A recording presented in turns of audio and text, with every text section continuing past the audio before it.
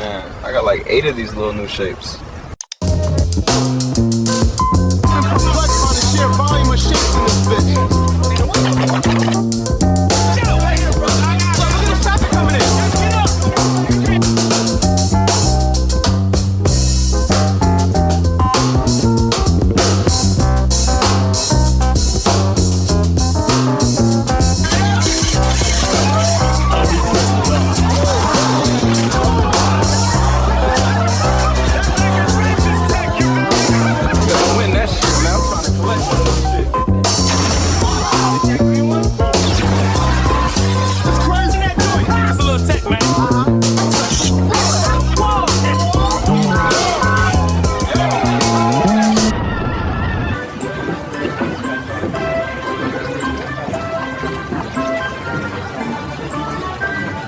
Pristine theatrics, man.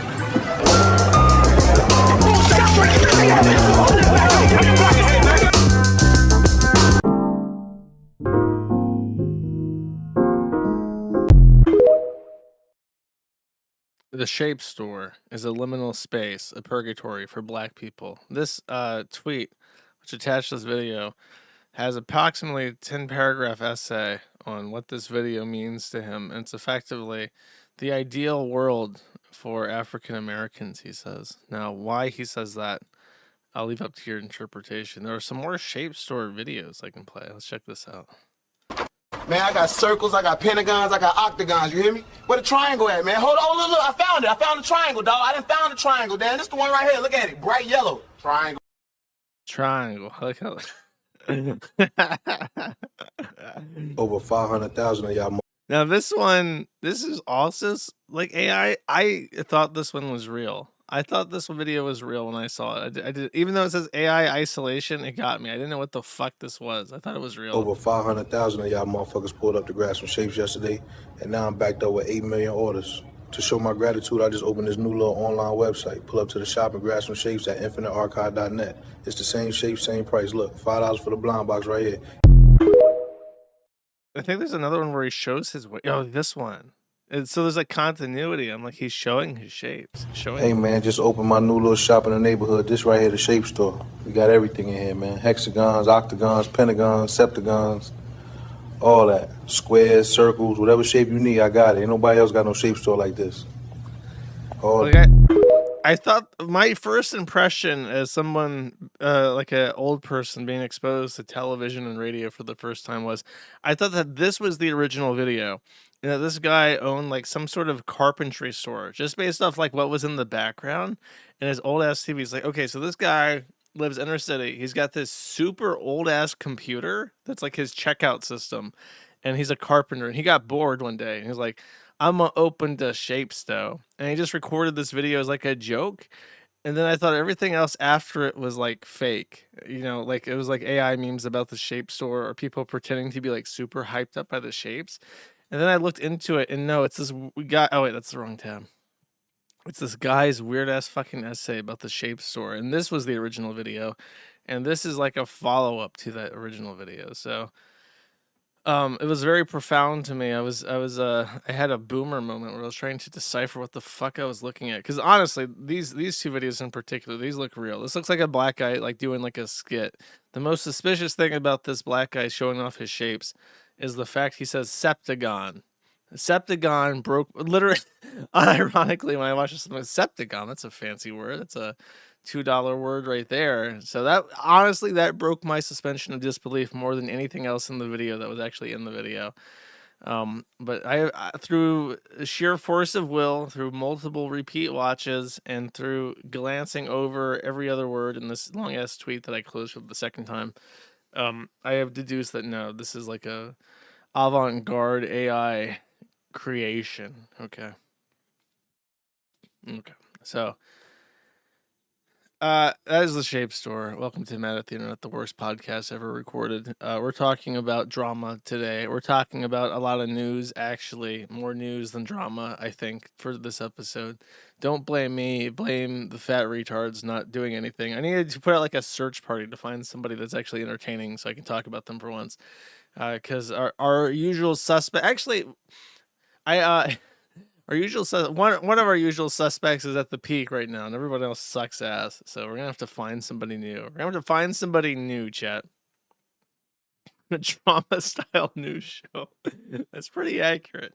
What if you took all of the notes of the Kiwi Farms and all of the notes of like Fox News television and you gave them to somebody with no caffeine and early onset dementia, and he said, figure this shit out, you have to talk for 3 hours.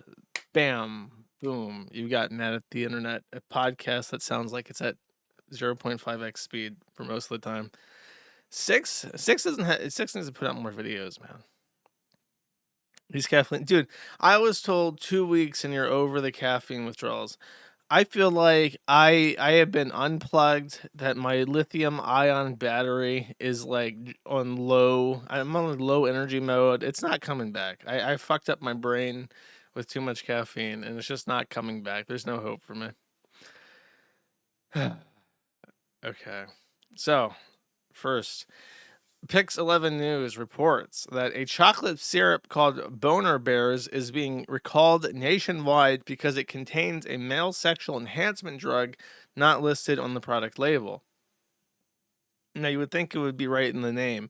And I thought, okay, is this like an herbal enhancement thing where it's sort of like non-FDA approved? Like, no, really, this helps with your vascular system.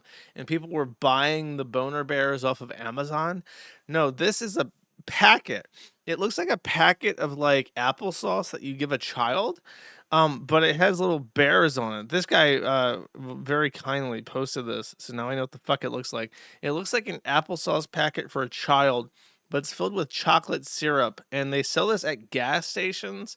So if you're like down bad and you're buying like a 40 for you and your bitch at the gas station, and you're like, oh shit, I can't get it up because all my drug addictions have modified my penis for the worse over the years, you can pick up your child applesauce packet of chocolate syrup. And apparently what they do is they prop up these shell companies.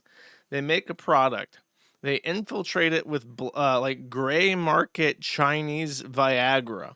And then they sell it at gas stations. And everyone knows that this contains undisclosed drugs. And people buy it because they want the Viagra. And then eventually the FDA shuts it down. But they've already made all their money. And nobody gets in trouble, I guess. So they just keep doing it. It was like when spice was a thing. This was a really big deal in Florida, where they kept modifying the molecule of THC synthetically, and they would sell it in like gas stations next to the little crack pipes that have flowers in them, because they're just totally vases, guys. They're totally innocuous pieces of glass that they sell at gas stations. And every time the FDA would ban them, they would recall all that shit, and then they would modify the molecule a little bit again, and then sell it again as a different kind of spice or whatever. And they just kept doing this. So I guess this has entered the Viagra market, and now they're doing this with Chinese Viagra. So if you are like, absolutely, your life is over, you're not even trying anymore, and you're just trying to get your dick sucked and trying to drink a 40 ounce in peace, you got Boner Bear's chocolate sauce to get you through your morbid, decrepit evening. And honestly, I support this, because if you're in the gas station buying Boner Bear chocolate sauce, you're not breaking into somebody's house, okay, and stealing their toaster. Because as I've learned in the last 2 weeks, toasters are an extraordinarily rare appliance that you cannot fucking find, no matter how many apartments you rifle through. Next. This is a beach in Thailand. It's a tourist beach. And an Indian man decided, hey, let's go to the beach and let's sexually assault people as we do. And one of the Thai people that he decided to have a little kerfuffle with, unfortunately for him, was a ladyboy. Not a woman, a ladyboy. And that means that, of course, the ladyboy was stronger than he was.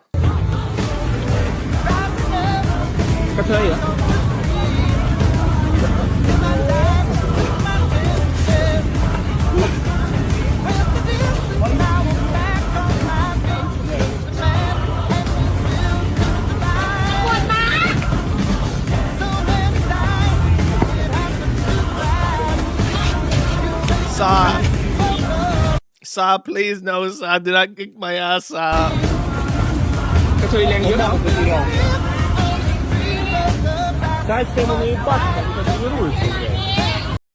I imagine that if you live in Thailand, half the reason of going to this beach is that you get to see lady boys just beat the fuck out of Indian men. Like if that was a sideshow attraction in Jacksonville, where you could just go to Jack's Beach and see trannies beat the fuck out of Indians, I'd go every day. I'd be fit. I'd be swimming around all the time like, oh look, another one. Like, okay, I would be peak physique, okay?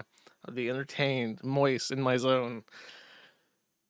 Alas, American beaches only have used HIV needles. They don't have such entertainment. Next, the United States federal penitentiary system. Beth Schwarzapfel, Black Apple. Is that the name of a song? No, Bad Apple's the name of the song. Okay.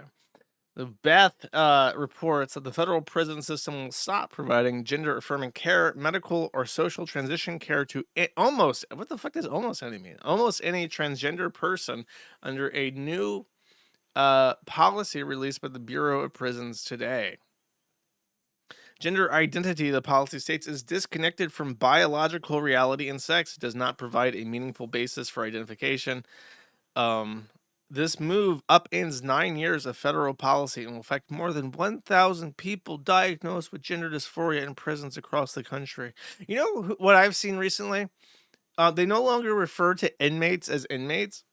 Like you can't say, "Oh yeah, this inmate, it's a tranny that raped a child." You can no longer say this. You have to say, "It's a person in custody." So they have a new PXX word, like POC, PIC, person in custody, which is a very nice way of saying raped a child and is in jail for it, or prison rather. Sorry, there's a distinction there, but. Customers. Yeah, we honestly, it is a testament to how retarded this country is and how deliberately malicious it is that when the first report of a pregnant inmate from a tranny raping her did not like trigger an immediate reversal of this policy and a death penalty basically for everybody affected by it. It's just over. It's like that should never be a headline, and we never should have tolerated it for another second afterwards. But no, we had to tolerate it, Chip. Next, Tyler Oliveira. I don't know how to pronounce this because it's not. I want to say Oliveira, but I don't think that's right. I think it's like Olive. I don't know, Oliveira. I'm gonna say that.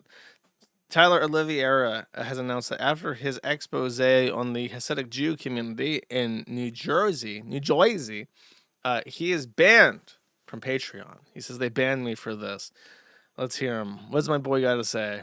Less than 24 hours. That's how long it took for Patreon to delete my account after I uploaded a video titled, "I Exposed New Jersey's Jewish Invasion." No warning, no first strike, no option to take down any videos. The entire account deleted overnight. Over the last few years, I've made videos critical of countless groups: Somalis in Minneapolis, Haitians in Springfield, Ohio, corrupt Christian megachurches, Pakistani Muslim rape gangs in England, Indians throwing cow poop at each other, drug addicts, pimps, prostitutes, gangsters, everyone.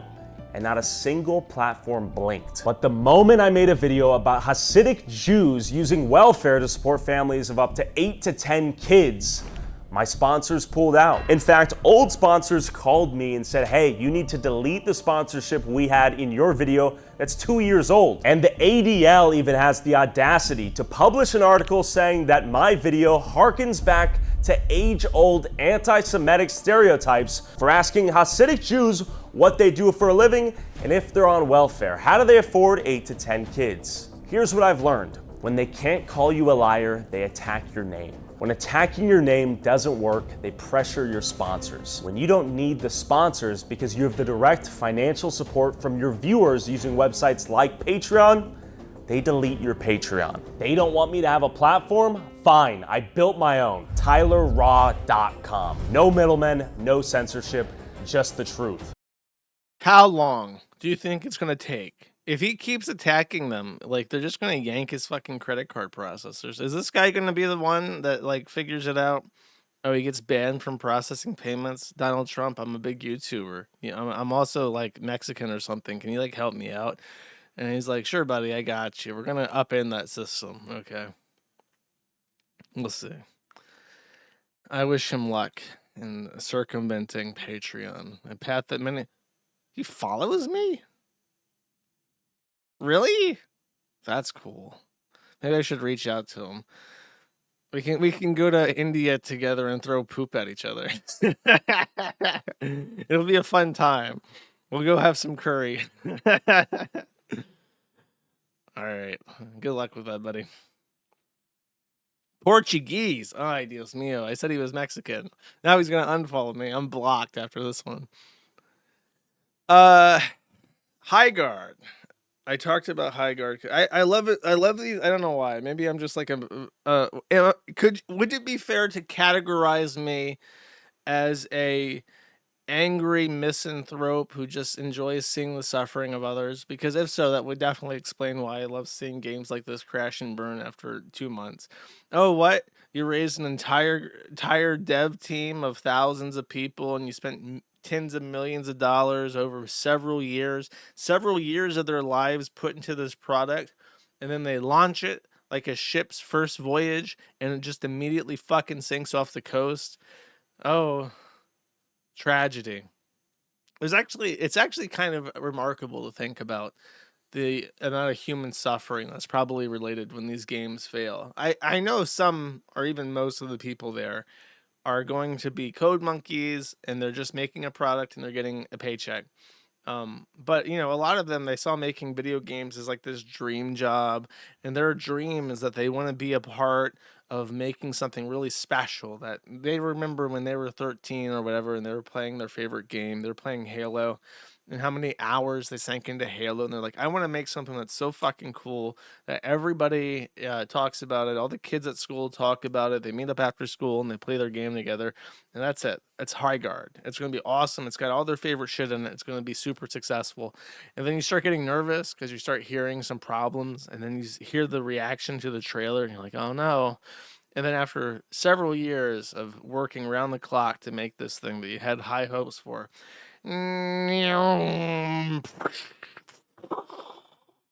gone. 2 months. 2 months Highguard lasted, following in the steps of Concord, a game that lasted, I think, less than 2 weeks. And what? I guess it's a magnitude of what? What's the difference between 2 weeks and 2 months? 4? It lasted 4 times longer. So there's another one. It's called Marathon. I don't even know what the fuck Marathon is. I honestly, I saw some game footage of Highguard. I watched the number one streamer for this game on Twitch when it came out was a Brazilian tranny with 200 viewers. I'm not joking. That's true. And it's literally like a Arc Raiders extraction looter, but sort of like Apex Legends and how it plays. And you also can spawn a horse under yourself like it's World of Warcraft, because they have to be able to sell mounts to people too. And then apparently it's like 3v3. So it's like the most bizarre mashup of hero shooter and looter extraction ever. And it looks ugly. It's just like they have no clear vision for this except market trends, which is why it failed, because Arc Raiders is like the most popular game on Steam right now that's not Counter-Strike or Dota. And obviously that's going to win. And if you want to play a hero shooter, you have so many options. So like it could appeal to possibly nobody.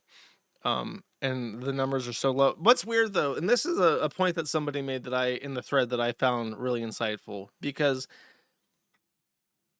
back in the day when a MMORPG came out and it had its peak and then it fell to the wayside, like MapleStory. Let's do MapleStory. You know, MapleStory, it would be ridiculous to say that MapleStory is anywhere near its peak. I'm sure it's at like less than 1,000th of what it was back in the day.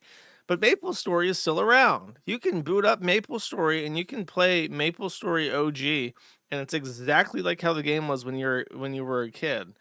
And the reason why is that it costs almost nothing to manage a service like this. You got to have like two people pushing out some content. You got to have like one guy that knows how the servers work. Could probably be one of the two people that push out the fucking content. And then you have to have like an accountant.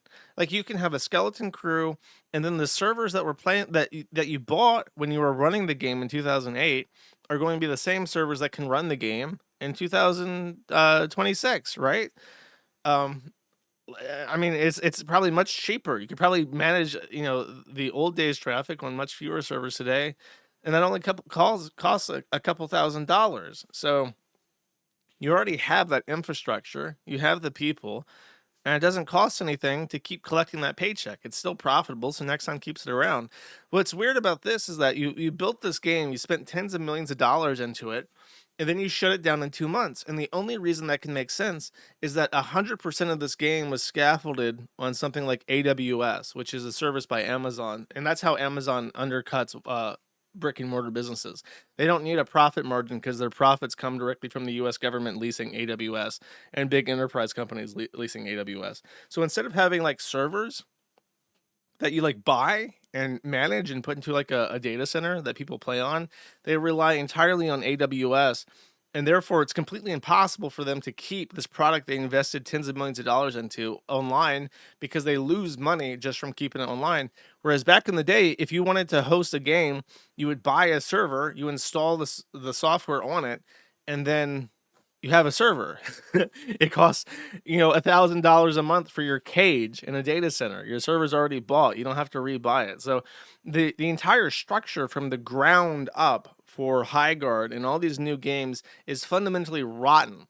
Nobody in these companies even knows how to set up the network or the computers that it runs on. They have to lean on AWS because that's what they're used to. They literally can't do what they did back in the day when they set up a game like this. And that orientates kind of when Steam or TF2 first started doing crates and cosmetics and stuff, they own their servers, obviously, so they make tons of fucking money.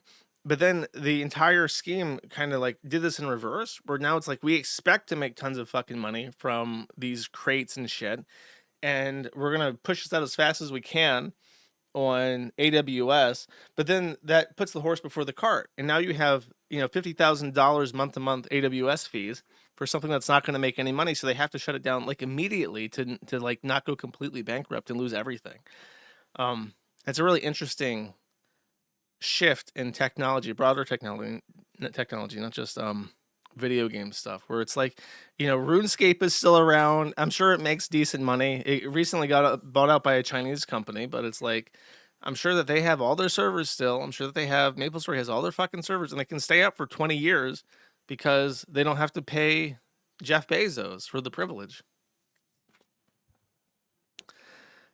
Anyways, yeah, put the cart before the horse. You know what the fuck I mean, okay? I can speak broken sentences with broken English, and you'll know exactly what I mean, because my audience and I are completely in sync. Oh, by the way, the funniest thing about this is they say this is our final update and we're going to close down on March 12th.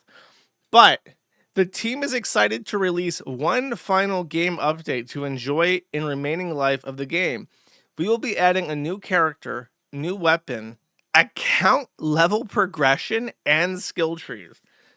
So your game has a mortality of 10 days after this is launched, and you're going to add account level progression. I should have, I think you have to, it's a free game. I was thinking I should do like a thing, but I figured it wouldn't be funny enough to justify it. Like the speedrun community should try to max out their characters. Like if a bunch of people from like a speedrunning Discord say, I got to get the max level in Highguard before it fucking collapses. I thought that would be funny, but it didn't happen. Okay, as far as I know, maybe there'll be a post after it closes, like, who got the highest level in Highguard? And there will be like, you Reddit Troon, 42, and he'll be like, I got to level, 41% before I gave up. And that's it. So there you go. Highguard closed. This is a real video published by the UK's terrorism police with a stern warning to the young men of England. Let's listen. I just got all my devices taken away by the police. My mum couldn't believe it. How are you recording this then? Already his story's falling apart. This is a TikTok video, and I'm supposed to believe he's doing it without a phone or without any computer devices. It's fucking bullshit. My mum couldn't believe it. I might get a criminal record and not be able to go to college. I only shared a link. I just thought it was funny. But it was terrorist content. And that is not a game. It's real life. I thought I was bossing with me haircut, but I wasn't. It was terrorist content. Civil war is coming to... Dude, fucking cope. There is no group of people I feel less confident a civil war can occur in than the UK. That country is fucked. All this shit about like reclaim England or whatever the fuck, not happening. I'm sorry. I know I have a lot of like UK listeners. I'm gonna be asking you for your money here shortly. But you're fucked. Sorry. There's like I can't war game in my head how this works unless you're expecting like unless there's like a war where it's like the Englishmen are coming out the pub and they're just fucking like gobsmacking all the British femoid police and stealing their guns. And then the war starts and Donald Trump is like airdropping crates of supplies like it's fucking Call of Duty. I don't know, maybe then, but outside of that, I don't think that's happening. Okay. There. So yeah, one of the most like insanely on the nose. If you share something on the internet, you can be arrested. You can have a criminal record at the age of 12, and you won't get into uni. Think twice before you share a link. And it's like, is that honestly the civilization that you want to live in? You want to live in a closed door society where every single thing that you do is monitored by the government, and if you share a link, you can be a fucking criminal. And it's just like, the answer is yes. I think honestly the answer is yes. And if you took the white British and you polled everybody over the age of 30 about what they thought about clamping down on terrorist content and making sure that everything is on camera 24/7, I think like 70% of them would be like, yeah, obviously. We can't have any fucking hate speech. It's a shame, isn't it? So I have no, no, fuck England. 70% of London, no, I'm saying the white British people love the boot. And I'm saying that, you might be real angry because you're the youth and shit, but no, ask your mom, ask your dad, what do you think about this video? And they'll probably think, oh, that's a good message about not sharing terrorist content. You don't want that. Just saying. Speaking, okay, well, egg on my face. Here's what's going on in the land of freedom. So Gavin Newsom, a robot cyborg with a flesh suit, has passed a law saying that operating systems will need to have some form of age verification at setup. If you don't know what an operating system is, let me explain. There is no actual clear delineation between an operating system and just computer code. So, theoretically, the kernel and a bunch of programs put together form an operating system. You have the Linux kernel, and then you have usually the GNU core utilities, or the new core utility. I like to say GNU. I don't know if that's correct, but I will continue to say that. Then you have the GNU core utilities, and you smash that together, and you have an operating system. Windows has its own kernel and its own suite of software, and so does Macintosh. But Macintosh uses a lot of Unix software as well, but it has the Unix kernel or whatever. Broadly speaking, that's how that works. So anything that is a kernel and software is an operating system, which is why a calculator company is no longer going to sell calculators in California, because strictly speaking, the kernel, which operates the hardware of the calculator and the software that crunches numbers on it, put together is an operating system. And adding age verification is outside the scope of that.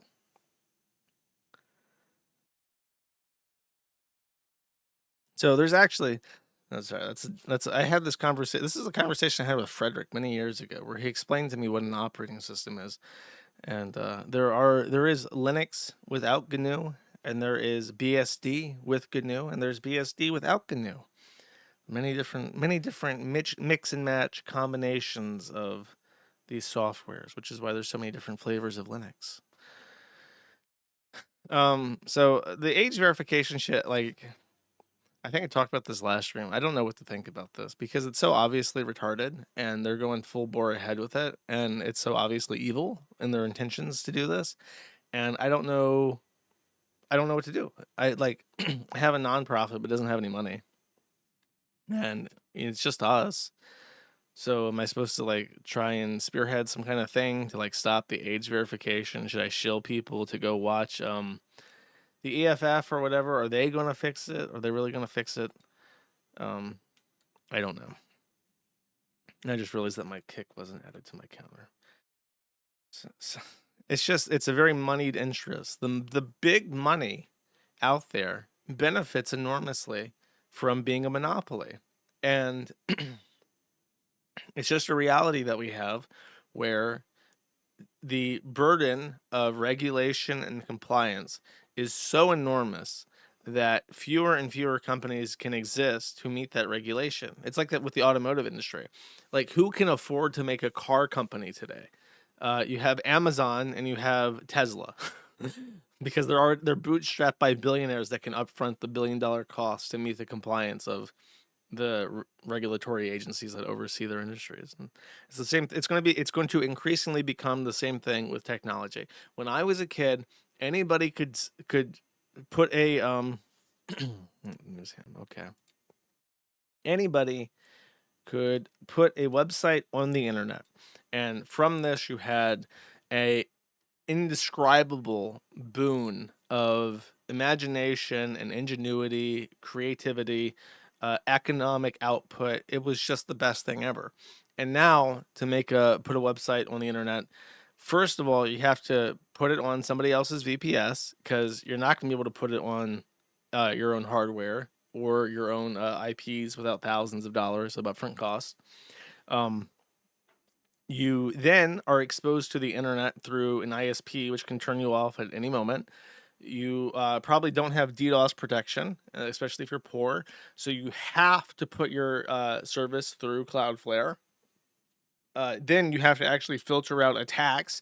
So do you have some sort of way to deal with child pornography? Because if anyone uploads child pornography, you're obligated by law to report it to the National Center for Missing and Exploited Kids.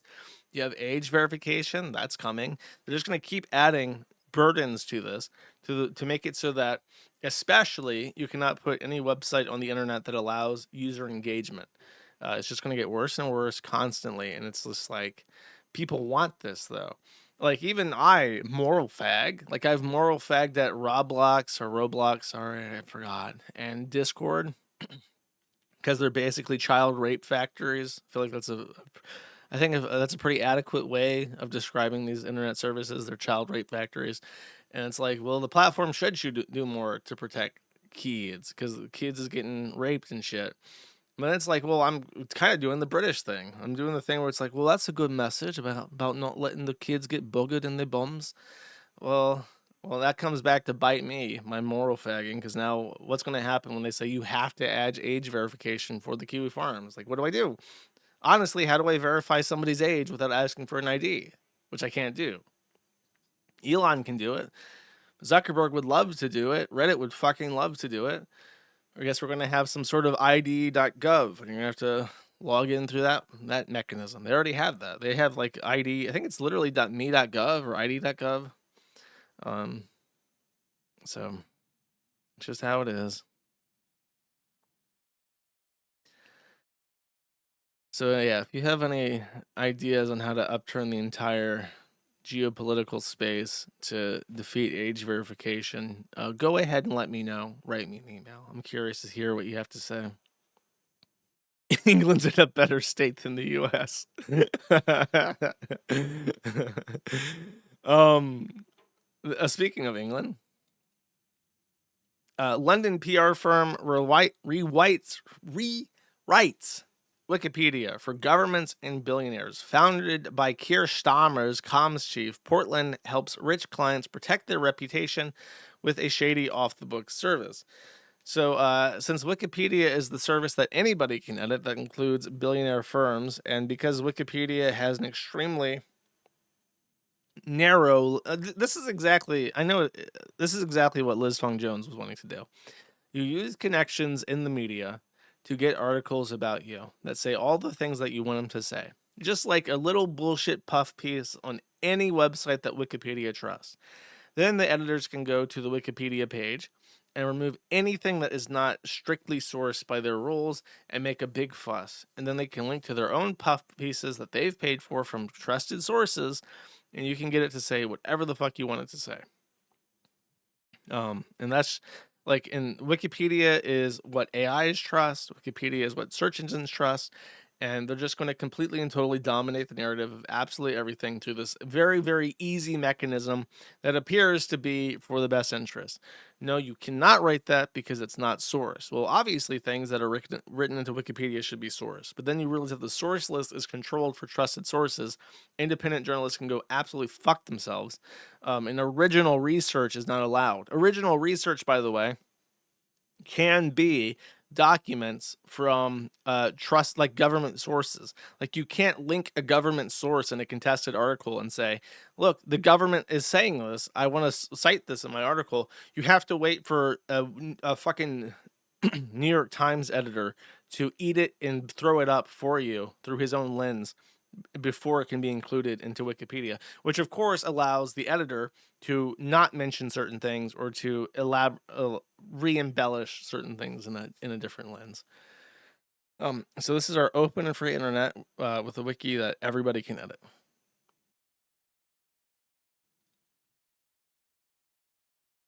Next, Microsoft is dead set on ruining Minecraft. They are enforcing a code of conduct, on all their servers, including the old ones. This is 2B2T, which if you don't know is the largest Minecraft anarchy server. As the name implies, an anarchy server is anarchy. There are no rules. There are no build protections. There's nothing of the sort. So the entire server is kind of a fucking nightmare. And it has a very long history with a very complex build that's been steadily worked on over decades. And Microsoft said and said, look, if you want your server to be connectable from our official app, you have to ban certain words. And the community has deduced that these words are drugs, furry, hoe, ass, cocaine, whore, shit, fuck, penis, vagina, cock, slut, fucker, and heroin. Which sounds like bad news, but the good news is the source code for the 2026 version of Minecraft on PS3 has been leaked by 4chan. This is a port of the Java version into C++ that was made for the PS3, and it could allow people to create pirate versions of Minecraft that can somehow circumvent their launchers and stuff, which is good news. So the N-word is fine. The N-word is always okay. Don't you worry about it. Some fucker from Japan released this for sure. Even that's very risky though, to for a Japanese person from Sony to release this source code, because if this is found out, the Japanese government will execute him. There's no country on earth that has stronger copyright laws than Japan. It's an extraordinary dishonor brew to spray to steal somebody's copyrighted content.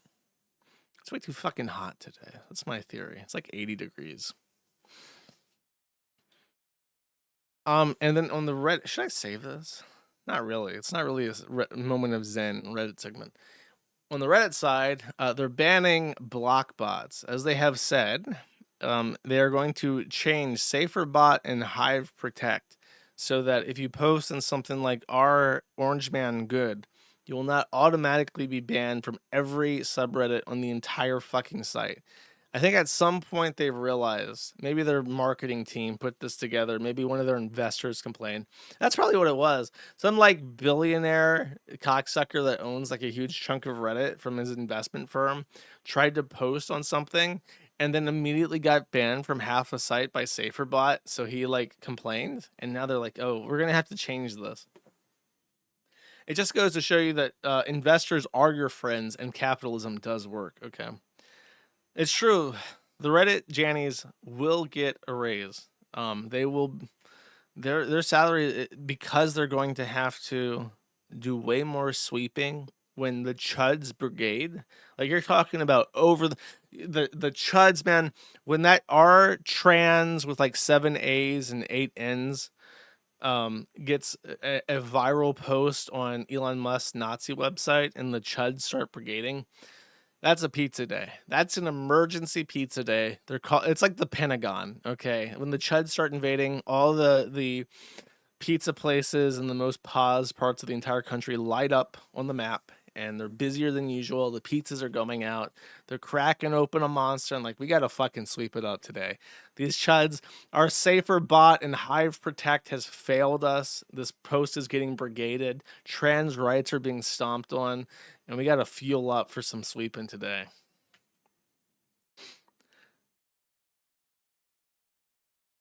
Okay.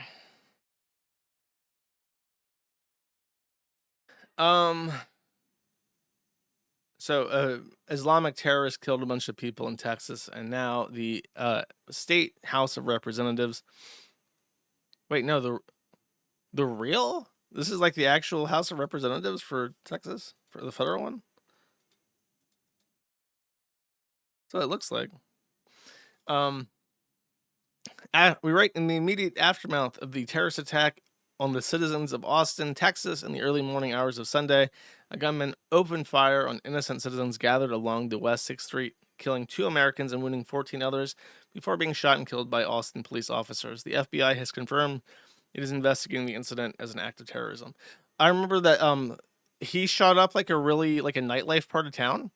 And the police arrived on the scene within like 56 seconds, I want to say, which led to some conspiratorial thinking. But it's literally just that they put cops, they like station cops in these nightlife areas because there might be like a fight or something to take care of. So some cop was sitting there at the on the street corner talking, and they heard gunshots and responded and shot him. So he reacted, brought him down, and probably saved a bunch of people in the process. But now, in response to this, because he was on an H-1B visa, the representatives from Texas are asking that H-1Bs be completely and totally stopped, which is a dead meme. Unfortunately, they've already moved on to opt visas and some other fucking bullshit. They don't have the balls to just say, send them all fucking back. Who gives a shit? Fuck them.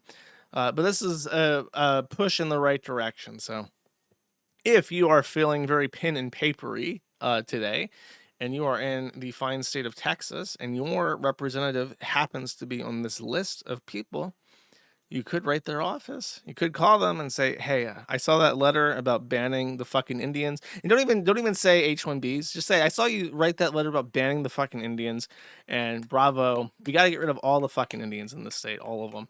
And just say it like that. Honestly, don't sugarcoat your words anymore. Just say, the Jeets are getting kicked out. We're eating them. I support this. Thank you. All right. So this is something that was like a big spectacle in the USPG thread. Honestly, one of the best threads on the entire site. Real bros with many gilded banners. Honestly, one of the best places on the entire site. Very gold in there, so I like them a lot. They've been monitoring this situation very closely, as they do.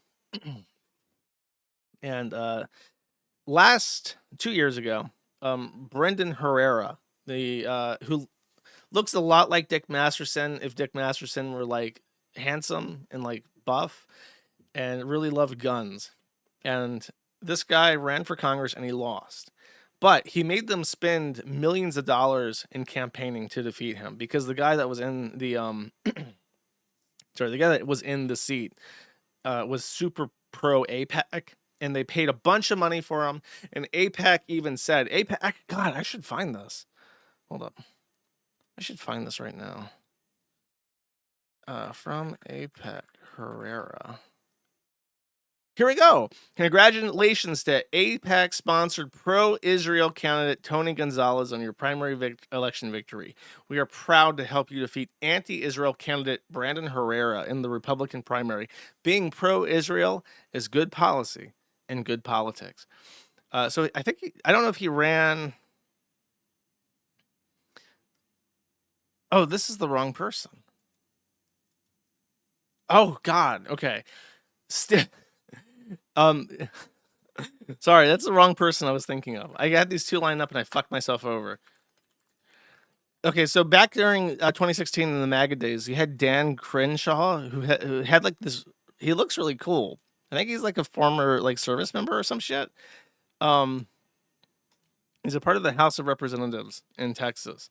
But he became super pro-Israel over time. So he lost his appeal to the MAGA chuds, who now refer to him as Dan Crenshaw. And then he lost his seat to Steve Toth, who is much more conservative. I think Hardin's opinion of him is that he sucks, but he sucks less than... Actually, no, I think his wording was, they both suck, but it's good to see Dan Crenshaw lose. I think was his opinion on this matter. So, so just so you know, Dan Crenshaw has lost his seat. Fuck him. That's the opinion here. That's the official Natty opinion on this. Then we have this upset where Tony Gonzalez lost to Brandon Herrera, the gun guy from YouTube that many people love. And for once, I have actually nothing bad to say about somebody.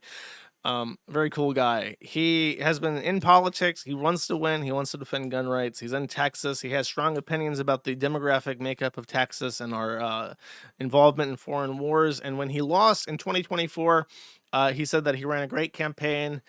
He lost, but he knows it's a long struggle. He'll get him next year. Oorah, that kind of shit. And he was very pleased that AIPAC had to spend millions of dollars to keep Tony Gonzalez in office.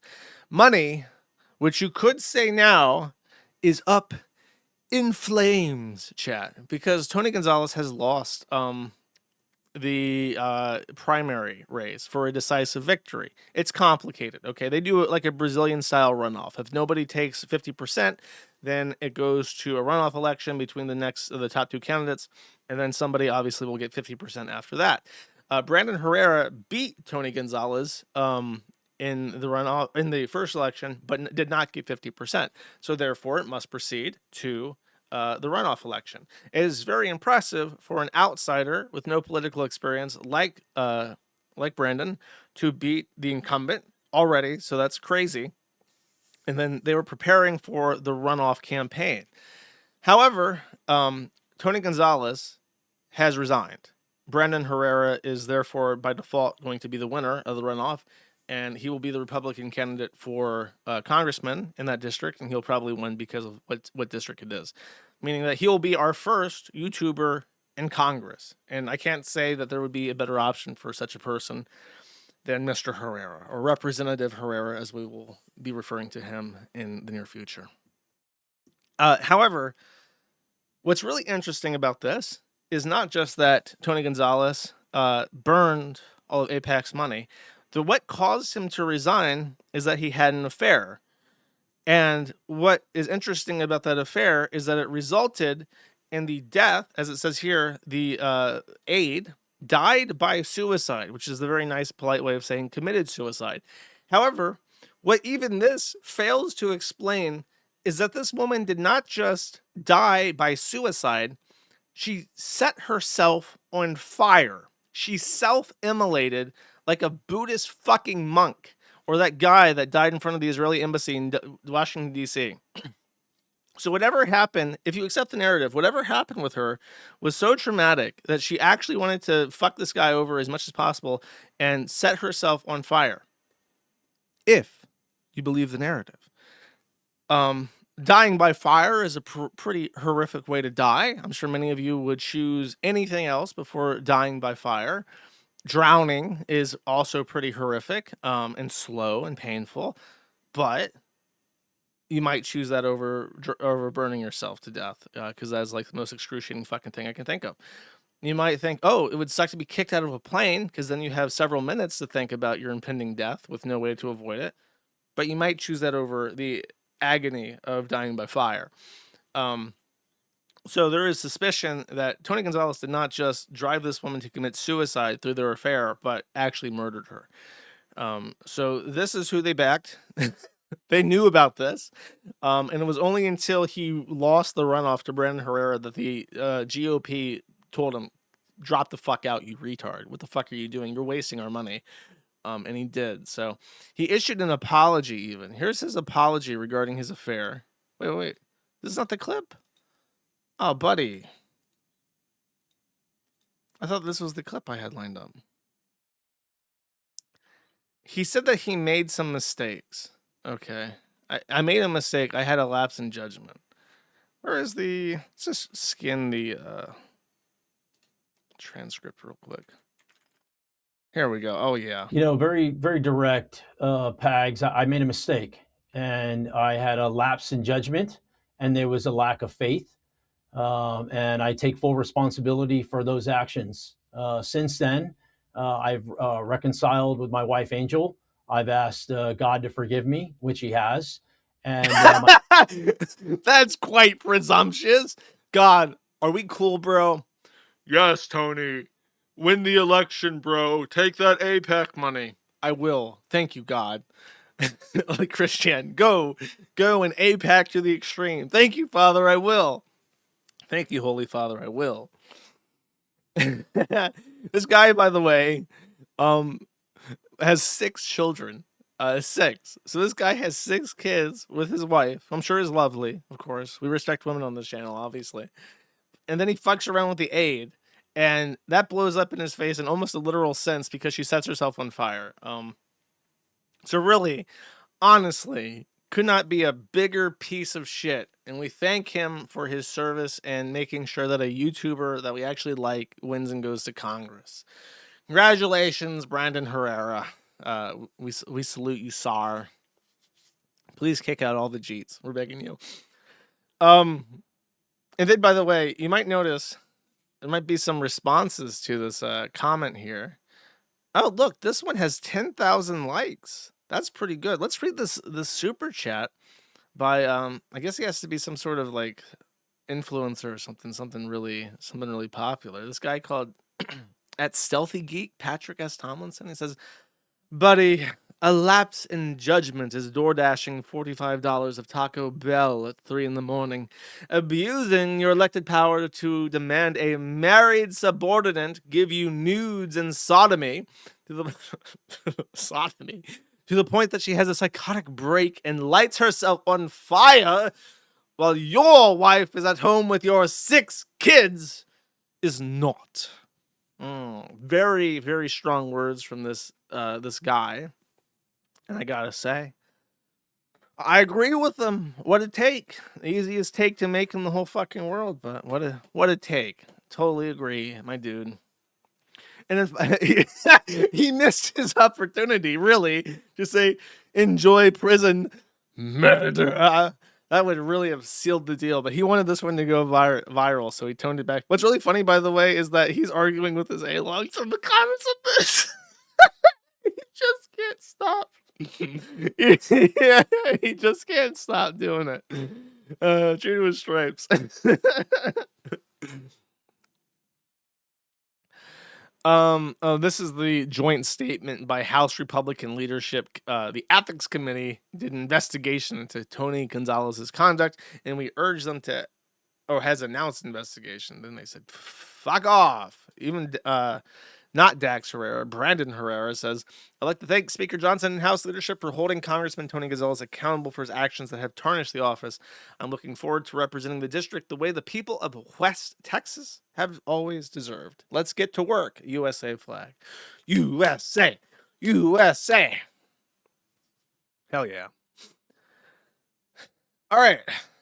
Next, I have another statement. This one from Sacramento 89 on the Kiwi Farms. She says, my plane just landed, and she published this PDF, which of course I had to convert to a JPEG because she didn't do it herself. Hello all. I am retracting several prior statements I made about Thomas Hansen and offering a formal apology to Tom. Specifically, I previously made statements that may mischaracterize the nature of our relationship, including allegations regarding filming without consent and non-consensual consensual sexual behavior. I want to clarify that all sexual activity between us was fully consensual. I also apologize for sending Joshua Moon a censored image of Tom and me during an intimate moment. Further, I apologize for providing the public with information that was inaccurate, incomplete, or conveyed in a misleading overall impression of my relationship with Tom. I deeply regret misleading the public.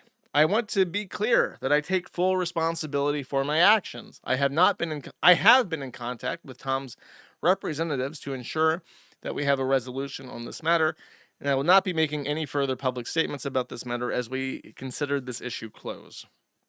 And there is a document number here which indicates that this was written by a law firm. So I've been aware of this for several weeks, that this was coming. And when I hinted that there was something to come out, I expected that she was publishing that in the near future. But they had several back and forths or whatever the fuck, as far as I'm aware, and it took several weeks to get done. And this is what it was. I wish that this had been made more timely, but it was not. So everyone's writing angry at me, chat. So let me cover my perspective on this as articulately as I can. And I have thought about this a little bit more than the last time I spoke about this, so give me some leeway here. She lied, Rowan lied about foundational things, and I do apologize that my platform was used to spread her lies. I'm just sorry, okay? I did verify who she was and that she was in a relationship with Turkey Tom. However, and I'm not being pressured by any law firm to say this, by the way. This is me. And I'm not, he hasn't even reached out to me or anything. So, the main error that I made is I did not reach out to Turkey Tom. I just assumed he's fucking guilty. Obviously his weird gooner shit would lead to this eventually. And I just took her at her word. It didn't even occur to me really to reach out to him and seriously ask him for his side. And if he did respond to that, it would have prepared me better for the interview. I would have been more skeptical about some of the things she said. And I realized in retrospect that there were certain times, the most prominent one is that there were several times, even at the time, that was like a little bit weird to me, is if I would ask her a question about specifics, like, did you do X? She would just say, yeah. And that's a sign of deception when someone is making up a story. And if I was more credulous, I would have, or incredulous, I think is how you say that. I would have picked up on that better. And then after his response came out, I did a kind of a reply on my stream, and my messaging on that was catastrophic. I want to say catastrophically bad. I was trying to make light of what was happening, and people did not want me to make light of what was happening. They were very angry. The whole false rape allegation shit is like super touchy for a lot of people for good reason. And when I tried to make a joke out of it in a way, it really pissed a lot of people off. So to clarify what I was trying to say in early February after his My Side video, I was trying to say that she lied, that she obviously lied, indisputably lied. His video was very good. I said that it sounded like it was written by a PR firm, in particular because it was so good and addressed all the points. That there were certain things not cleared up. And I was not saying this to try and back her up further.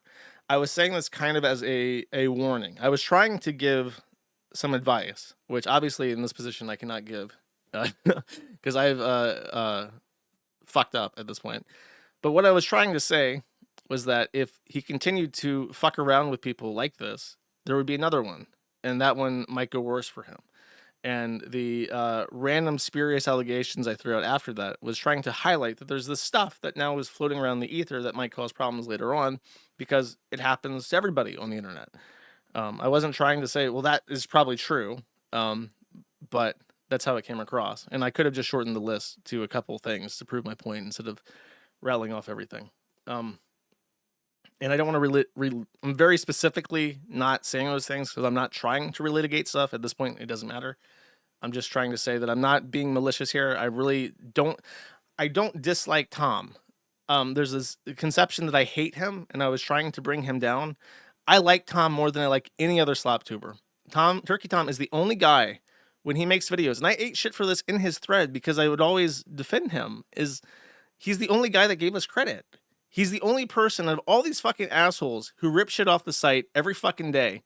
He's one of the only people who ever credited us. And in fact, the video he released after his apology video credited the forum as a source.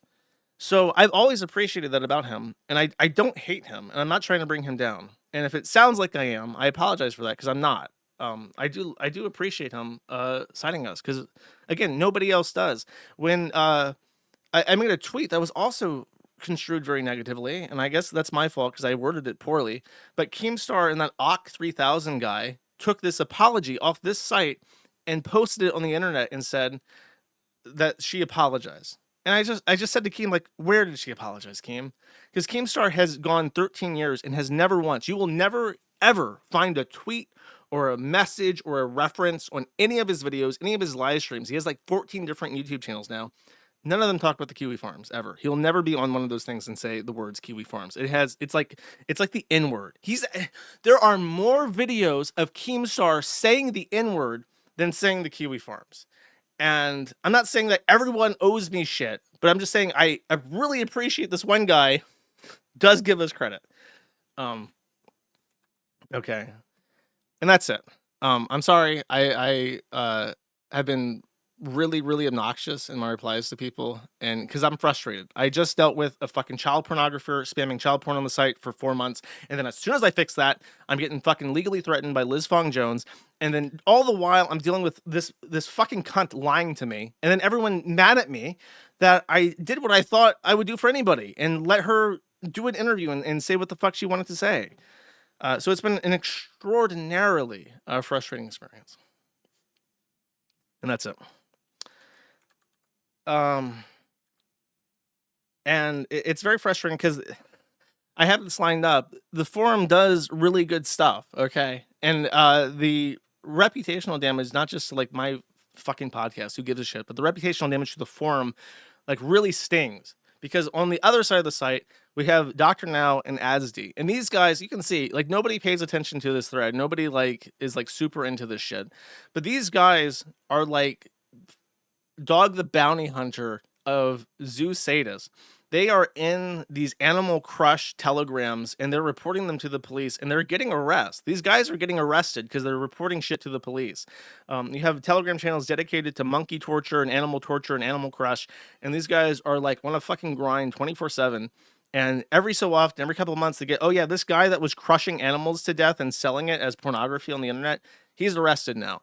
And it's coming from them. And they're doing all the work, and that's the part of the community that I'm very proud of, and I'm very proud of these guys. And they've been doing it for years. They were involved, I think, even way back when after Kira the Wolf and Snake Thing. And they got the guy that was torturing puppies, and I think they were involved in no, it was the one guy that I did a whole thing on Kira way back when, but they were around back then, and they were working on that too.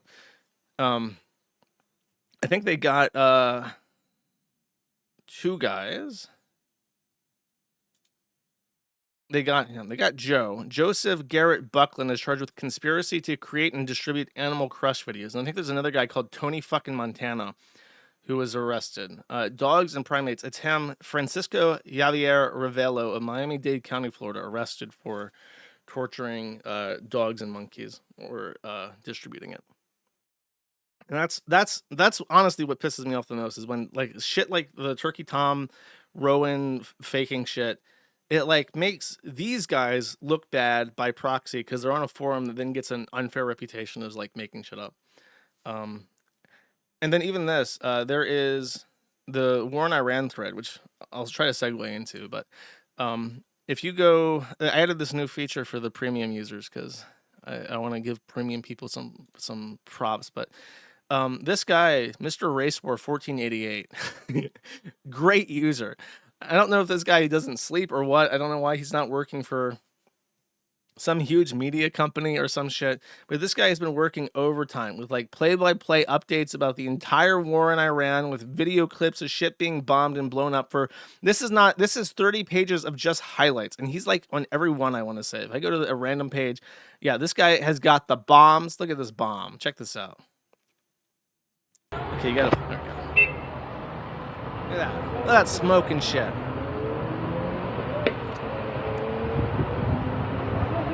He's got the updates. He's got the OS and Telegram groups on lock. The info is coming in at a high speed. When the Ayatollah dies, the Kiwi Farms knows before Benjamin Netanyahu. Okay.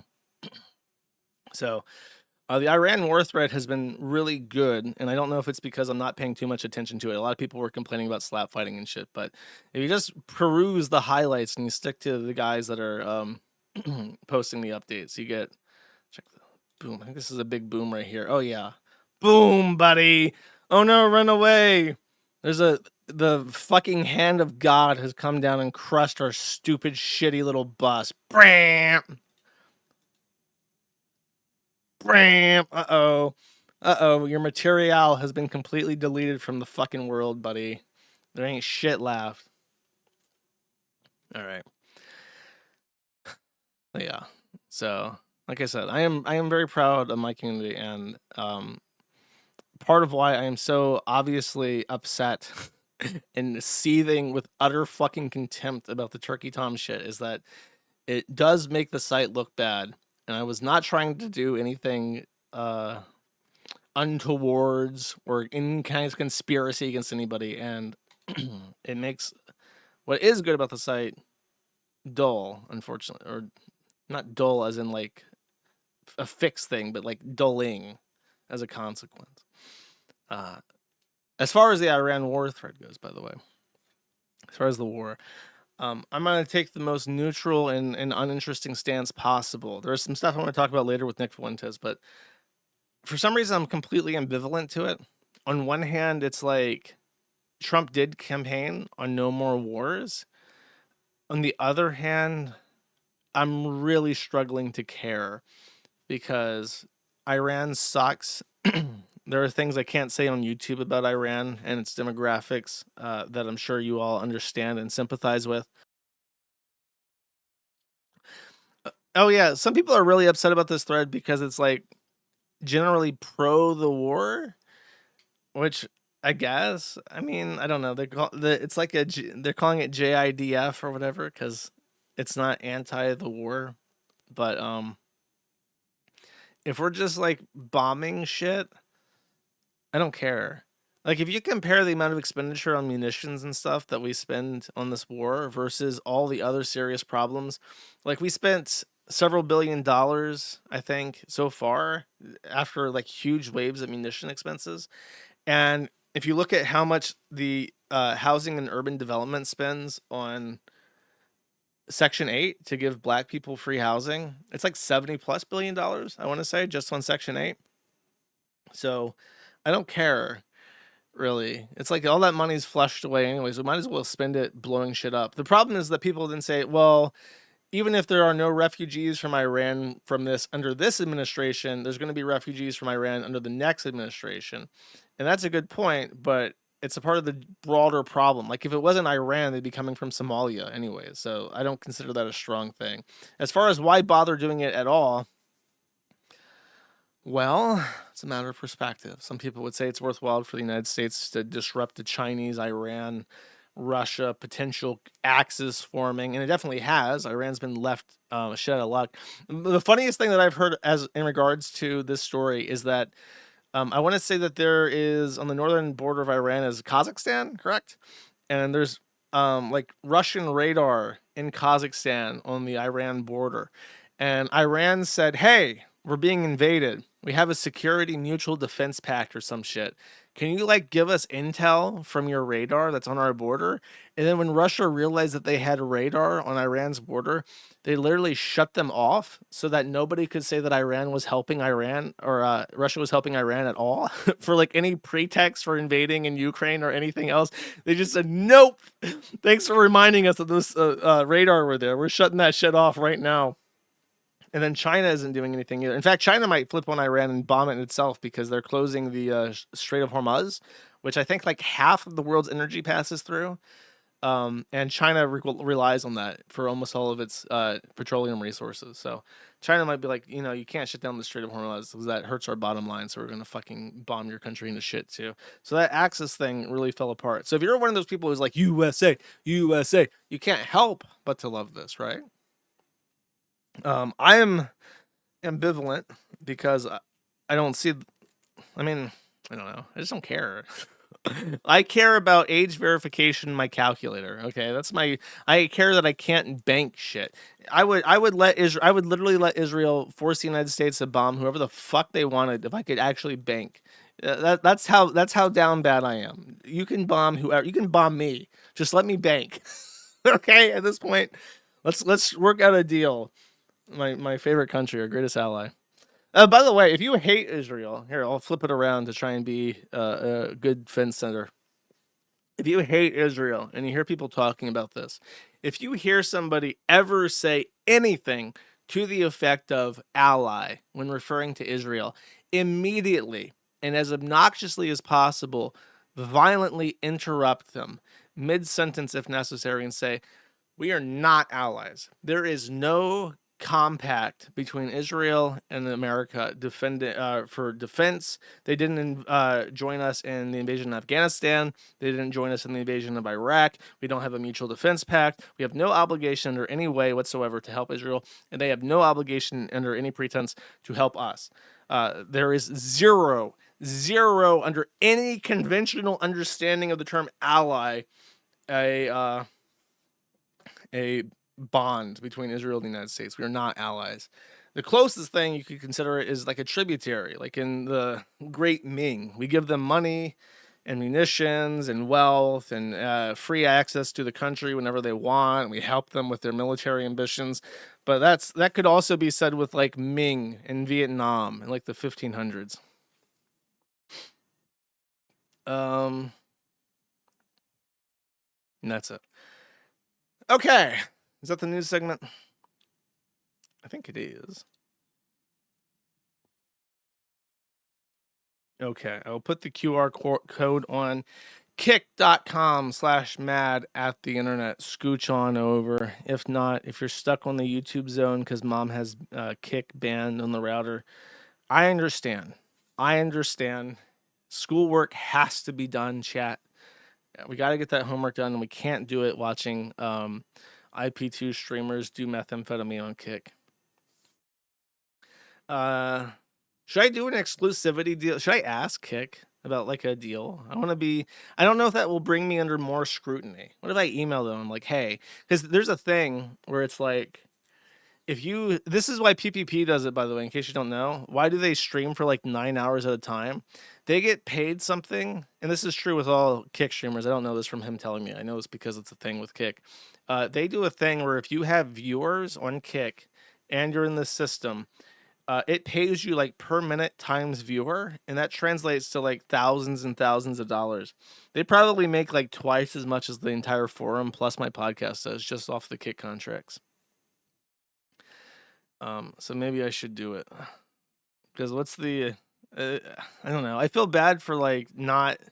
I would have this is the conflict. I don't want to be like too hard on Rumble because they do help. They let us on. They let us on locals. They let us run the Kiwi Farms through them. So I feel kind of bad like saying, fuck you, Rumble. I got a better deal at Kick because it's like a beggars can't be choosers type thing. And where's the loyalty? Show me your loyalty type thing. But on the other hand, they're paying Jeremy Hamley in Rolexes, and I don't get shit. I don't get shit except for what I actually earn. So I don't know. Maybe Evil Eddie is the real king. I'll have to swear fealty to him instead. He's got this figured out. My only fear is that like you do that, and then that's like, okay, well now you're a partner, so now you can't say XYZ. I don't know if that's going to be a thing. Am I going to be under more scrutiny? I don't know. I'll think about it, chat. Anyways, thank you if you were switched over from YouTube. I will now be, sorry to say, disconnecting, parting ways with the YouTube audience. Goodbye.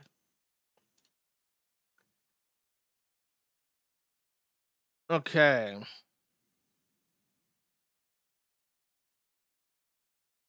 Yeah, there's also some people on Rumble who don't like Kick at all, and that's why they stay on Rumble. So I don't know.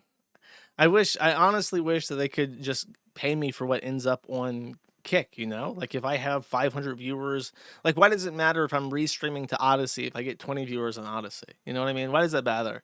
Especially because I'm on those other platforms, right? I'm on YouTube and I'm saying to all the YouTubers, hey, YouTube sucks, come to Kick. Evil Eddie should be paying me extra for every set of eyes from a different platform that sees the kingdom of green of kick.com. I should get a fucking a bonus check, actually. Matter of fact, if you want to know the truth about Bish. Okay. Okay, I have a very, very mercifully brief Chantel clip for this stream compared to the prior streams. Here we have Chantel, and she is haunted. Let's hear. Let's listen, chat. Bugle chips, what?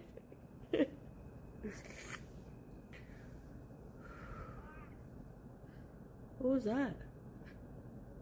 Did you hear a quack? I think I'm losing my mind.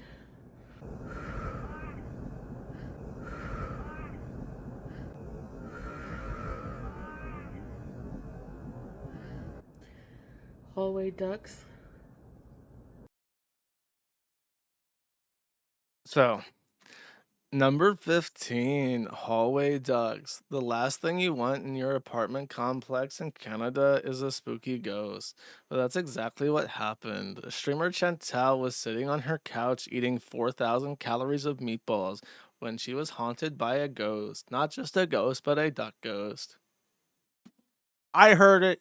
You heard it. We all heard it. The duck ghost is fucking real.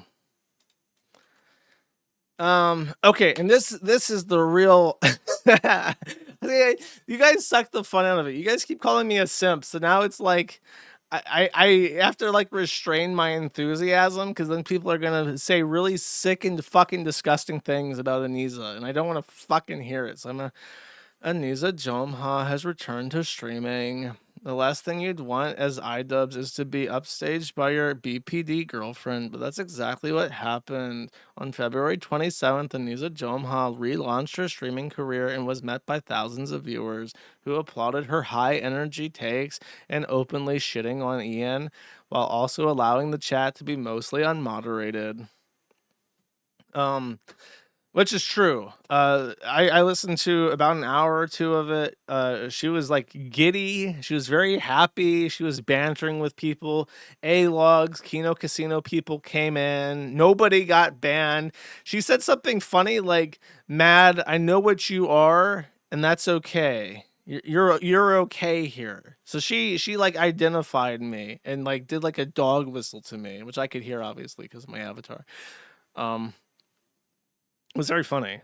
So now, honestly, this is like the peak A-logging of PPP, because PPP and Warski are both extraordinarily sick of talking about iDubbbz and Anisa, but now Anisa has returned and is just completely usurping iDubbbz and humiliating him in the process, because her streams are doing better than his are, because his streams are like the worst fucking thing ever. And now PPP is forced back into the Anisa iDubbbz arc. So really, it is a reverse troll scenario where PPP, by merit of needing to make as much money as humanly possible, is going to do 9-hour-long streams making fun of her. And it'll be like a copacetic kind of thing. What's the word? Symbiotic. Symbolism. Symbioticism. He's a simp. Fuck you. Listen, it's very funny, okay? Leave me alone. Why? Everyone gives me so much shit, and I don't fucking deserve it, okay? I'm over here on my grind set. I peek my head out to see what's going on, like a little gopher, just checking out the lay of the land, okay? And immediately the eagles start swooping at me, calling me a simp. It's like, fuck off. Let me enjoy things, goddammit. Okay, here are the clips. She loves her husband. This is a Kino Casino enjoyer right here. The felted imp. Shocker. What a handsome young man. You know who else I saw in here along those same lines was Beast World. Yeah, Beast World decided to come in like, it's so annoying. Beast World's acting like he's... Look at this. He's like so angry. He's like, I'm going to call out those dang darn A-logs. I'm going to show them what's for. I'll send them a strongly worded letter to let them know that their efforts are not appreciated and that they should, matter of fact, reconsider what they're doing with their lives. And then Anisa is just like glowing with energy. She's so fucking happy that all this shit's happening. She's a fucking drama monger is what she is. Above it all, but it's like whenever it's mentioned, even slightly, some cringe like Kiwi Farms, Kino Casino adjacent shit, you're just like, oh, I know everything about these things. It's he's like the you're artificer. He's a loser. Beast World is the artificer. No, Beast World is a fucking loser. But I just want to say there are more mentions of the Kiwi Farms by Anisa and iDubbbz than Keemstar. Okay, let's just put it on the record here. You know, respect. You know how to like hide it. You know how to hide it well enough. Nah, they ain't hiding it. They feel safe here. That's exactly what I'm talking about, Beast World. You say, I followed this stuff since Barrett Brown. What's a Barrett Brown? They're trying to flex their fucking creepy like internet knowledge. They did. We don't know your creepy internet knowledge. Do you know who Ralph Lauren is? I mean, what? No. Ralph Lauren? Not the Ralph clothing Lauren. brand? No. Ethan Ralph. She's getting wah, wah. Look, you guys, look. The Anisa Ralph ship. Come on now. Anisa Ralph, can you imagine a more diabolical pairing than that? Oh, no. And don't say it can't happen. It happened with fucking Digibro. It happened with Digibro. Digibro got cucked by Ethan Ralph. I don't know how the hell that happened, but I'm just saying nothing's off the table when it comes to our boy Ethan Oliver Ralph from West Memphis, Arkansas. Ralph fucking Retort or whatever it's called. Ralph Retort? Some shit like that. That's cringe. All that shit is unbelievably cringe. They're teaching I can't believe that she gives it the time of day. This is exactly why. This is what makes Anisa and I different. She will indulge you guys in your cringe shit. I refuse. Yeah, he doesn't. He's an adult. I wanted to learn about Ethan Ralph. Oh my god. Look at him. Look at his hatred. No, wife, you cannot learn about Ethan Ralph. No. Don't engage the drama, be an adult. And she's like, dude, I want to get so fucking messy in this retard shit. I got nothing else going on. My ball python just sits there in a fucking corner all day. We gotta get some drama. We got some blood pumping. I'm out of here. You can talk to them about this cream. He left. He can't take it. He's out of here. He's like, no, I can't stand this gosh darn confounded era drama any longer, wife. I'm leaving. No, we'll go out and eat. All right. We'll go eat. Yeah, we're gonna go eat Denny's.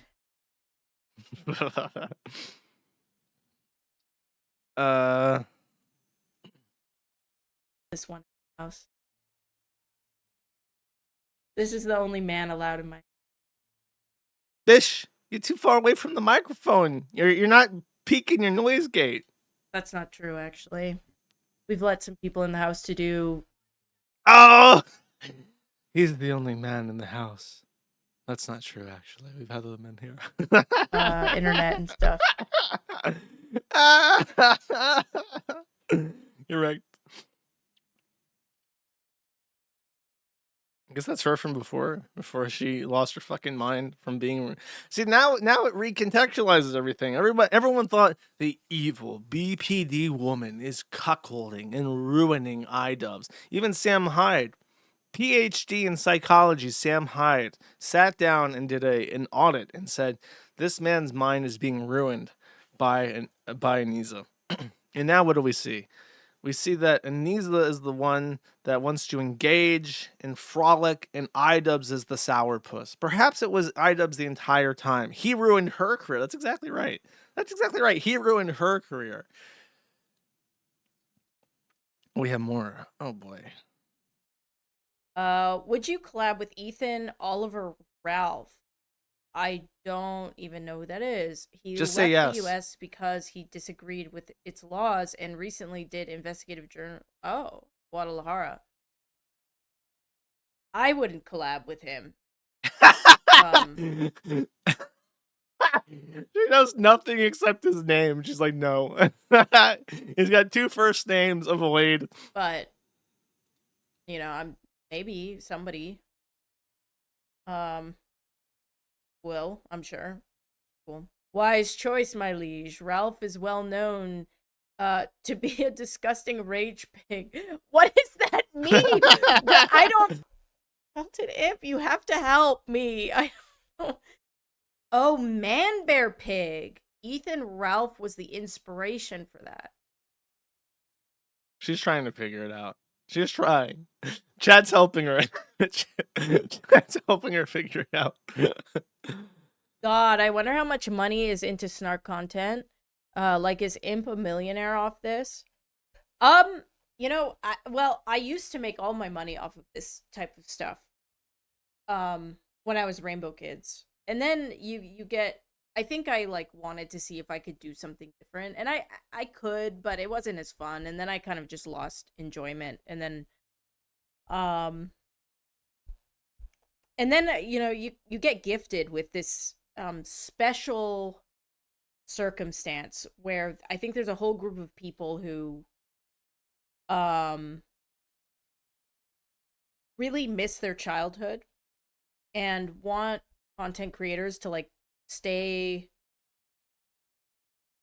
the tanks. Wait, what's a tank? That are very upset that things changed, and they have a unique interest in us and a unique anger and hatred. Snark is one of those words they have to people who are pause can't borrow our blessed language. Whenever someone talks about A-logging that's on the left, it's like saying it's like using a Nazi word like Untermensch. Like if a fucking communist starts saying, "Oh yeah, you're Untermensch," it's like, whoa, buddy, you can't say that. You can't say that. You have to say capitalist swine or something. That's not your word to use. Okay. When Hassan starts dropping A-logging, it's like, hey, buddy, that's not right. That's not right. You gotta say snark. You gotta say snark subs. Okay, that's your word. Towards both of us, and that is in itself kind of a gift because they never get tired of it, so you can kind of just go back and forth forever. Casey's not sending their best. Or maybe they are. A lot of them just are interested, I think. And they're not getting here's my honest take with it. And I don't know. I'm going to be honest with you, Felted Imp. I have no interest in talking to... The only thing I know about Andy Warski, this is 100% me being serious, is he got knocked out in under 10 seconds. I watched it happen. I was so shocked at it. Got knocked out in literally under 10 seconds in a boxing match. And the other guy I literally know nothing about other than he's quite pleasantly plump. And what?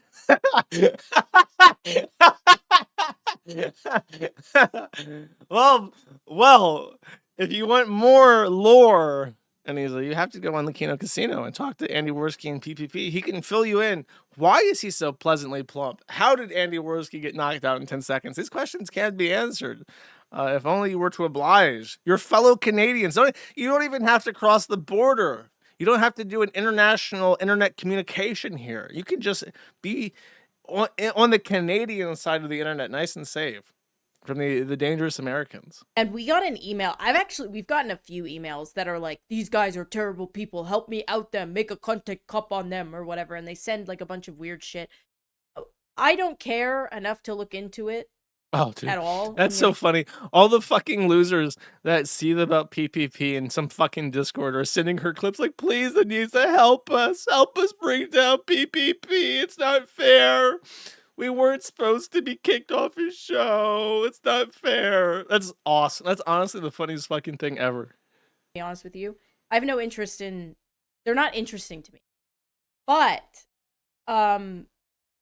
what is interesting to me is that there is this whole infrastructure, this whole thing that's been made around us, this whole story. And I think a lot of people are interested. They're either upset or they're just curious. And we don't give a lot of information at all. We've actually been pretty, like, silent. So I think people just want to know. And people like Felted Imp, like, I just think they're genuinely just curious. Maybe I'm wrong, but Ian iDubbbz make a content wait. On Anita. Yeah, that's one that's been around forever as well. Okay, Anita asked Felted Imp why he likes Kino Casino. Anita didn't watch Ian's video. What do you like about that? I want to learn. This is what I'm going to spend my time doing today, because I was going to do a short stream. What do you like about them specifically? I don't know who any of these people are. I'm very adjacently. Like, I think I've seen a few things. I've seen Andy Warski get knocked out. I've now connected. Sometimes people will post a GIF of the fat guy, like, hitting the triangle when they get excited. I've seen that one. Ian's made a thing on them a bit, but I didn't watch that, I'm gonna be honest. Because that's so embarrassing. He's put out like 3 videos ever, like in the last 2 years. And she's just like, nah, that ain't my shit. I don't really care about what you have to say, Ian. I don't know what that. I'm so confused by this canon. It's a world that has been thrusted upon us, and it's hard to parse through sometimes. I'm trying to. Okay, so there's a whoa buddy. The scream at me for money, whoa buddy. They're glorified shit posters. You can't engage with them seriously. They're not doing anything. Oh no, I know they're not doing anything serious. So is that the whole appeal though? Is that they're like is the Felted Imp a good are any of us good people? Sometimes I think social media should be banned. I am. And it's listen, is that the whole appeal though? Is just that they're shit posters and they don't care about anything, and that like that's like entertain. Do you watch other things other than them, or is that like the whole monkey's paw curls inward? The Kino Casino is his entire cinematic universe. He doesn't. If it doesn't happen on Kino Casino, he doesn't know about it. He doesn't read the news. He doesn't watch any TV shows. It's just whatever PPP says is the truth. Now you gotta upload ID to use internet. Yeah. Basically, modern version of Springer. Internet Springer. Huh. And they stream all the time, huh? There's no way you don't know who Red Bar is, Anissa. I don't. I mean, there was a long period of time where... Okay, next. These clips could be shortened. Okay. Casino... Kiwi Farms mentioned. Anissa is told what felted means. Okay, let's hear. I'm here just in case she says, whoa, buddy, again. Wait, is that bad? What does that mean? Is that a dog whistle? She sounds like a Jewish grandma when she says it. That's like bad. I'm here just in case she says, whoa, buddy, again. She can't do, what's it called in your voice when you like hold a note and you're like, whoa, buddy? Because she can't do that. It like chops up in her throat as she tries to say it. What does that mean? Is that a dog whistle? I will say, though, I still have no fucking idea what felted means, and at this point I am scared to ask. I know by me saying that you're going to fill it in. It's when you run out of chips at the casino. Okay, so in the reference of... So it's just to go with the name the show that you watch, I guess. Wrong, actually. It's the other way around. The felted reference became so popular that they actually named their entire show and set around the felted thing. Easy mistake to make, though. I actually don't believe you don't know what felt. No, I swear to God, I don't know what felted means. I never got into gambling, but I mean, that makes, okay. So when the gamer chip.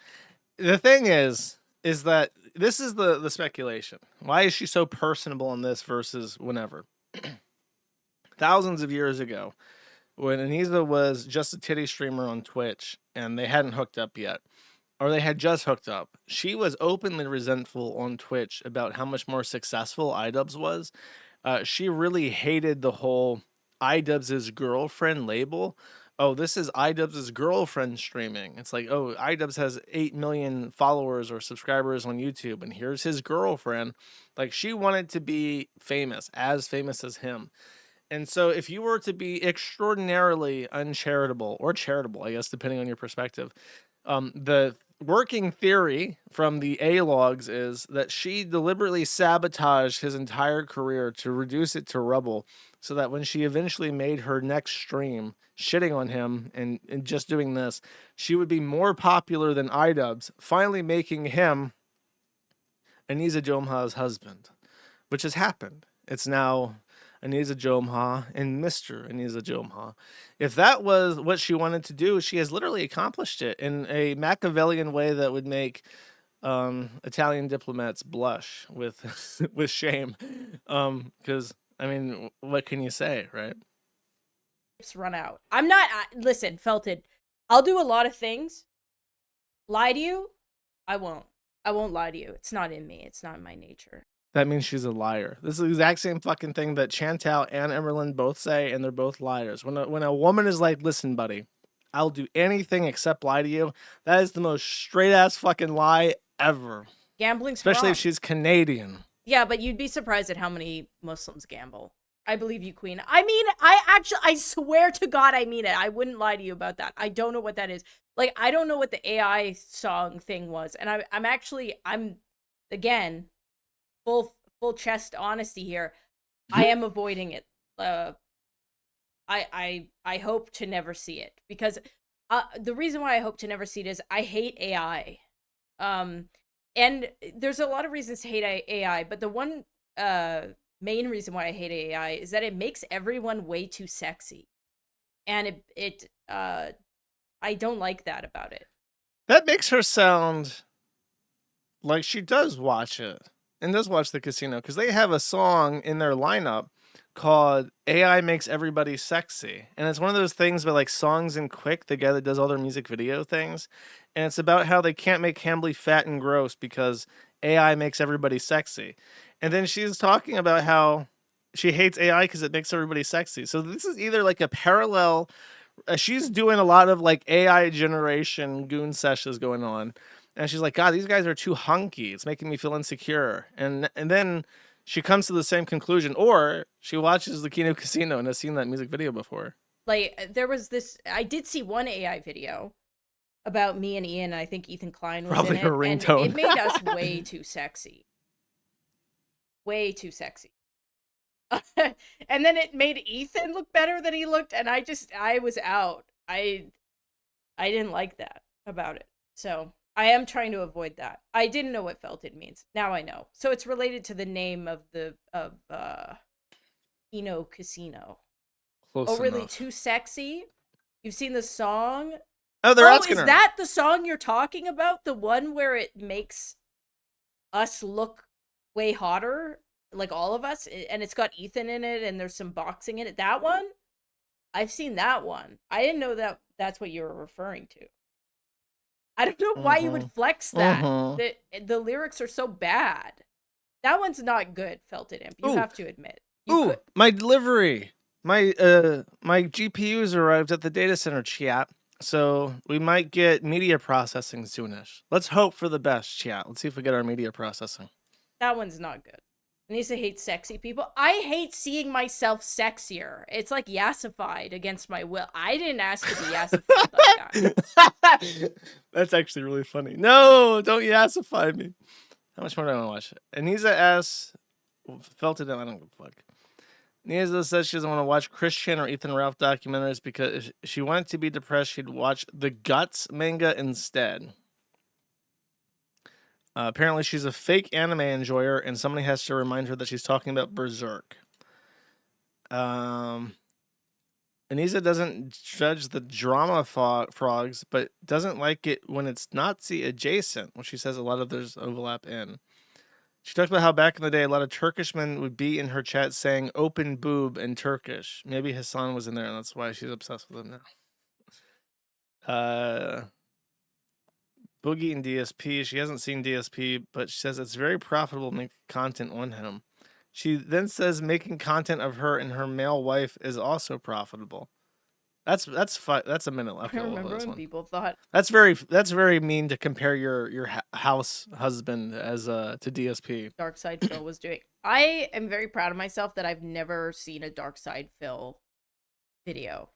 I know who Boogie is, and like when I hear Dark Side Phil, I just fill it in with Boogie. But I've never seen a Dark Side Phil. Yeah, DSP detracting is very profitable. I think detracting against me and Ian is more profitable though. Yeah. Ooh, for PPP it is. I don't think there's a broad market for the Anisa hate audience. You know what I mean? There's like a whole.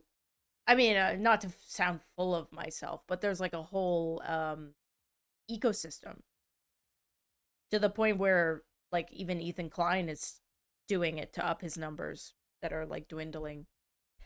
PWR, apparently your biggest fan. I don't know who PWR is either. I used to.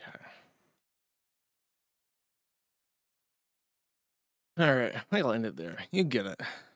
This is the last one. Okay. We now have the next stream after Anisa. So Anisa, open, prospering in her zone, engaging the audience. Now back in the cuck corner, we have the dragon, the cuck dragon, seething. Let's hear what he has to say. Family stuff. Like, there are certain things you don't joke about. Oh, now he wants to say there's certain things that are off limits. You cannot joke about this. Meanwhile, he brought on iDubbbz's former boxing coach, Okay, before we get to that, let's read what he's responding to. Ethan Klein is responding to this when he says there are certain things that should be off topic about joking. Destiny says, quick daily reminder that Ethan from H3H3 is likely a pedophile who has molested his own children. That is a outrageous thing to say about somebody that you're having a little spat with. And Destiny is like mentally sick in the fucking head. H3 has every right to be upset about this. And if he Jew clowns iDubbbz into the fucking ground, which I don't know, maybe he should, if it's legally advisable to do so, iDubbbz would have earned it. But this is what he when just for reference, when he complains about this, keep in mind what he's comparing this accusation of molesting your own children to. This is what he's trying to draw parallels to. iDubbbz's former boxing coach, the disgraced boxing coach, mind you, and was laughing over little iDubbbz crying. Do you think that's a good thing to joke about? Or are some things off limits? It seems like he's scared right now. You should not. This should be off limits. Meanwhile, every episode a sexual joke. Meanwhile, every episode there's some sort of deplorable, sexually obsessed harassment comment. Just like, look at this. Look at it. I've never seen a dragon look felted before. And I know that this word is now being sexually abused at this point, but that is a felted dragon. It's just utterly defeated. The idea that some things should be off limits, like it's completely unacceptable to say that someone molests their own children, and then comparing it to, I spoke to a former business partner who said that they had a bad experience with you and your wife. and trying to make that float is ridiculous. And then he tries to say, well, your show has sexual innuendo in it as a comedy. Okay. Does that mean anything about molesting children? Has H3 ever said that you molest children? iDubbbz? I don't think so. It's just such a lack of common sense. He's completely blinded by his hatred of this guy. And it's just bizarre because it's like, he helped you. He stood by you when when you had to take pictures of your wife naked for her OnlyFans on your honeymoon. He stood by you and he said that they're adults and they can do whatever consensual sexual weird shit they want to do. And he has no judgment or hate in his heart whatsoever. And now, like 2 years later, you're like, yeah, he probably rapes his own children based off literally nothing except the fact that he's butthurt. That I don't even know why. Oh, because of it's not even something that H3 did to him. It's that he didn't he supports Israel. And it's like, he's Jewish. He doesn't even support Israel in the Gaza war. He just doesn't hate it enough at this point. It's just so pathetic. It's like the most pathetic position ever. Yeah, on the honeymoon. That's not even a lie. They I don't know, I can't remember how it was proven, but he was taking like booty pics of her in the bathroom for OnlyFans on the day of their honeymoon. I can't remember how they proved it, but they did prove it. It was really pathetic. On the wedding day, not the honeymoon. Is that worse? I think that's even worse. I think like you can't even have one day to celebrate your marriage with you and your wife without involving the entire internet. It has to be shared with everybody. Okay. I guess we live in a free country, right? Okay. Brief update on Goose Works. Goose Works is the animator behind the Clown TV show. Someone has dug up his old DeviantArt account and has found out that he commissioned, I think this is safe to show because it's not sexual. Is that sexual? Is that supposed to be his asshole? Because I thought it was just like him being absorbed by it. I think that's just a wrinkle, chat. As an expert, I think that that's just a wrinkle. Okay. I don't think. Is it really? It is inflation shit. I don't know. No, this is definitely just a random wrinkle on his body. Okay, now let's not take a closer look. Pretty sure that's just a wrinkle, chat. So very suspicious Goose Works type stuff happening out. Requesting inflation vor art. Okay. And then he went on to make the weird TV show that can't decide if it's a children's show or not. Okay. Strange. He's a drill inflation. What the fuck does that mean? What the fuck is a drill fetishist? What is a drill fetish?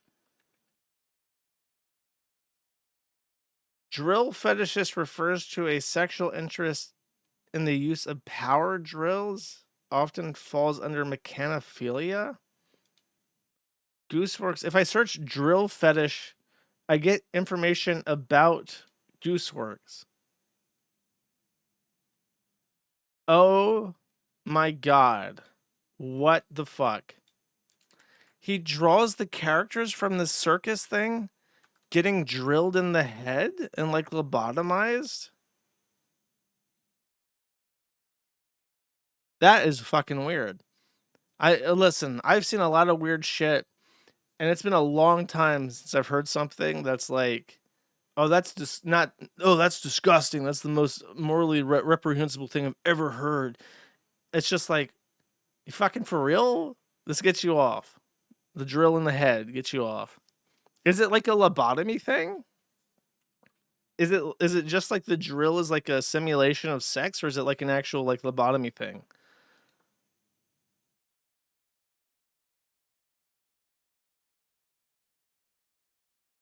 It's the noise? Jeffrey Dahmer shit. There's like two ways to take it. Either that's like a Jeffrey Dahmer lobotomy fetish, or that's like, it's like simulated penetration for like someone really into robots fucking. I don't know which is, obviously the Jeffrey Dahmer one is worse. You've known about this since December 2023. Why? Why are you? Why? Why do you know about this? Why do you know that Goose Works jerks off to drills drilling into his homies' heads? Okay.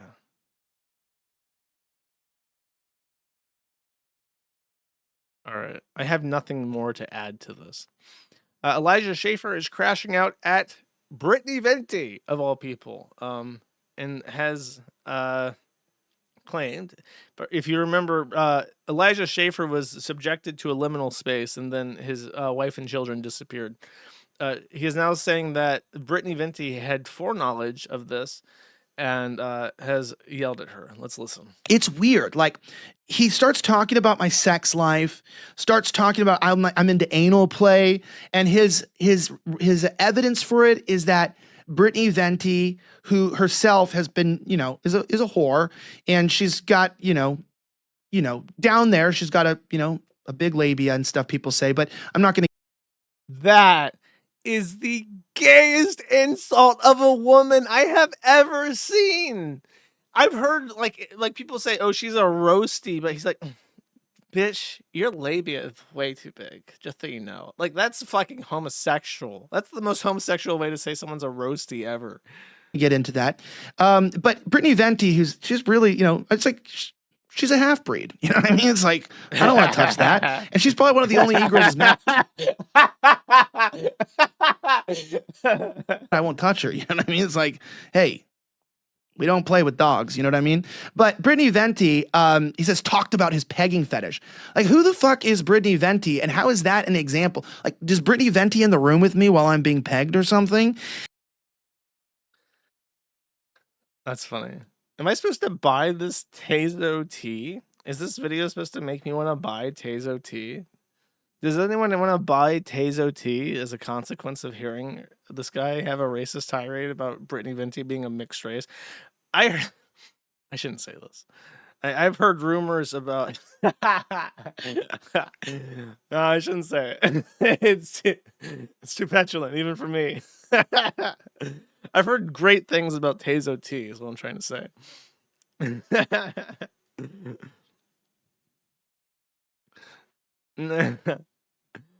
Okay, so Patrick S. Tomlinson. I had nothing more to add to that, by the way. I didn't know that Brittany Venti and Elijah Schaefer were sparring. I'm surprised that Elijah Schaefer is out of jail or psychiatric hold at this point in time, to be quite honest with you. And Patrick S. Tomlinson. He's launched an app. Now, the Opie and Anthony, well, they don't call them A-logs. They call them something else, the pests. Because I think Opie and Anthony referred to them, like their haters, as pests.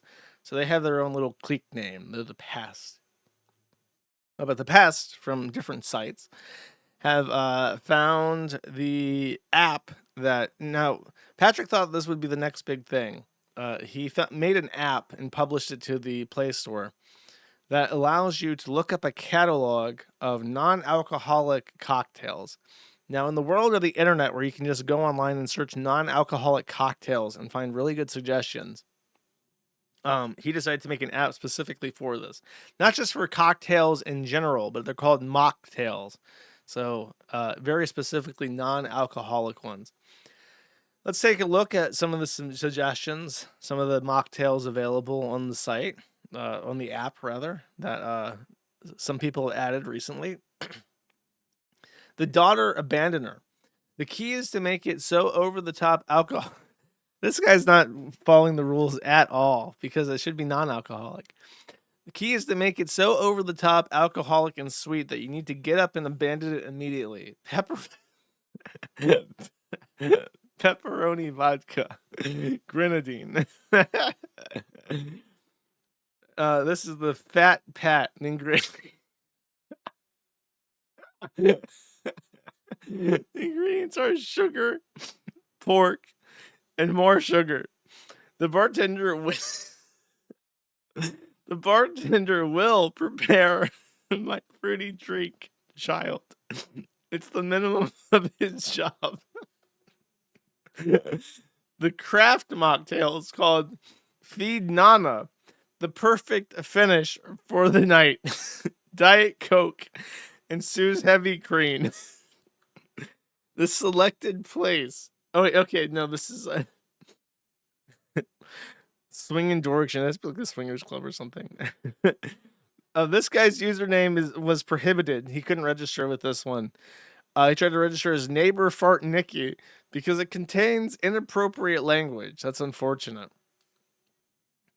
We got 2 craft mocktails here. Jackson Jones's Shirley Temple makes for a kid-friendly nightcap with ginger ale, grenadine, and just Tylenol PM. I think they call that something else now. They call it purple drink. They call it lean. You can't just call lean a mocktail. And then Nikki's Gassy Lassie. Optional, line the rim of the glass with crushed flaming hot Cheetos and kosher salt for an extra kick to the cooter. Ingredients: Pepto-Bismol, active dry yeast, African rum, grape soda.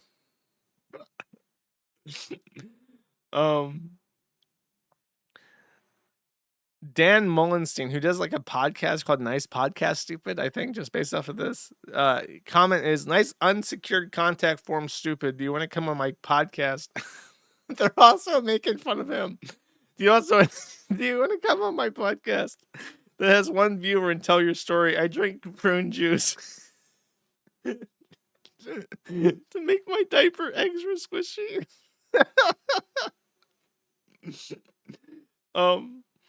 The diarrhea bubble bath, best enjoyed after a long day of scrubbing strangers' shit off of the toilet and licking their jizz off of the sheet. Neighbor pepperoni, Patrick's shit-covered dildo, Insight software diapers. The Burnell Trammel, Justice for Burnell. I don't know this one, sorry. Pig sweat, gunpowder, pavement ape blood. And then I saw that one.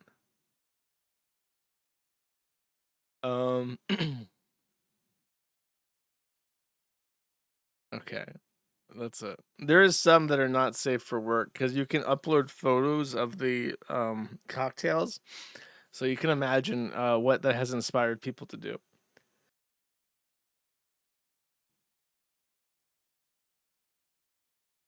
Okay. Burnell Trammel is the Negro Patrick allegedly ground up into pepperoni. I didn't know that there was an actual person. I thought this was just like a random rumor. I didn't know that Burnell Trammel was actually ground up into pepperoni. Okay, sorry. I guess I don't even know my lore as well as I thought I did. Okay. I think that, this is like a list of the cocktails. Okay, let me make sure. Great.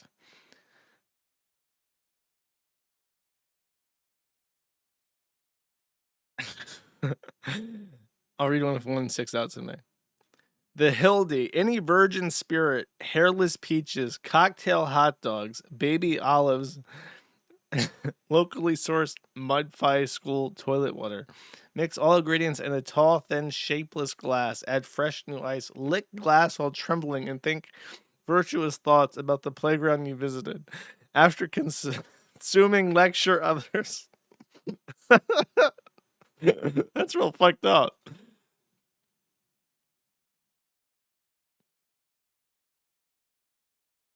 I think these are real. Some of these are.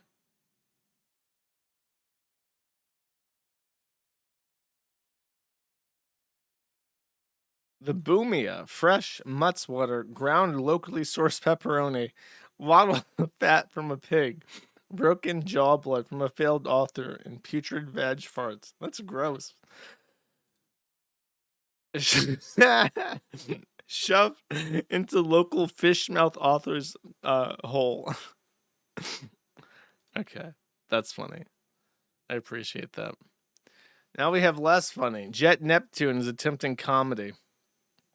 Let's see what Jet's going to do to jet it up this time. Jet, and to spread awareness for Fish Tank Season 5, I'm going to be busting this jug all over the Walmart floor.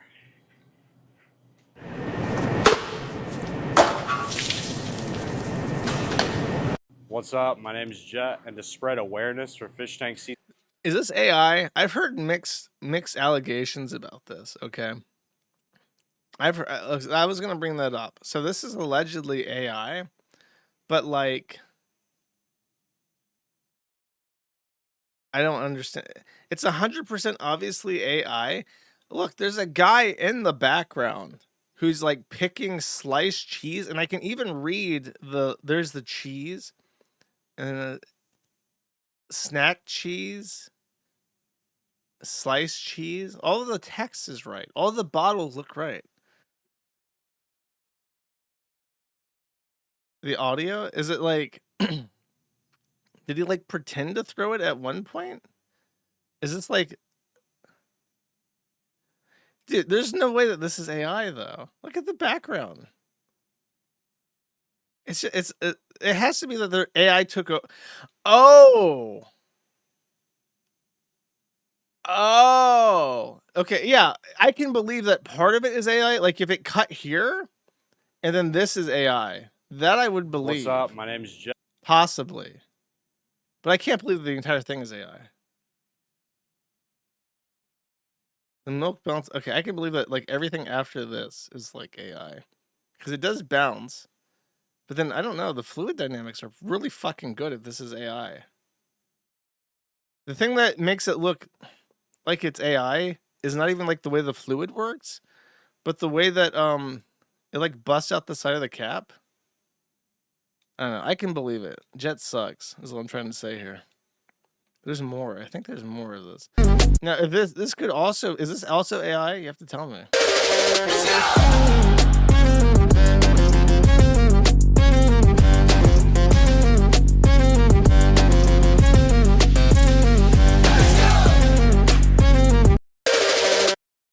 Is this him injecting his thigh with Ozempic?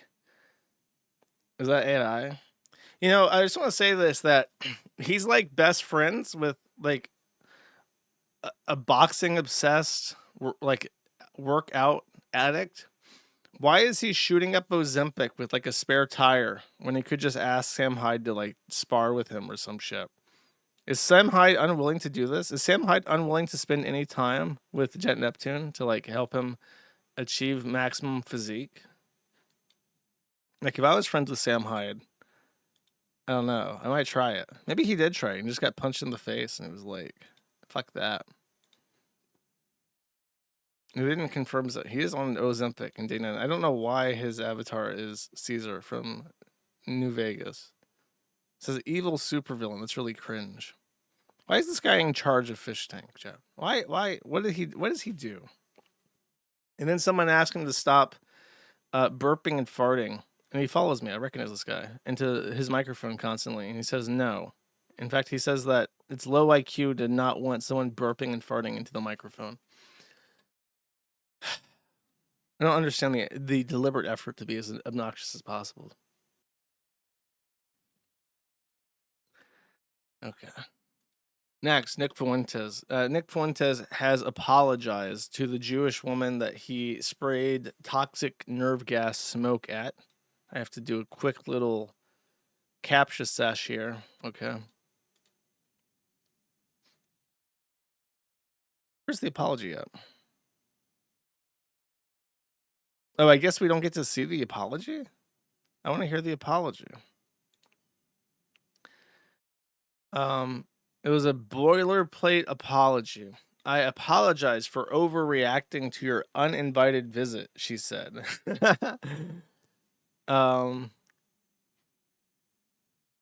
He's not showing true remorse, chat. Not truly remorseful for spraying her with the toxic nerve gas smoke. In response, Rose said Fuentes has been coddled by the justice system, said that Fuentes was the one who did something illegal. All I'm seeking is justice. But he did pay for her phone that he broke. So he did apologize. He apologized. The system said, you got to apologize. You got to pucker up and apologize. He had to do a little goy shuffle for her. But she's not satisfied because he didn't apologize correctly. He then said this. After the apology, after the war started, he went on Twitter and said, Trump betrayed MAGA and America first. He has lost his mandate to govern. I cannot and will not vote for the GOP unless they put America and Americans first. If you keep voting after they dragged us into a regional war with Iran, then you will vote for absolutely anything. Look, I honestly don't give a fuck. Just get rid of the Mexicans and especially the Indians. Just get rid of the Indians. I'll look, the Mexicans, look, they've been here for a while, okay? Fuck it. Just get rid of the Indians. I'm begging you. He also didn't even vote for Trump. And then he says he'll leave the country. I'm like a Democrat, or like I wanted Kamala to win. And it's like, you think I don't know that Trump is better than Kamala. Everyone knows that. But I love what you said about these like knock-on second-order effects, because you're 100% right. Biden winning and like Trump getting banned from YouTube and all that, that's probably why Elon bought Twitter. Like that maybe doesn't happen in a universe where Trump won the 2020 election and all the other downstream effects that took place. Trump being president now is sweeter than it would have been from 20 to 24. And you could have never predicted that, like you said, that Biden winning would force the pendulum to swing in the other direction. I think there was something true about, you know, Trump and Kamala in 24. If Kamala inherited the war in Gaza and the Ukraine war, would we get something insanely radical in 28, like a real reset? Maybe. You can never know. What I would say, though, about 28, and this is maybe new, is like when you look at what Trump is doing, he's creating a lot of tension right now.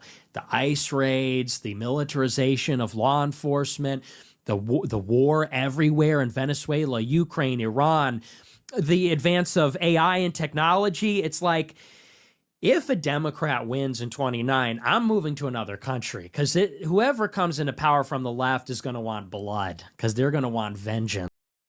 I agree with that. I've said this exact thing where it's like, yeah, if they fuck everything up because they're not deporting enough Jeets and they can't pull off the deportation shit, like, I don't know, maybe I should leave. Because I have a feeling they're just going to kill you. They're just going to start killing you at this point. So he's planning to leave. But where to, chat, is the $1 million question. Well, he has some options to lay out. So 28 seems to be like the last dance. I'm going to be honest. If we don't get it in 28, I'm just going to go in exile. Like, seriously, if we don't get it in 28, you are going to see me in Vietnam somewhere. The young apprentice, the chosen one, will find me in the jungles of Vietnam.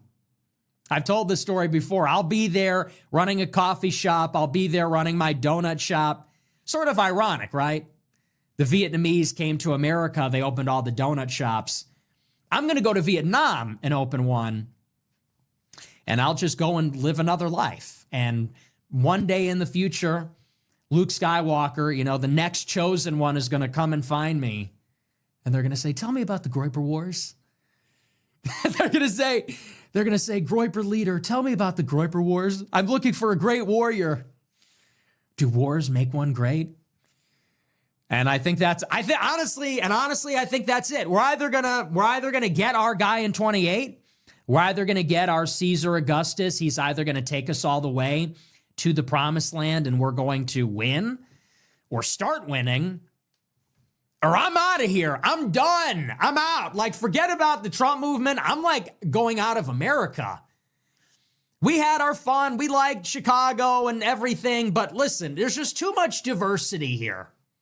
Way too much diversity, way too much crime. I don't want to get killed by a fucking tranny. You know, it's like, at a certain point, it just becomes like not worth it. Every day you're rolling the dice. Am I going to get blasted by a black person in a Nissan Altima driving on the shoulder? Or you just drive into a neighborhood where you're the only white person. Being me, you walk outside the house, some transsexual shows up with a 3D printed gun and eliminates you, you know? So I'll just go to Mexico. I'm returning to tradition. You'll find me in the barrio. What is the bar? What is that, by the way? I don't know. You'll find me in Mexico, and I'll be having it, you know, my dollar will go a little further. I'll be living in a brutalist mansion. They have them down there. I've looked. Or Vietnam. And that'll be the end of that. But we're going to try one last time in 28. Anyway, I digress. I'm just joking a little bit. We'll play it by ear. I'm definitely going to have a backup plan, though. See what happens on election night. If it doesn't go our way, I'm on the first flight to Ho Chi Minh City. Okay. Oh yeah, I was gonna say it's called Ho Chi Minh now. It's like no, Saigon's the old name. And maybe he'll join me. And maybe he'll join me. No, I'm kidding. You're not invited. But Get fucked, Reapers.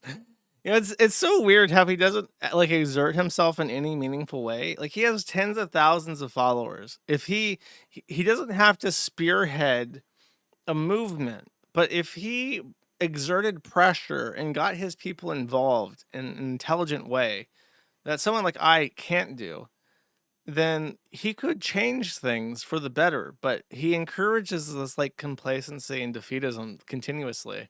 And then is wondering like, well, why does nobody listen to our movement? It's like, well, all you do is cry about them being kikes or whatever on Twitter.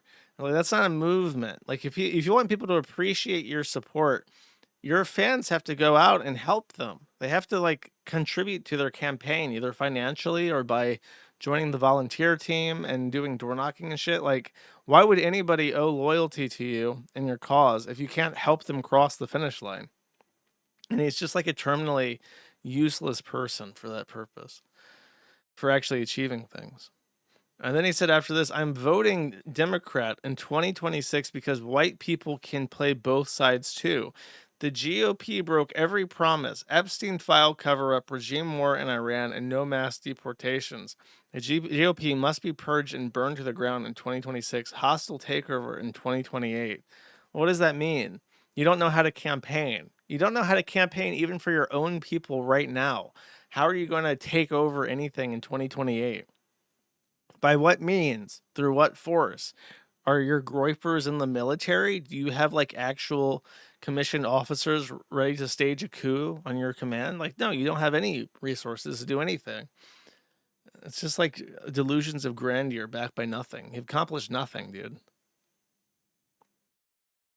Anyways. This is Hamley. Okay, so Hamley had this to say. He was upset that people had commented that he was upset that Melanie Mack had gotten married and was no longer on the podcast. I think either short term or long term. Wow, this is cringe. This overlay that makes it look like he's a Pokemon card or whatever the fuck, a Magic the Gathering card. That's cringe. But I guess this is what he does now. His new YouTube channel is just burning money. He's just burning money to the Pokemon rap. Blastoise. Anyways, he is upset about the Melanie Mack comment. So he decides to say, "No, child, I would not have sex with Melanie Mack," and he'll clarify why. If you're in the chat worried about where Melanie Mack is, stop being such a fucking loser, you know?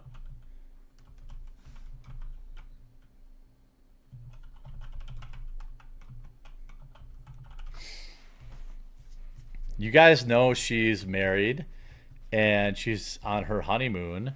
So if you're trying to like get a response by being a degenerate piece of shit, like know that she's my friend and that's right. If you degenerates want to spin this kind of fan fiction, you should know that they're friends. And he would never, ever cross that line with his friend and make inappropriate sexual comments or advances towards her. It's not going to work. I suppose it worked by getting me to say that. Yeah. I'm super pumped that we got that good pull on Pokemon because the Pokemon openings have been brutal.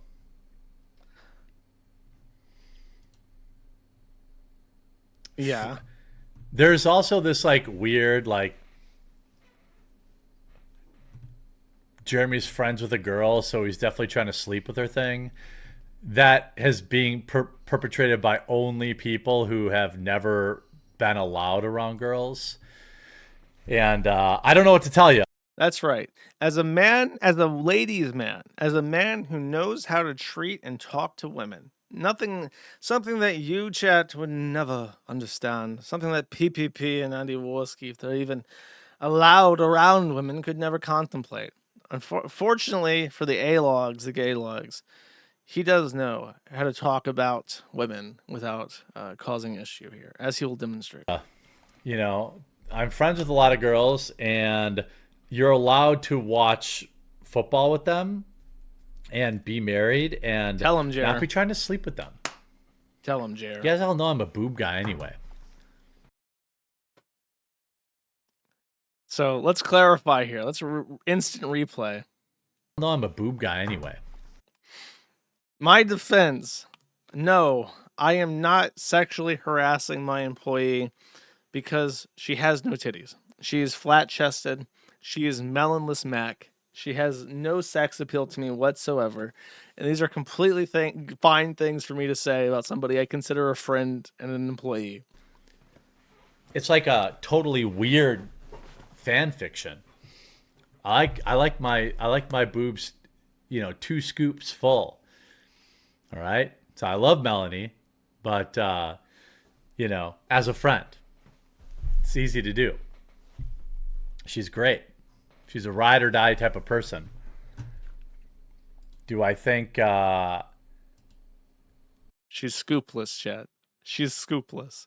You can hear it. You can hear it clinking around. Jer's spoon in that bowl. Tink, tink, tink. There's no scoops left. It's empty. Yeah, to get back with the content. Well, the last thing I have to open right now is another Lorwyn Eclipse booster box. So, just for the record, Jeremy Hamley is married. There are pictures of his wife that are available on the internet, him and his wife.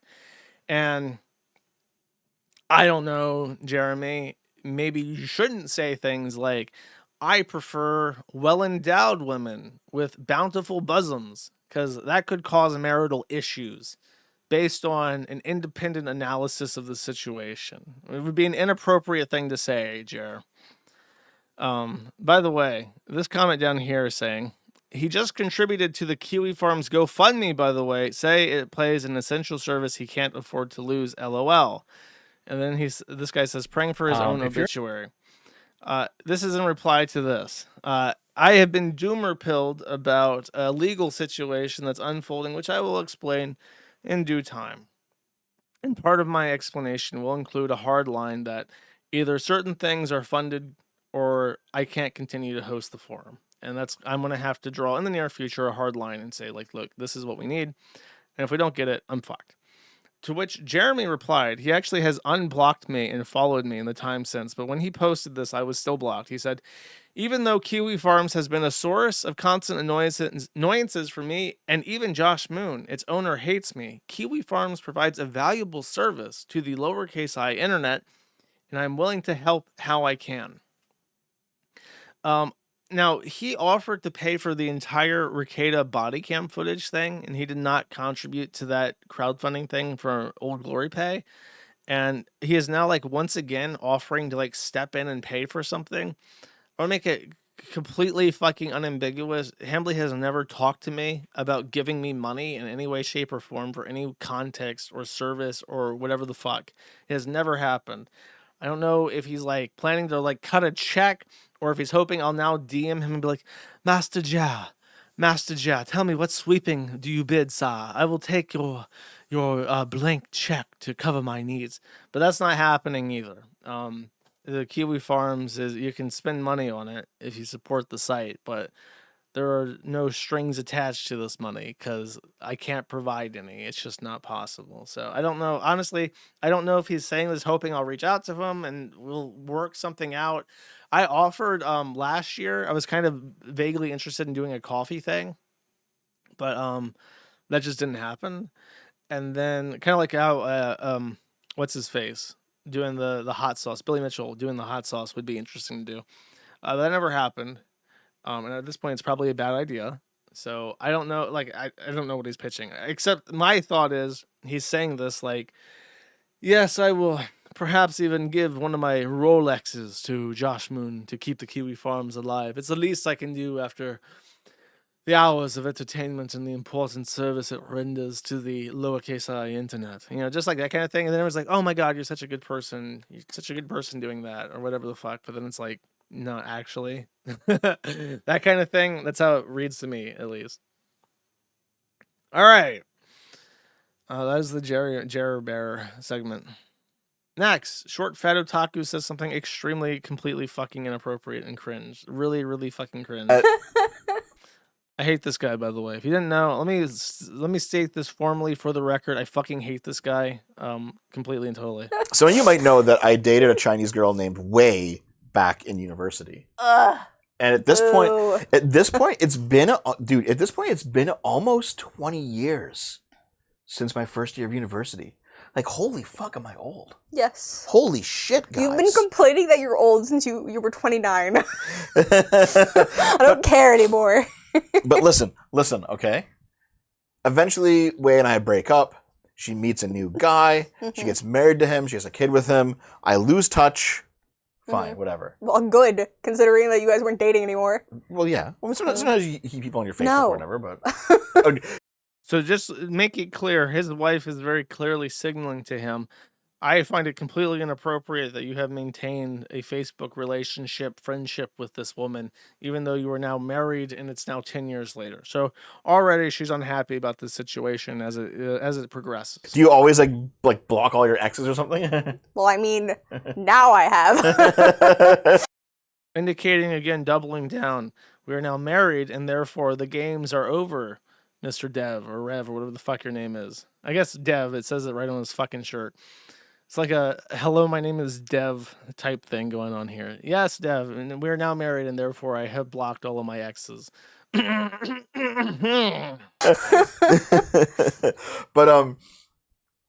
dude, I think her something appeared on Facebook or something. I forget how I found out, but in the past few months I discovered that like her kid might be like 6 or 7 years old.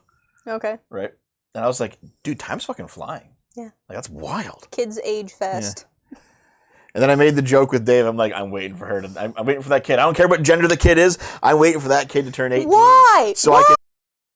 Wife is now in a panic. Red flags are shooting out of her head like fireworks. What is happening? What are you saying? Abort this sentence. This is a poor thing. This is a poor choice of words. I'm waiting for that kid to turn 18. Why? So Why? I can take my revenge out on their ass. What the fuck, Dev?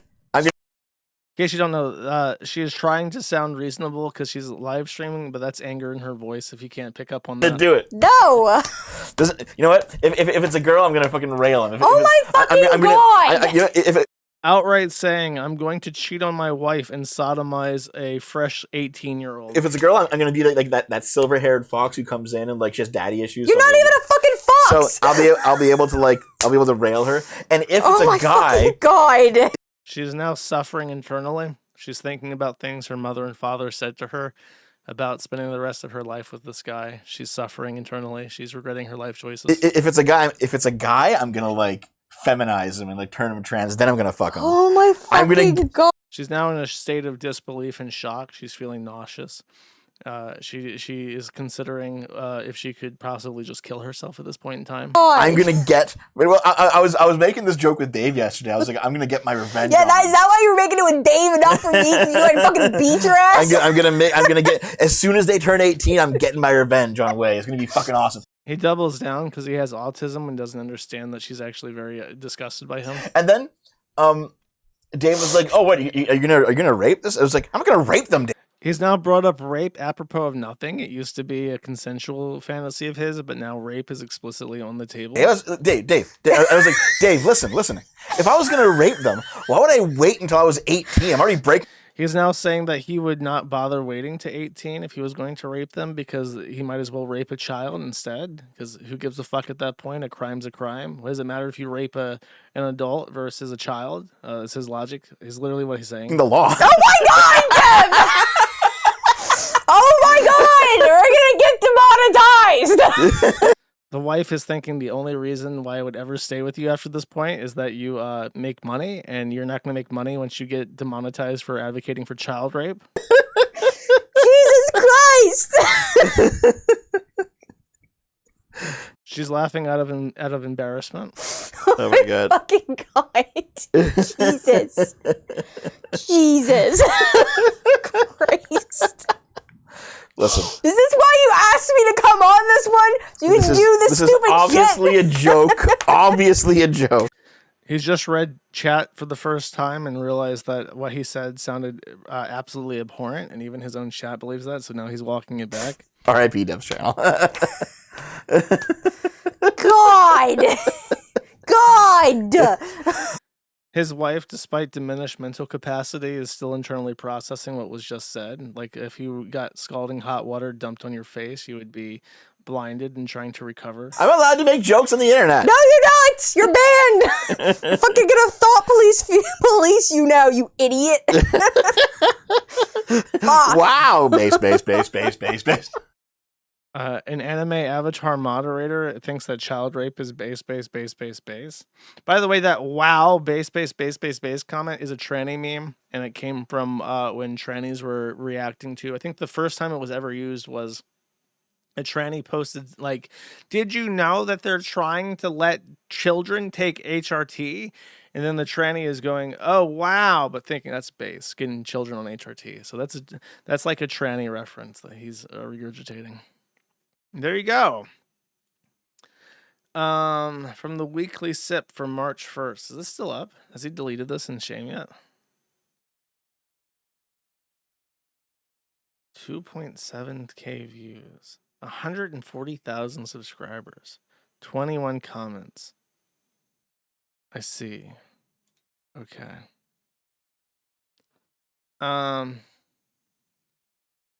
Interesting. We'll check back in on the anime community later. Apparently I missed something when it came to Elijah Schaefer. Hold up. I think it's Elijah Schaefer I missed something on. Let me read the comments. I didn't read the tweets is what I didn't do. Okay, back to Elijah Schaefer. I like to swivel it around. So Elijah says, Brittany Venti is a disgusting whore with a fat roast beef labia. Every guy who fucks her tells me she has nothing going for her besides her extremely saggy tits. My guys who fucked her were disgusted by her giant areola to nipple ratio. Gross bitch with STDs, stay away. 2 Protects 1 says, damn, you saying she got saggy sausage nipples. Elijah Schaefer says, disgusting. Never met a guy who doesn't regret it. Elijah Schaefer says, but when you go down on her, you have to bring bread because it's a whole damn roast beef sandwich. Allegedly gives guys STDs and is proud of it. She is a step below a whore because even the most desperate guys I know wouldn't touch her. She doesn't wash her pussy either, and it stinks. Pearl Davis interjects to say, you have taken out 2 of my enemies, Elijah, crying, laughing cat emojis. Brittany Venti actually replies and says, crazy how people will say anything about me and crash out over me while also having me blocked. And then this guy named Kay says, okay, yeah, but do you have massive labia or not? And I don't believe there's a reply to this. So we'll never know, chat, except for the Britney fuckers. They will know. Pearl Davis, dude, I don't mean to be nasty, but I bet you Pearl Davis undressed is not a sight to behold, okay? I just have a feeling that she's probably fucking vile. Okay. Next, Charles Warwick, aka Styxhexenhammer 666, says Tarl has a $2,500 warrant for his arrest. This was substantiated by something said in the courtroom that was later verified to be true. And it took a while to be issued, but it is a bench warrant. And here's why. Styx no-showed court. Styx had a obligation to appear in front of a judge in regards to, I believe, discharging a weapon unlawfully. And when it came time for court, he was not there. And the judge was even trying to help him because the judge offered his attorney, his court-appointed attorney, to assist him by entering in his side of the deal. And the attorney says, I can't offer him any bargain or any statement because he's fired me and he wishes to proceed pro se. So after firing his attorney and proceeding pro se. He then ducked court. So the court got to hear both that he is proceeding pro se and that he was also not there, which led the judge to issuing him on the spot a $2,500 bench warrant. Which apparently, okay, I included this because it's funny. Here's Tartle making his escape. This is a scene from the Pirates of the Caribbean, if you've not watched the movie. It's actually a pretty good movie. And then Styx finally woke up from his slumber like a day later, I want to say. This was on Monday. No, it was on Monday. And then 7 hours later, 7 hours. It took him 7 hours to realize that he had court that day to say, apparently an arrest warrant was issued for me not attending a case hearing on stupid charge. I got absolutely no notification of this hearing by any means. What's your issue, tyrants? So he's complaining that he can't keep a calendar. Apparently his prior attorney knew somehow. So there was definitely some way to keep track of your schedule. Probably was told to him his last day in court. Showed up in court and said, okay, the next hearing will be on March the 2nd. Be there. And he didn't listen because he was retarded. And then he forgot. I guess he expected like a notification on his phone. Doo-doo. You got court tomorrow. Be sure to be there. Like, no, they expect you to keep track of that. That's part of the attorney's job, actually. It's one of the many services they offer you for free when you're an indigent defendant, okay? And then, okay, warrant comes out, and apparently he has absconded from the state of New Hampshire to the far-flung state, the refuge from any New Hampshire arrest warrant, Vermont. Everybody knows that the state line between Vermont and New Hampshire is sacred, that the sovereignty of Vermont cannot be infringed by those libertarians on the other side, and that no New Hampshire state trooper can ever cross there. That is where the long arm of the New Hampshire police ends. So he is saying, well, the state of Vermont wants to slate ridge me. We'll explain soon. I don't think he ever explained, though. That's true. I don't think he ever explained.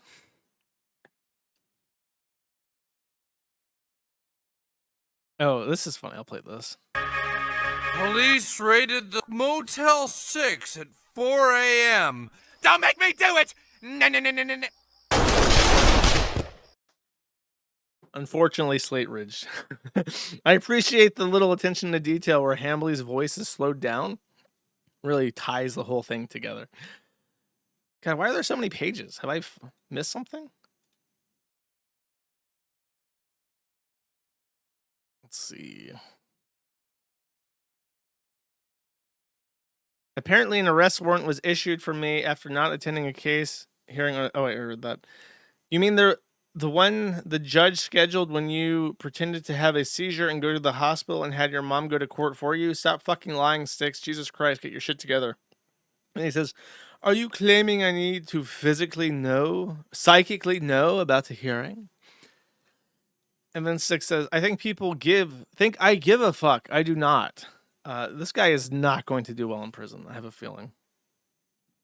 You may get down on one knee, but you'll never get me down on two.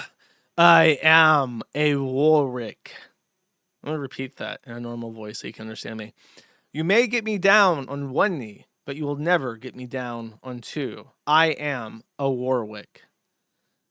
Then he crashed out. So honestly, I need to fucking feature this. I'm gonna bookmark this and feature it. Everyone seems to have gone totally crazy. Wait, Styx act normal now. Everyone seems to have gone crazy when the pirate YouTuber with the rap sheet is the common reasonable person in the room. Don't you think there's a bit of an issue? I mean, you have an arrest warrant now. That's a pretty big deal for most people. The governments of the world firebomb kids, censor their people, kill, enslave, destroy. They run everyone down like serfs, but your justice system is infallible. Your chosen political party is holy. Oh, woe is me, negligently discharging a firearm at a spouse or domestic partner. It happens to everyone, but God's chosen, the government's few elite, see no repercussions. Let's see, anything else? There's the warrant, failure to appear.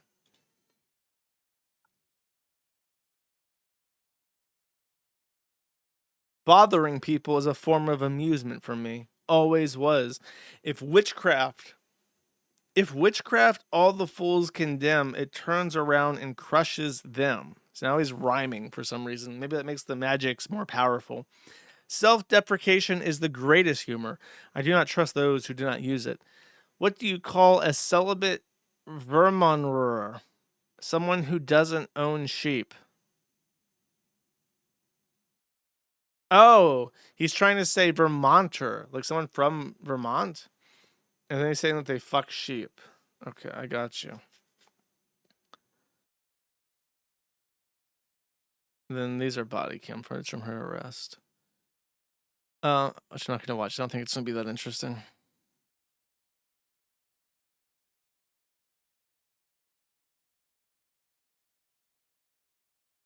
Wait. So he appeared? Did he appear on the Hamley podcast recently?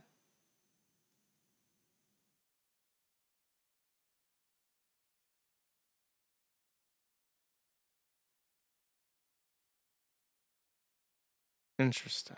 Sorry, I'm learning things as I go through this, okay?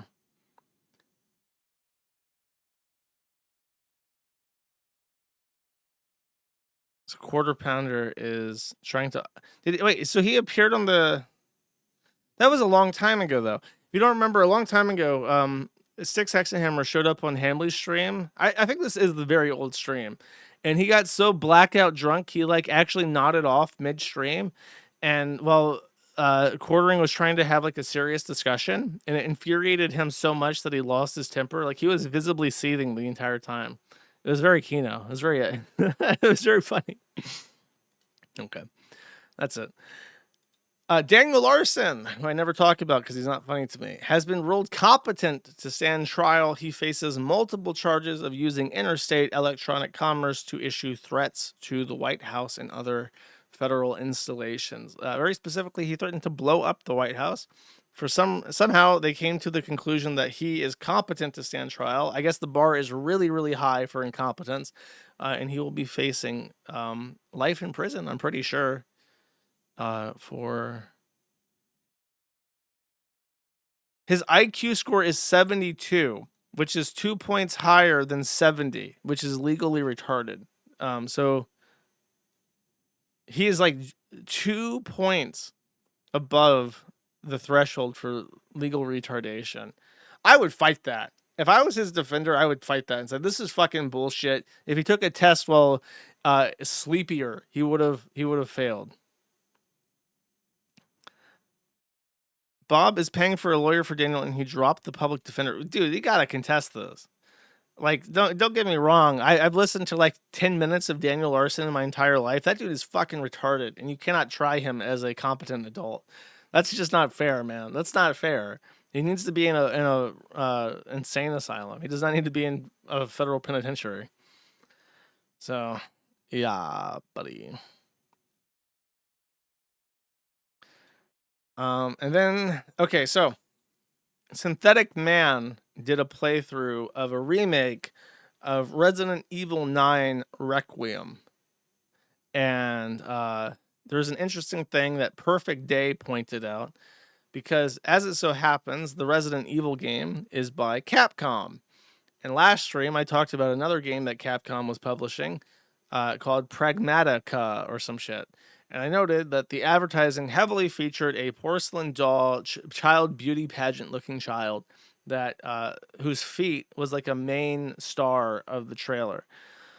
Well, as it turns out, in this other Resident Evil game that they recently released or republished by Capcom, there is a child character in it, and surprise, she is also a weird porcelain doll, hyper-realistic model. Now, before the child was introduced in the plot, people who had played the game before, because Synthetic Man had not played the game before, were excited for this character to be introduced. You have Noko Pilot saying, "Time for uh-oh." Wonder what that means, chat. More bouncing. Lots of crying emojis. They're crying because it's so sad that she's in poor condition. She's so tiny, crying. She can't defend herself against the zombies, chat, is what they're saying here. crying. And then this guy says CUNY, which I assume is him showing his support from being from the New York University that has the same acronym here. Crying, crab dancing. I don't know what the fuck that means. Okay. Wait, no, the crabs are... I don't know. I don't want to make that link. Lots of crying here. As you can see, the little child is scared. They're crying for her. Child lying on the bed. They're crying for her. Lots of crying. Oh, her feet are visible now. The chat is like, oh no, we can see her feet. She's in a fucking zombie apocalypse as a child. And she doesn't even have shoes, chat. Completely defenseless. Can't even go for a walk down the street because God knows that during an apocalypse there would be glass and then you got zombie blood. And that's just a recipe for disaster there. So they're pointing out that she doesn't even have shoes on. They're crying about her feet being visible. Apparently during this segment, the way that the little girl latched onto her, she bounces the entire time while being carried, causing more people to cry because, it's very difficult for her to be carried like that, but she has to be carried because she has no shoes. Cute and funny Enjoyer 69 in particular is extremely distraught about the tragic things that we're seeing in this. Then we have Meme Central, who is critiquing this game's poor quality voice acting. He says, this little girl sounds like she's 25. Angry emoji, like an angry, pulse in your head, vein pulse emoji, indicating that he would prefer more accurate voice acting, probably criticizing this English dub, and not at all saying that he wished it sounded more like a child. That's not what he's saying there. He just wants accuracy. Aquilus Ranger is again crying and shouting out the name of his university. Let's see. Best character, crying emojis. Lots of people from New York shouting out their university. Oh, look, this guy's even using the feet emoji. Now Listics using the feet emoji. Crying about the shoes again. Very upset about that. Let's see. It's just more of the same. You understand the point, chat.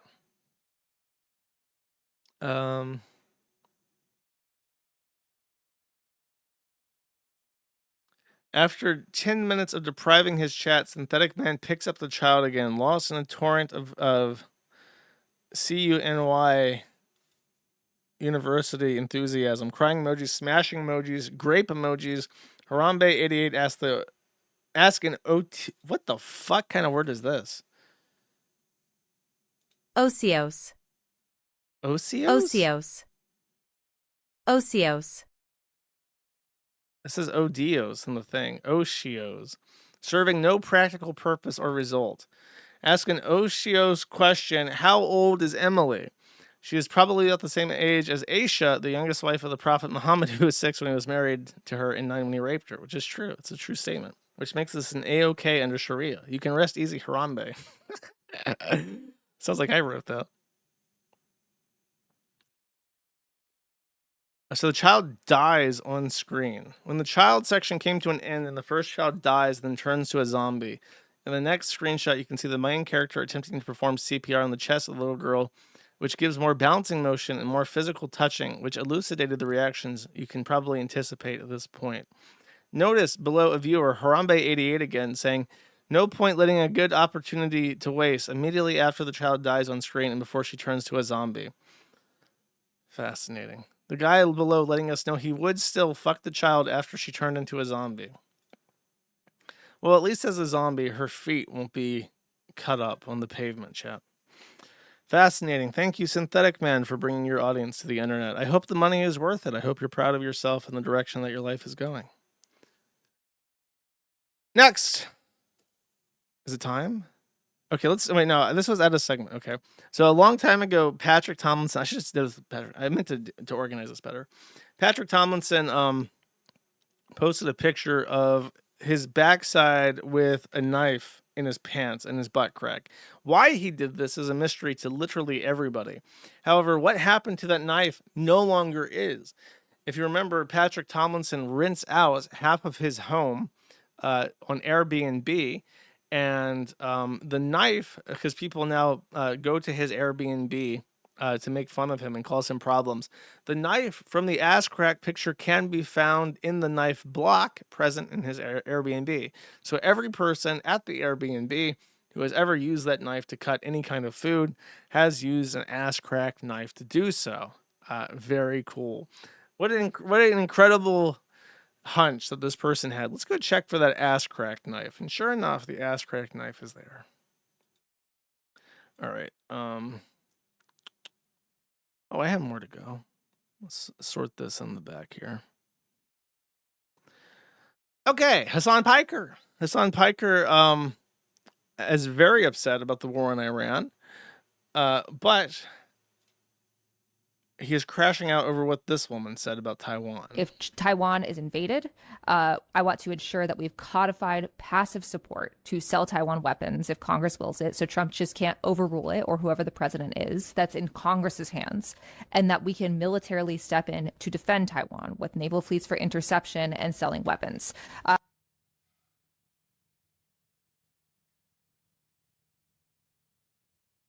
It's just silence in case you're wondering. He's not saying anything. It's just an anger. He's so angry he can't even speak. I think he had appeared with her or something, or he had endorsed her in some way. Nearly asking what's the issue here? Coming out with a firm stance that you will defend Taiwan militarily if invaded. That is not like that. That's a red hot, totally red alert. What are you? A lot of people yell at me because of my conversations with Matt Duss. That is firmly to the right of Matt Duss. That is firmly to the right of. Oh, I thought he was going to say that was a bad take to get elected, because that's a very contentious opinion. In the United States, we maintain the status quo for what we call straight relations with Taiwan. We never explicitly say that we would ever militarily defend Taiwan, we never acknowledge Taiwan as either a part of China or as an independent country. We play a lot of games to keep China happy with that. So I thought he was freaking out. It's like, oh, you're not going to win the election if you're saying shit like that. But no, apparently that's a militaristic, imperialistic, anti-communist stance to take. Most foreign policy analysts in the United States of America. It stems entirely from a place of being green, completely uneducated. If you think that this is like a fully flushed out worldview that she is explaining, it's literally just being a 26-year-old. Abu Ghazali did not respond to a request for comment, but a source close to the campaign told Dropside that the advisor's emails did not accurately represent her views, saying Kat is committed to taking on authoritarianism, but vehemently against the military-industrial complex and a continuation of failed U.S. intervention approaches.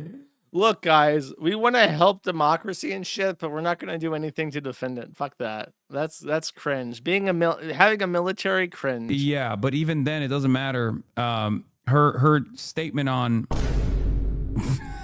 stop.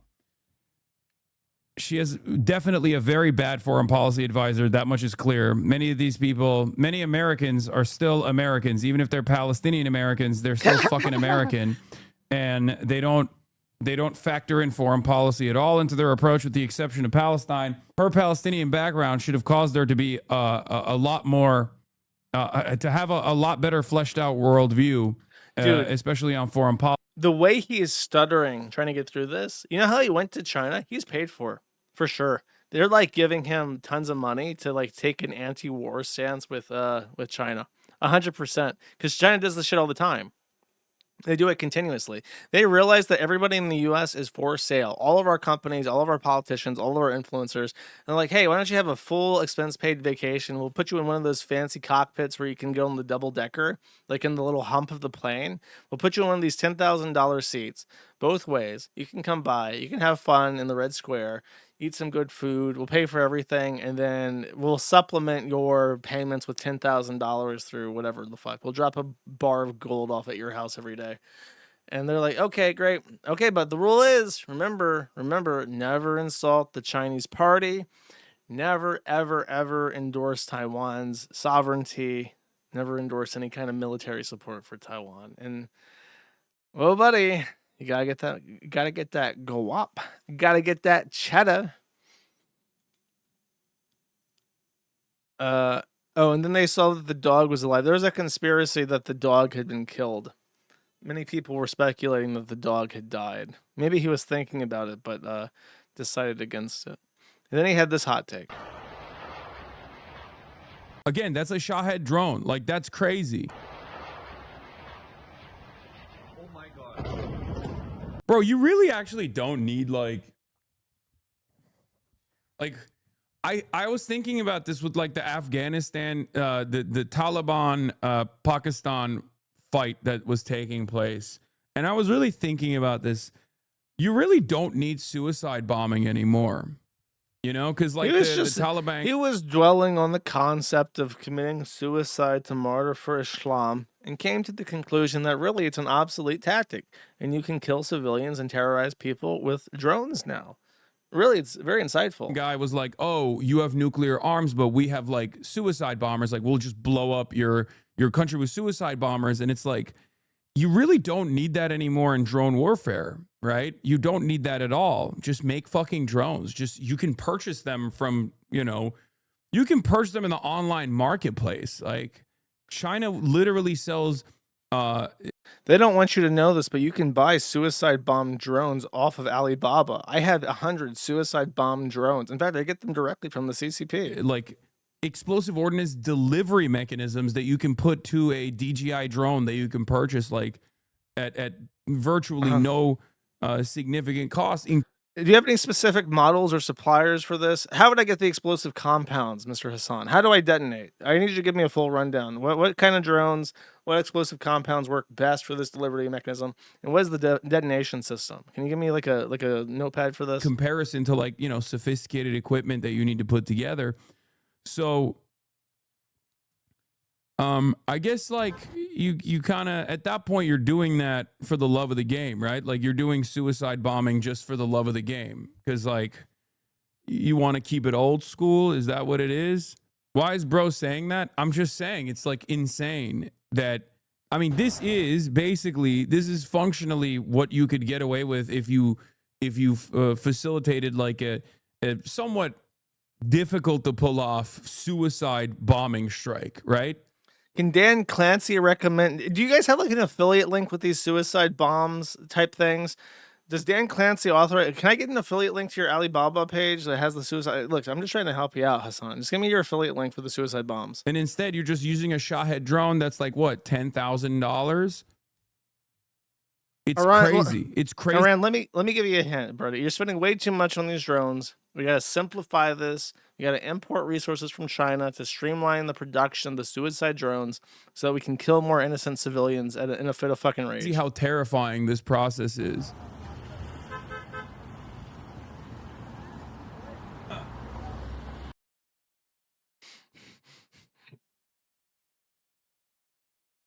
Okay.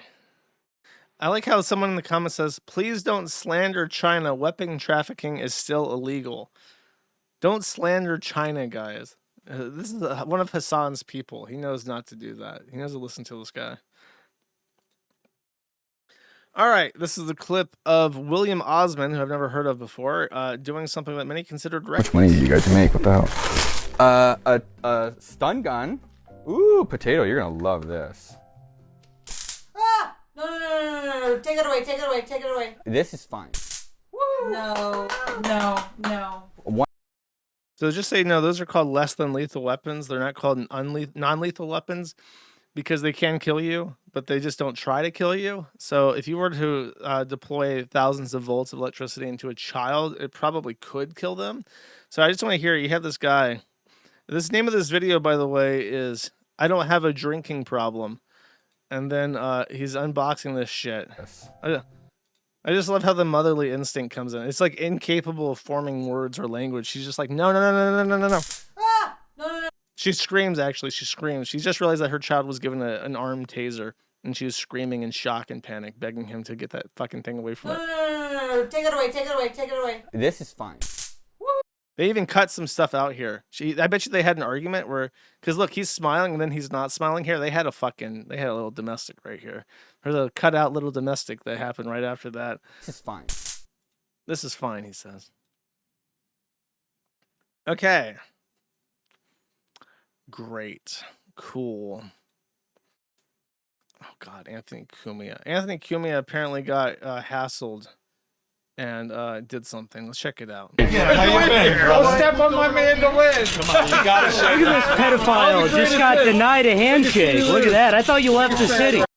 I wonder why he's upset. What a real reaction to this. Whoa, whoa, buddy. Denied a handshake.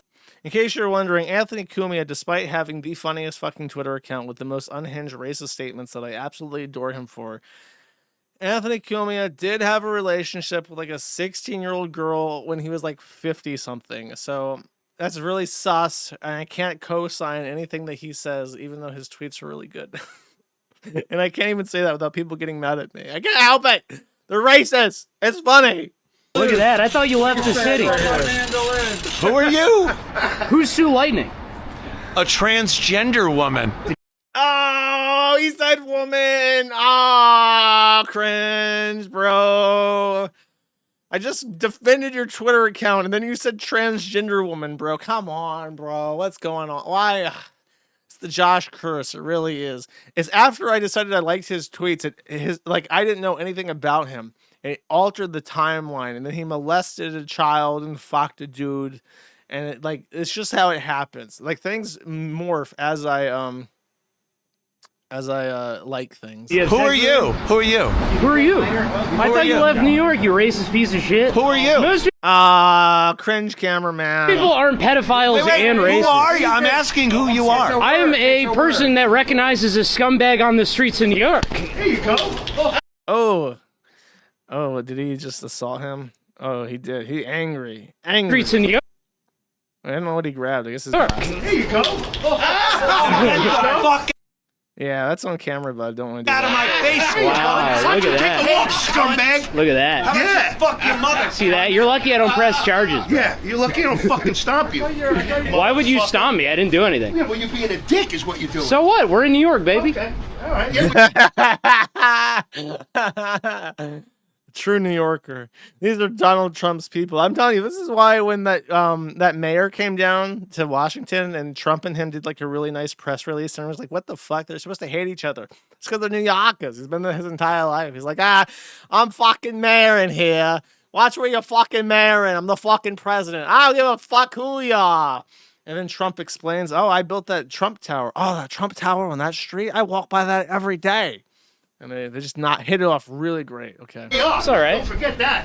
I thought it was a Fuck your mother. What? I feel like I should probably document this. Look at that. I got a bloody lip. Anthony Kumia punched me in the face. That he's soy jacking. He's soy jacking. He's like, what? I got a bloody lip, bro. sack of shit.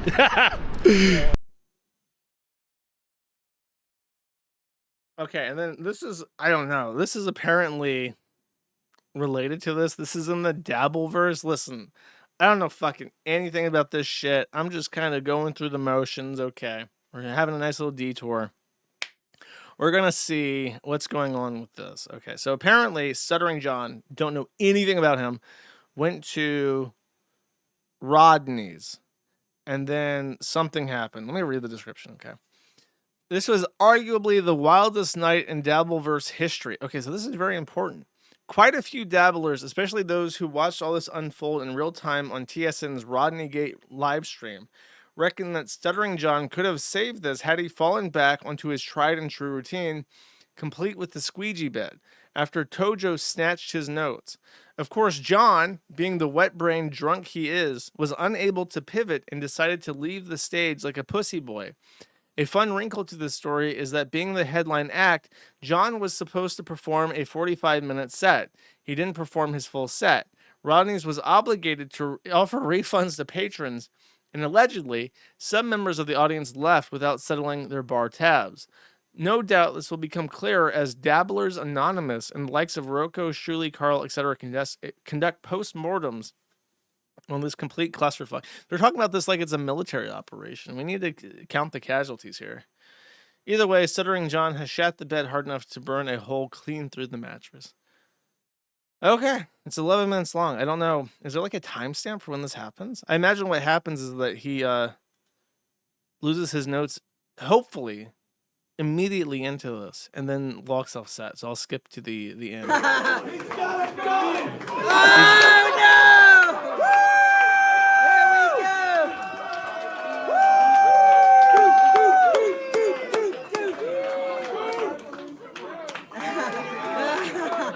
Yo, let me check the YouTube on this. I want to check the YouTube channel. Get it, John! Get it! So they all know him, is the thing. Where does he get his notes snatched? Notes in hand. Notes in hand. Notes in hand. Must be towards the end.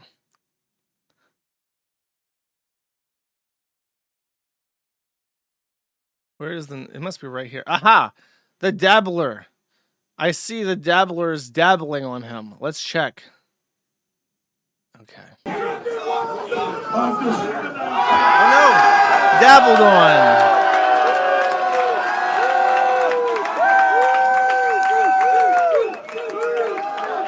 And I don't know what the fuck this is. I just had my notes snatched and thrown on the floor, so I'm gonna praise the sun as a reflex. Where's my 2 bucks?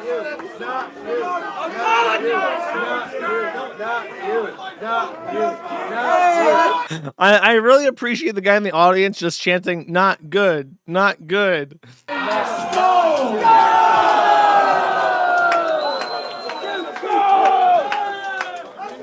Thank you. Ah, boo, boo, boo.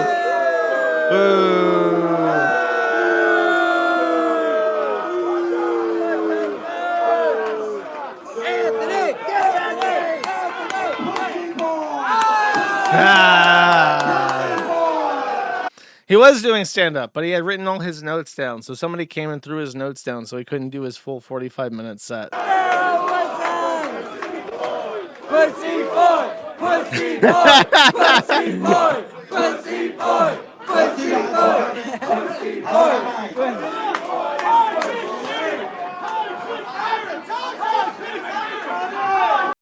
Look, this is what normies do to torture the retarded, okay? You don't understand. Instead of doing it in the dignity of their own home, they have to go out in real life and find comedians and steal their notes and then chant pussy boy at them. That's what normies do, okay? They do gatherings where they can bully the retarded. He couldn't memorize his set? No. As this guy says, let's see. He could have fallen back on his tried and true routine. Of course, John, being the wet brain drunk he is, was unable to pivot and decided to leave the stage like a pussy boy, as they said. So there you go. The full details. And then one little announcement before I switch over to my favorite thing of all time. Ethan Ralph has announced that he is traveling to Chicago, Illinois, not to suck Nick Fuentes' dick and beg him for forgiveness, but to meet up with a black whore named Scarlett Hampton, I think her name is. So he is going right now. He's traveling. Unfortunately, this will not happen before this stream, but maybe by next stream, we'll have some content related to the Ethan Ralph. He's been busy arranging meetings, okay, what's it? Doing business dealings, okay, setting things up, things I don't do, okay, as a coward. Not everybody can be Ethan Ralph, okay. So hopefully we'll get some mommy Scarlett on the next episode of Men at the Internet. The last thing you'd want is not to get a mommy Scarlett update, but we'll see. Hopefully that won't be exactly what happened. All right, so. Oh. You know what? I'll save this. I'll save this for next stream because this is funny and it needs context. It needs the proper context. All right. Let me find my boy, Bossman Jack. Bossman Jack is smoking crack. He is completely back on the Crackarooski Crack Rock, and I think this is the clip where he just slaps himself around. Spoiler alert. There is many subsections of the vibrantly diverse Bossman Jack community, and among those sections are the pro-violence people. These are the people who want to see Bossman Jack destroy things, including himself. Does violence finally squirt? We'll see. Can I give you the 500 in the morning, man? Okay, thank you very much, bro. Alright, I'll send it to you. It'll be USDT. Alright, thank you very much, bro. I had it in the vault, so I wasn't sure. Oh, yeah. I can swap it. Yeah, that's fine. Alright. Is this that guy Blaze that's singing? I think I said this before, but I'll say it again. Blaze is the worst singer I've ever heard in my entire life. Like, his band should be destroyed, and any evidence it ever existed should be destroyed. Oh, you can't see. Sorry. Okay, I'll talk to you soon. I'm streaming, so I'm gonna get back to it. Alright, man. See you. Thank you again. Bye. Alright, we can gamble at 500, guys. I'm gonna see if I can get to 700 on dice. So, I think he literally just called somebody and said, I'll pay you the 500 I owe you in Tether. And then he's like, let me just get this 500 up to 700 real quick. And then I'll cash out the 500 for this guy. I just told him I'd pay right this second.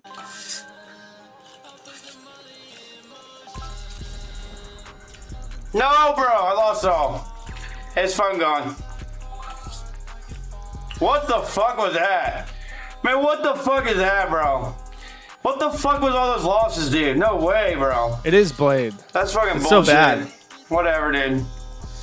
Wait, this isn't the clip. Sorry, chat. I failed you. That is pretty funny, though. Here we go. I should be back live. Not 100% though. I think this is where violence squirts.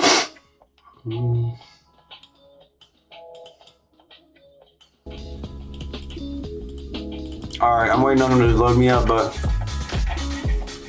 I'm about to. Okay, he's got 5,000 Ethereum in here, and he's gonna hit the wheel.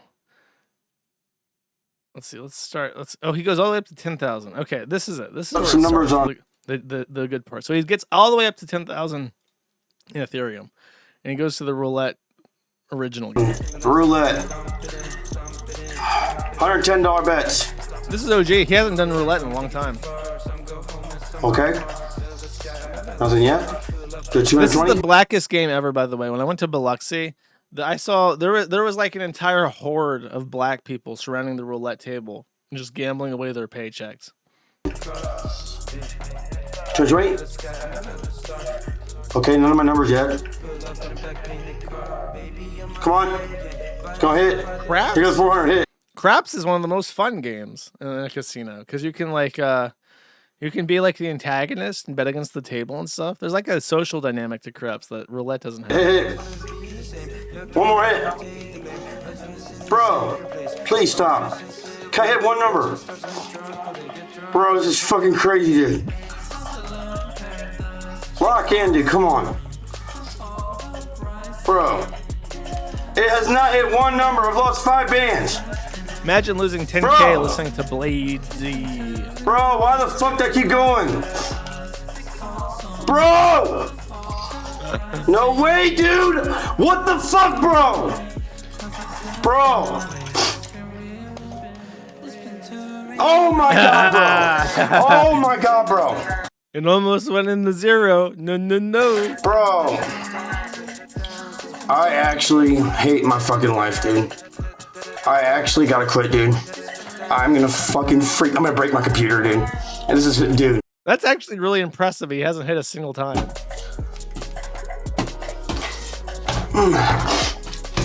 I cannot believe I just fucking lost 10 bands like that, bro.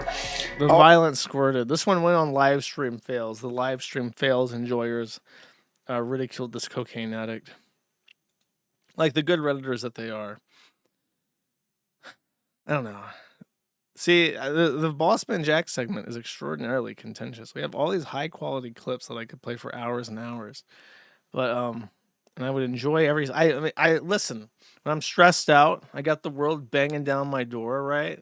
What do? You pop into the Bossman Jack chat and Kino chat, and then you watch some Bossman. You lose it all. Play some RuneScape. It's comfy, bros. If you don't get it, there's no helping you. Let's see. Is there like a requested clip? Let me check the chat real quick. Chat, what is a suggestion for a clip? We'll see what they have to say. It's up to them now. I like it when he plays Candy Crush. I don't know why. Candy Crush looks really tasty. That one and this one. Not Candy Crush. It looks like Candy Crush, though. Sifu has been squirting today? Okay. I'll play Sifu as well. Let's see what this is. Oh, he's playing RuneScape. Everybody's favorite. Chat loves it when they play RuneScape. No. I don't know how he does it, but he like chews water. It's the grossest fucking thing ever.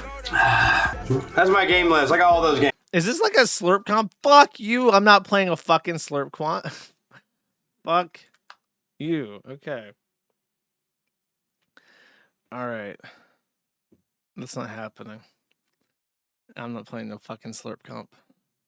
Fuck shuffle. Okay, there's I don't even take notes for Bossman because it's just like off the cuff, right? But his current sponsor is a guy called Noah, or which owns shuffle.com, or as he's belovedly known by the Bossman Jack community as Niggardly Noah, because he doesn't give Bossman any wins. He repeatedly complains that Shuffle is rigged against him and takes it all back anytime he gets over $1,000 or $10,000. Now, I have asked Niggardly Noah to juice the Kiwi Farms a $7,000 AI computer, which I have identified as used on eBay, which is actually a really great deal, and he should totally juice us it. He has not replied, so he is quite niggardly. I have confirmed this. However, Bossman Jack receives $1,000 every 8 hours, which is approximately $2.77 every minute. So every minute, Bossman gets $2.77 paid up every hour. So he gets $21,000 a week and $84,000 a month from Shuffle. He lost his sponsorship with Shuffle because what he did is, and this is why Niggardly Noah likes him so much, is when he was on Rainbet, which is like Chinese owned, he ran up $50,000 off his I think even higher. He ran up like 80,000 or something, and then he started losing. He's like, fuck it, they shut this shit off, it's fucking over. So he withdrew money that he had won off of his sponsorship to Shuffle. So he took 50,000 real dollars in crypto off of Rainbet and sent it to Shuffle. He basically donated at the expense of one casino, his sponsor, to another casino, his current sponsor. Niggardly Noah has told Bossman Jack if he manages to stay a sponsor for 2 months, he will buy him a Honda Civic Type R, which I might as well just bring this shit up on screen. It's like a Honda Civic sports car, which is an absolutely ludicrous concept to me. Like, the entire point of a Honda Civic is that it's a daily drive, like commute to work car. How anybody could want a sports car edition of this is preposterous. However, there is a very interesting caveat with this. If we zoom in here and we see the interior of this lovely sports Honda Civic, you might notice something. You might notice a stick, as in a stick shift, as in a manual transmission. These are all manual transmissions. They do not make an automatic transmission Honda Civic Type R. So if he were to buy this, he would have to know how to drive stick shift. He doesn't know how to drive stick shift. In fact, he hasn't even gone to the DMV yet. He's been supposed to go to the DMV to get a state ID since he got out of rehab, because he has to show ID to go to take his piss test, and he doesn't have any form of identification anymore that's valid. So he can't drive, and he doesn't know stick shift, but he's on the grind set for a Honda Civic Type R. This is why everyone loves Bossman Jack, and if you don't understand it, you just have shit taste, basically. So yeah, this is the paradox of the Bossman world that we thrive in, chat. And this is him losing at chicken. Okay, this is great because it's Bossman losing at a game where it's literally a chicken trying to cross the road. So I want you to consider how seriously he takes the chicken crossing the road. Fuck, man, what the fuck am I doing, bro? Don't torch this money. All right, we're good. We're good. Cash it.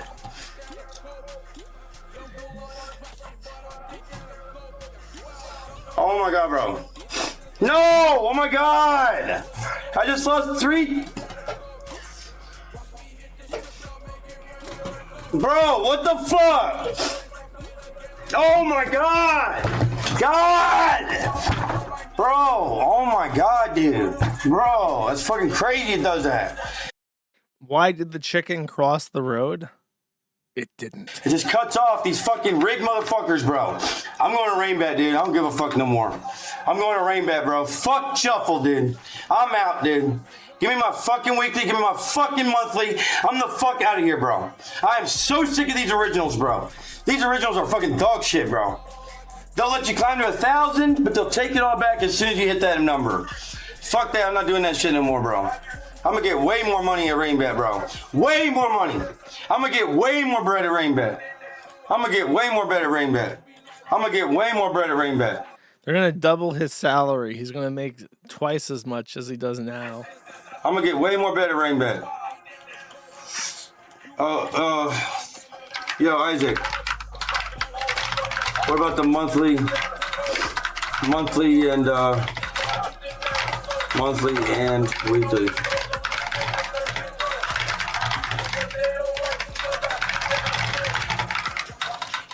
All right, dude. I'm gonna tell Noah I'm done, bro, and then I'm also gonna tell him to give me my monthly and my weekly early, and then close my account. Give me my shit. I want a fat check. To the surprise of everybody, he remained on shuffle.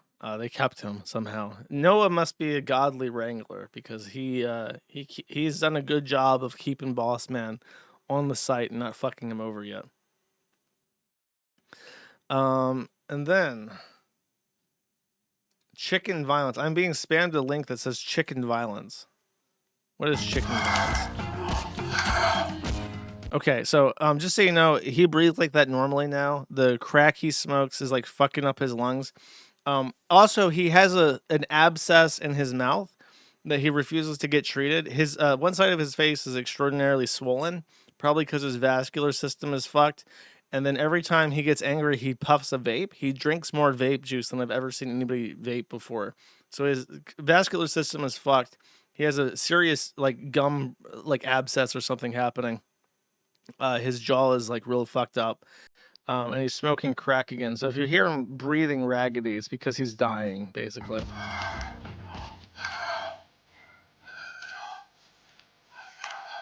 Oh, man. Bro. No way, dude. Oh, my fucking God, bro. Bullshit, dude. That's some fucking bullshit, bro. Damn, that violence nice. Bro. That's some fucking bullshit, bro. I don't deserve this, dude. I don't deserve this. Okay. Give me. Oh, okay. But oh man, I should have queued this up for the. Give me the seafood clip. Where was Iran?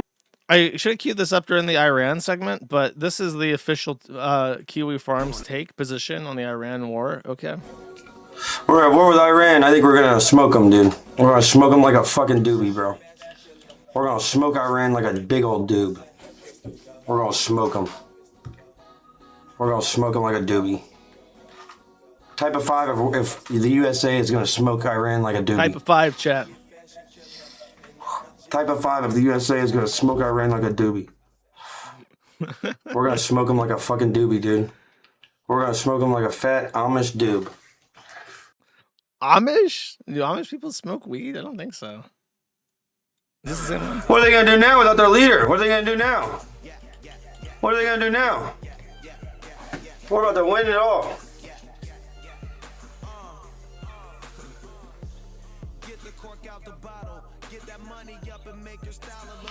We're opening up checkers in all of Iran. All cities and towns will now have a checkers or rallies with big Bufords, crispy fries, delicious milkshakes. Every single town and city is getting a checkers. Hello.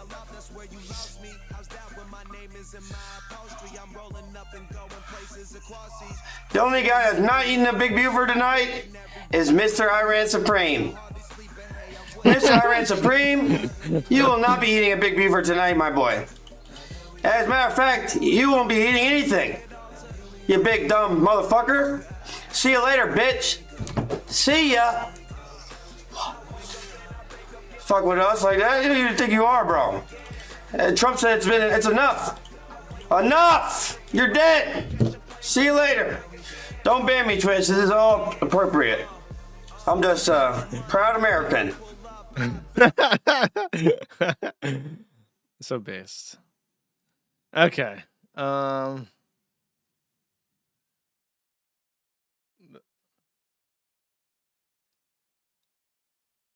okay. This is worth playing too. Okay, so I mentioned that his like breathing's all fucked up and raggedy. This is his explanation for why his breathing's so fucked up. Nah, but blood on. I'm at that age where I'm like, cool on.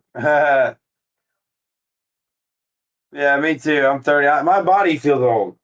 I mean, feeling tired getting out of bed and shit, dude.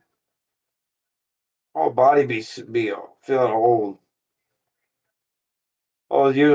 Why could that be? Why could he feel so bad? Could it be the gambling? Could it be his extended stays in incarceration? Could it be the really, really amazingly over the top vape addiction? Could it be the crack addiction? Could it be him punching himself in the head? What could it be? The years of skateboarding caught up with me. The years of skateboarding. The years of skateboarding have finally caught up with him. You're 60? You're almost 60 and you listen to Matt at the internet. That is an interesting thing. Okay, here. I'll just play this because this is... Did he delete this? Did Seafood delete the one where he was like crashing the fuck out? Because that's what I wanted to play the intro of that where he just like starts up the stream screaming. Did anyone clip it? Nobody clicked it? Ah, buddy. Ah, here we go. Dumbledore has saved the day again. Great. Oh yeah, this is it. Dude. Okay, so he started like 8 premieres. This is the schizo guy that they're also big fans of in the Kino chat. But they he usually sucks, but sometimes he's really funny when he's just mad at like nothing, like an old man yelling at birds. Which is this. He couldn't figure out how to start his stream on OBS. Or didn't know how to put the key in right. So after fucking around with it for an hour, he finally went live on his phone, and he's just screaming incomprehensibly at the beginning of this.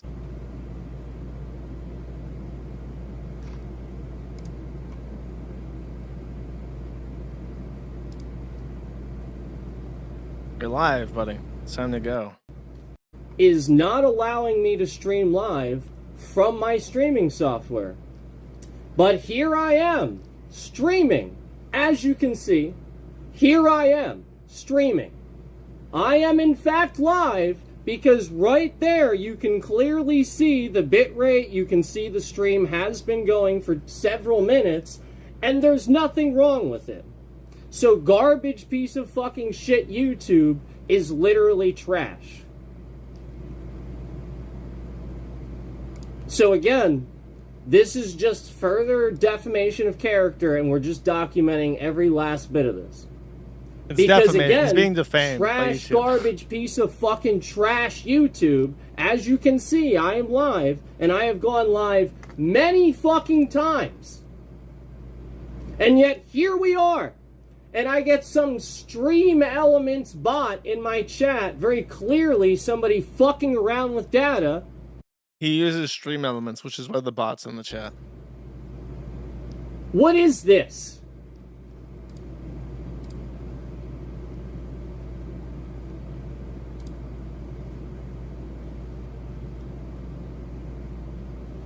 I mean, this is unbelievable. It's kind of hard to give them too much shit because it's like anybody who's ever tried to operate OBS has had literally identical experiences where they're just screaming incomprehensible about piece of shit YouTube and OBS and stuff, and you're just filled with hatred and anger. It's very relatable. All streamers are bit raped, it's true. Okay, let's do the Reddit segment. So our liberal gun owners, you virtuous vulva says, background check failed and I got a misdemeanor for attempting to purchase a firearm. I tried to purchase a firearm and the background check got denied. I got a letter in the mail from my local PD telling me I have a misdemeanor for attempting to purchase a firearm for violating Penal Code Section 29805. I'm going to do the record request live scan now to figure out why. I have no idea what happened. Now I have a misdemeanor on my record just for this, and I tried to have to try and clear this up. Please, someone tell me that someone else has been going through the California DOJ. And the letter doesn't say I have a misdemeanor. It actually says my attempt to purchase a firearm is a misdemeanor, which doesn't necessarily mean they're charging me for it. Why was he turned down? Very important. So here's the California Penal Code that they cited that he believed was the penal code that prohibited him from buying a firearm, or sorry, that he was being hit with for trying to buy a firearm. This is the charge. California Penal Code 29805 prohibits individuals convicted of specific misdemeanors, including domestic violence, stalking, and certain assault or firearms charges from owning or possessing a firearm for 10 years. Violating this law is a wobbler offense, punishable as a felony or a misdemeanor. So he's a domestic abuser. Here's another one from liberal gun owners. My partner accidentally discharged her handgun in our home, unsure how to handle the situation. I could use some advice in handling this situation by people more well-versed in gun ownership than I am. I did grow up around guns, so I'm comfortable around them, but it was also rifles and shotguns for hunting, never handguns. I never had an accidental discharge happen. I'm not sure how to handle it. She recently purchased a Glock for self-defense as the federal government does fascist things in our community. This gun has brought her immense security in the last month or so. She practices loading and racking the gun fairly frequently to get more comfortable with it, and as a way to soothe her nerves. However, and I didn't know this until the incident, her practicing with the gun involved putting a live round in the chamber. I also didn't know that this gun did not have a safety. These two things combined make me extremely uncomfortable, and I would have told her had I known. Yesterday, while practicing, and with a live round in the chamber, she said she got a compulsion to pull the trigger and was unable to stop herself from following through on the compulsion. Thankfully, neither she nor any of our cats were hurt. Our wall now has a new hole in it, but the bullet did not leave our home as there is no exit hole. I have since told her to never load a live round during practice in her home. I have also taken possession of the gun and the safe that is in because of how uncomfortable I am that she was unable to control this impulsion. We have talked through our feelings and the severity of this mistake and the danger to her and our cats it has caused. I can tell how embarrassed and remorseful she is, but I'm not sure how to proceed. I want her to have the safety the gun provides her and access to it for emergency situations, but I don't want her to be afraid of this happening again. Any advice to be appreciated. She is in therapy and has been for a couple months, adding that she did take a professional training course as well. She has gone to the range 3 times. The day before this happened, she went to some public land for practice outside of a range. And then this post came from March Against Nazis. I've already taken down one fascist empire. I'm prepared to fight another. And it is a crude colored pencil drawing of Luke Skywalker with a lightsaber killing a federal agent on the ground. Because Luke Skywalker is anti-fash, I guess. I guess his actor literally is, but it is what it is. And then one more. UPS, our UPS delivery photograph. Let's look at this photograph real quick. So I see some shoes. I see what appears to be car keys. And then it looks like a book. Maybe that's the package down there, I guess. Delivery photo is the driver taking a dump. I don't even recognize the floors, and I have no clue where my package is. LOL. So this man received a package, all right. the nice Jeep delivering this took a big dump and made sure to let him know. Package delivered. What can Brown do for you? Our immigrant friends are keeping our delivery services nice and flowing as they should, chat. Flowing in two ways as opposed to one. This one's super old. The bull is HIV positive. Of all sad words of tongue and pen, none so sad as these. The bull is HIV positive again. Okay. It's in our Reddit general, by the way. All right, it is classic. It's classic like a book. It's classic like an old tome of literature. Okay. All right, let's do the red segment. I am so fucking hungry. I'm not gonna lie to you. I'm gonna get pizza. Okay, I'm starving like Marvin over here. Alrighty now. Here we go. Kurt Eichenwald, anime masturbator for 10, says, let me switch this over to my middle monitor. Glorious Kiwi Emperor, you've convinced me to buy Sven's books. You're as great a salesman as you are a shit poster. I can't wait for you to sell me hot sauce. Maybe I should. I've actually finished off all of Billy's hot sauce. Thank you. Yugala Sneed for 10 says, righteous, all my homies love Maddie. Your homie circle must be pretty small. Thank you very much.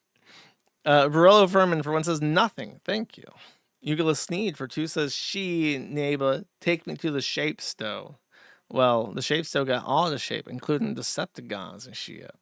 Citrus Act for 1 says, oh, look at all the monkeys catching up the early childhood experiences they couldn't comprehend until now.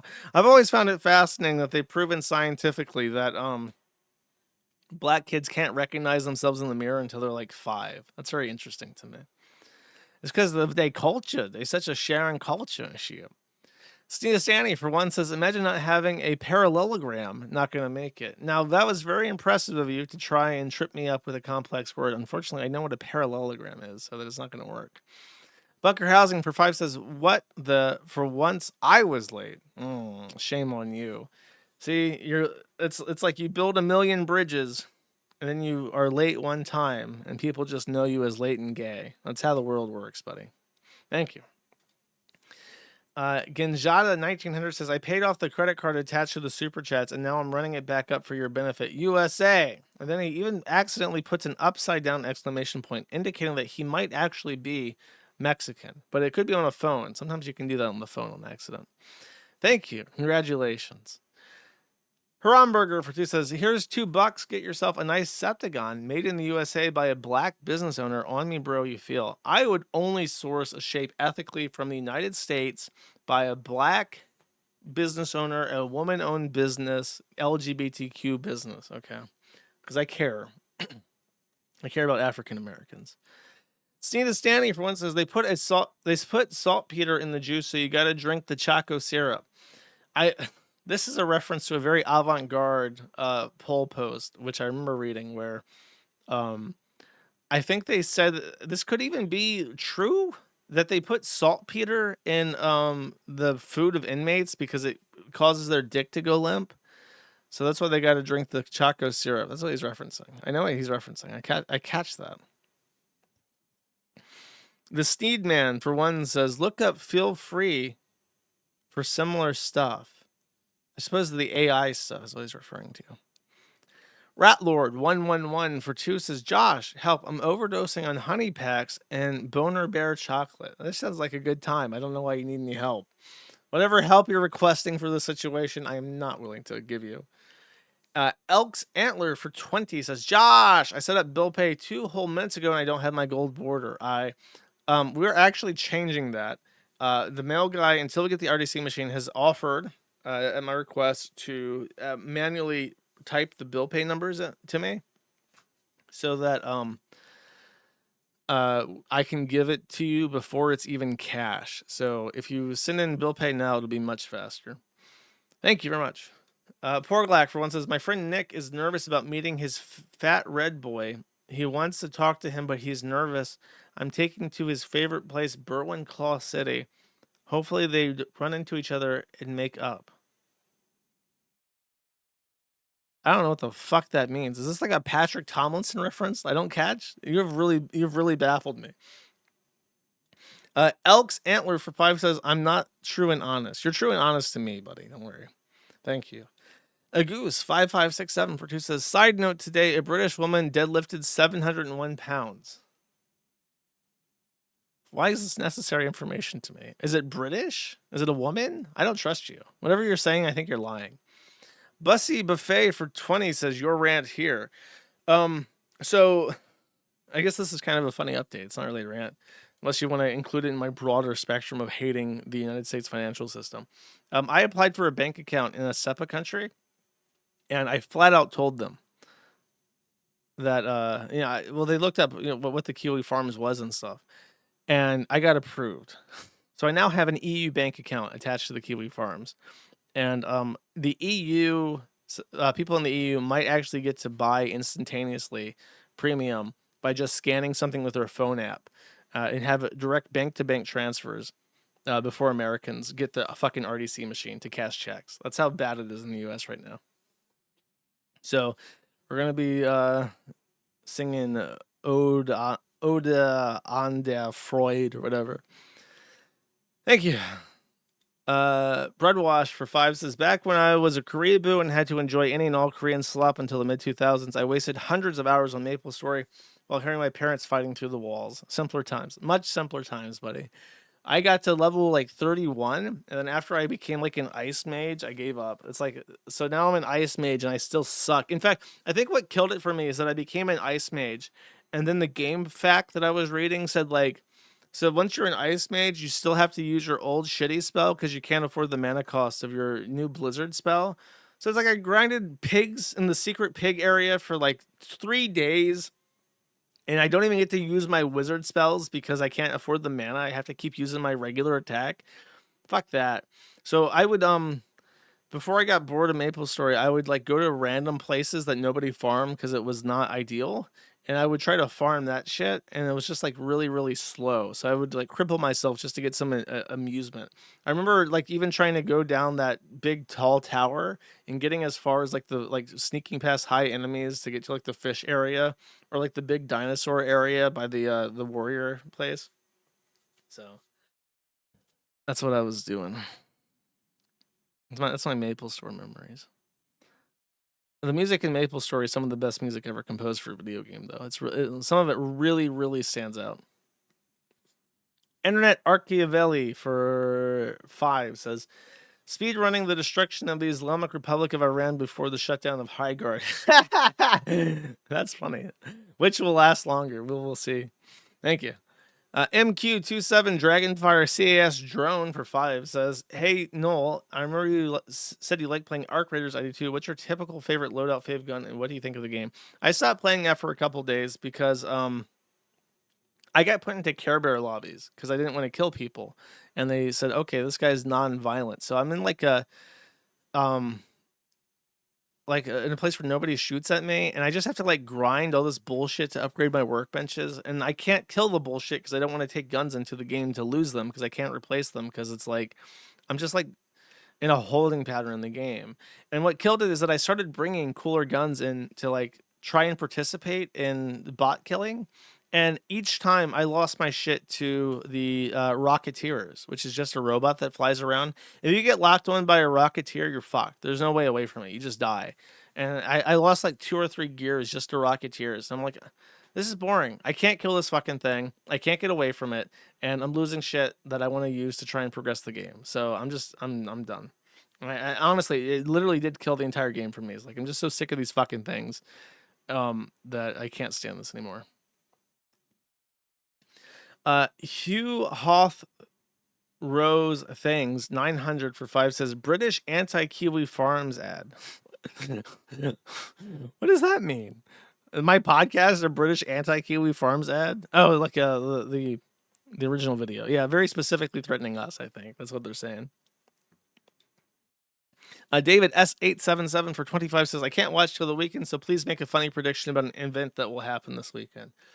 Oh, buddy, when those Kurds invade Iran, it's all over for them. I don't know. What can I say? Oh boy, the Ethan Ralph, Mommy Scarlet stuff. He's gonna do something to piss her off within hours of meeting her, and they're gonna have a domestic, and he's gonna end up in jail. That's my prediction. Okay, I'm swinging for the fences here. Sneedo for 2 says, thank you.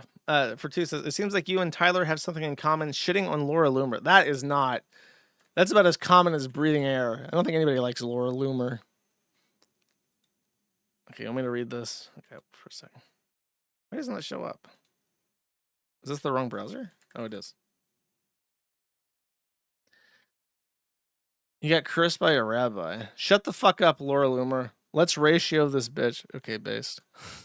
You are an obese retard and refer to Quentin Reviews. Remember when this guy went to an antique market owned by the KKK and forgot to mention that part of it? He was just like, look at the quaint little southern flea market. Why don't more people plug this place? This man's either evil or so stupid it hardly makes a difference. Tyler Oliveira replies and says, you're an obese retard who reviews Nickelodeon shows for a living. Eat this ratio. You gotta be careful with the ratio stuff, bro. We'll tune you out. Yeah, he says, 8-hour-long video reviewing Goy Slop made by a pedophile. Impressive even for you. Which is pretty funny. And then he got cursed by a rabbi. Jewish rabbi literally cursed me, bro. You can't make this shit up. Where's the curse at? You didn't link the fucking curse video? I want to see the curse video. That's the money shot, bro. That's what people want to see. Vodka Blood Zero for 10 says, rewatching Life is Strange in prep for the new game for lols when you kept rewinding time to close shooting herself again and again. Yeah, that's a really peak moment. Back in the good old days. Back in the good old days when I was in my apartment in Ukraine playing games made for teenage lesbians. Thank you. Spongy G for 10 says, sell an age verification key with cash for $1 available at most service stations. The worker there verifies your ID. Other than CCTV, this is as anonymous as I can imagine it could be. Age verify. That's a good idea. That's a good idea. I'm gonna patent this. Sorry, I'm stealing your idea. I'm gonna become a millionaire. Thank you. Logistical Nightmare for 10 says, happy Friday, Josh. So glad we got a 7-hour Bossman segment and absolutely nothing about fat women. You're welcome. Congratulations. I'm so happy for you. Thank you. TB Deluxe for 5 says, be right back. My side bitch is on fire again. Are you referring to Anisa? What are you talking about? What is that a reference to? Oh, okay. Sorry, that was such an avant-garde reference that it completely fucking baffled me. Wait, I'm getting breaking news. Ethan Ralph is at the airport. He is not allowed to board his flight to Chicago. They said that somebody called to have him kept off the flight. They literally named him. I don't know if that was at the behest of this other guy or not, but it's extremely shady. Ralph is being denied access to the United States of America at the request of internet retards because he can't shut the fuck up about his itinerary. Okay.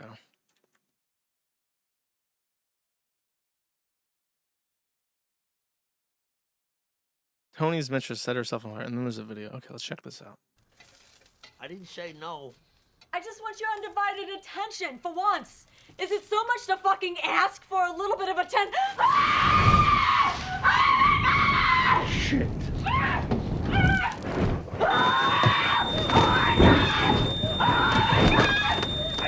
Alright, okay. Alright. I got it. It's out. It's out. I got it. You're okay. You're okay.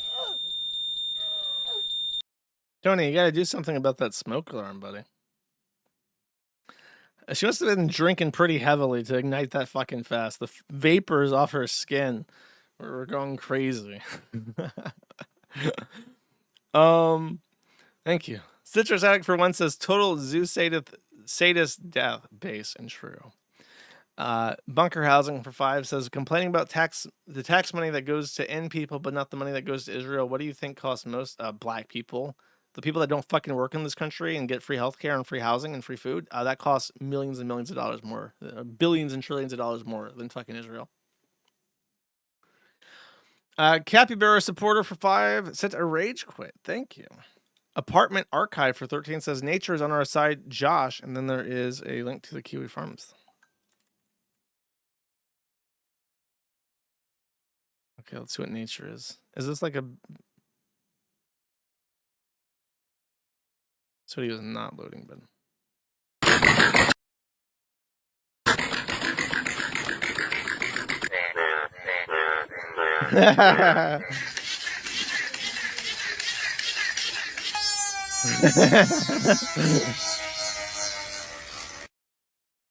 That is pretty base. That's pretty funny. Thank you. Bunker Housing for 5 says, Kick is so annoying and stupid with 2FA. Can you imagine having to fucking open ancient email text just to log in? Also, in Rumble, you can pause the stream. Can't. Oh, yeah, it has no replay. You're right. That's a feature they should have added by now. That is kind of bullshit that they don't have instant replay. Because that was a bit... when I streamed on YouTube, that's an option you can toggle. And a lot of people, if I turn that off, because I thought, I noticed that people in the comments would get angry. They're like, fuck, I'm like 10 minutes behind. Let me refresh or whatever. So I thought, I'll help them by disabling this feature. Instant complaints. Lots of people use that feature and they don't like it turned off. So Kick should fix that. You can pause Kick, but you can't rewind, is what he's saying. Hot Fart Fernando for 5 says, it's okay about Rowan, Josh. You'll be happier with Anisa anyways. Fuck you. I'm so sick of that. Fuck off. Sneedo for 1 says, Josh, you need to make an account and play the demo. And then there's a post image. Okay.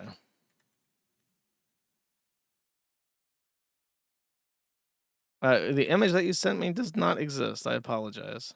I did try to open it. It says 404 not found.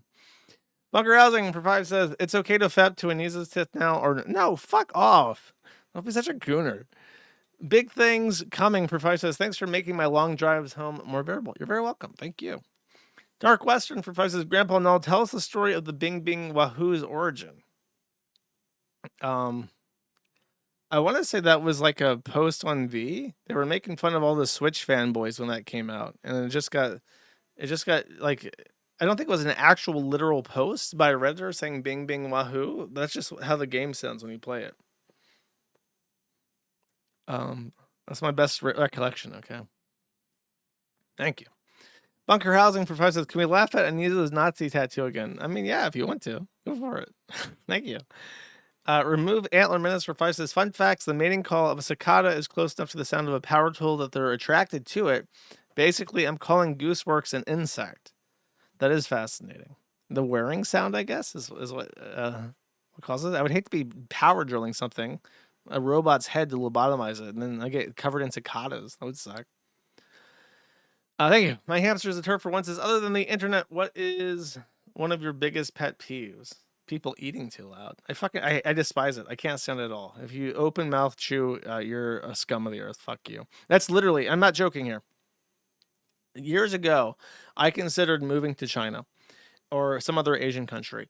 And I literally decided to not do that because I know that in their cultures, all of them, loudly eating is a sign of compliment. And I cannot do that. I cannot fucking handle it.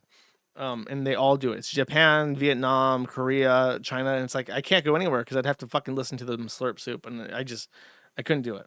So I never went. Peen Wienerstein for 1 says, milk does not bounce, that abominable snowman. Milk only explodes everywhere. Good to know. I didn't know that about milk. Hawaiian Zane for 5 says, Fuentes is such a flip-flopper because he's been trying to undermine Trump and MAGA openly since 2023. It's possible. I mean, I think he gets paid by somebody to do something. Who it is, I don't know. But thank you. Peen Wienerstein for 1 says, America's had net negative migration for the first time since the Hart-Keller Act passed in the 60s. Apparently, that's not good enough for Nick. I think it's not. I need $1 million a month. $1 million a month. I'm not even fucking joking. $1 million a month. Gump Gump for one says, so vote Democrat to publish Republicans, but also leaving America if Dems win. I mean, basically, yeah. Fuck you, got mine. I'm already crypto rich. I'm going to Vietnam. Don't have to work for the rest of my life. Peen Wienerstein for one says, if Nick is exiled and he doesn't end up in Thailand, I'll buy Nick his own ladyboy. Well, he better be careful. Apparently they can kick Jeet's ass over there. Pancake Luchador for 5 subscribed. Thank you. Laser Gator for 2 says, Nick never says anything worth taking seriously. He's got a lot of followers is the scary part. Red Eyes Black Dragon for 2 says, when are you going to do Pokemon card pack openings? You got to get Charizard card. I remember my mom bought me a big fat stack of Pokemon cards and I was tearing through them. And my aunt, because I was a little kid, we were at Books A Million where they did Pokemon tournaments every Friday or Saturday or some shit. And my aunt was chastising her. It's like, you know, they never put the good cards in there. You'll never get the good card. And then as soon, I swear to God, it was so Kino. Kino wasn't a thing back then, but if it was, it would have been Kino. As soon as she said that, I ripped it open, and there he was, Charizard. And I smug looked at that bitch as hard as I could fucking smug, showed it off. Oh, I got my fucking Charizard. I got him. Just after she said it. Eat it, bitch. Eat it. I'm a winner. Peen Wienerstein for 10 says, Jeremy Hamley, when someone asks him about Melanie Mack, and there's a YouTube video. Okay, let's check it out. Who would want to put their penis in a coworker?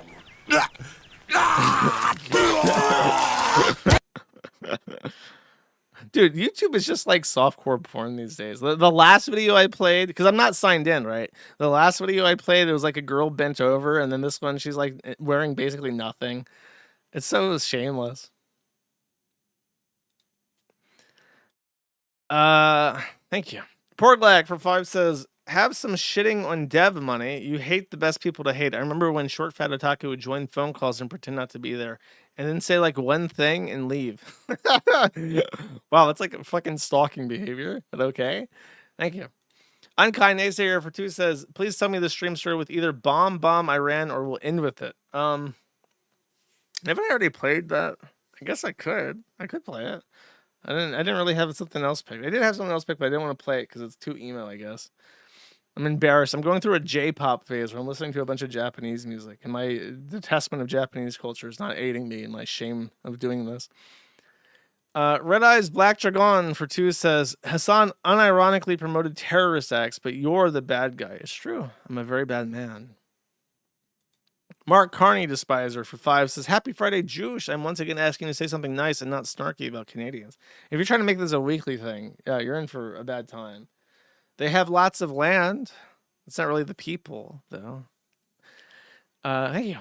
Chocolate Rain for 2 says, big props for you for being open about your frustrations and everything and have a better understanding of what you were trying to do with the Tom drama. Now, can you please unban me? Let's see, are you banned? Usually I ask $100. I'm not signed in. I can't do it. I'll do it after the stream. Let's see. Sneedo for 1 says, crazy how PPP used to be skinnier back then. Is this the fucking video of him evading police? Oh my God, it's actually him. It's not even a joke. I was not expecting this not to be a joke. Here we have it. Surfer and PPP. He was skinnier back then. It's so weird. He's like a normal weight. That's crazy. It's kind of funny how his face doesn't change at all, though. He's like so much heavier, but it's like his face is like completely... That's just how he's going to look. He could be like underweight and he'd have the same face. Fent Fan for 2 says, I'm locked out of my Kiwi Farms account. It's my own fault. I'm wondering, have you heard of that lesbian TikTok cult that requires its members to get face tattoos?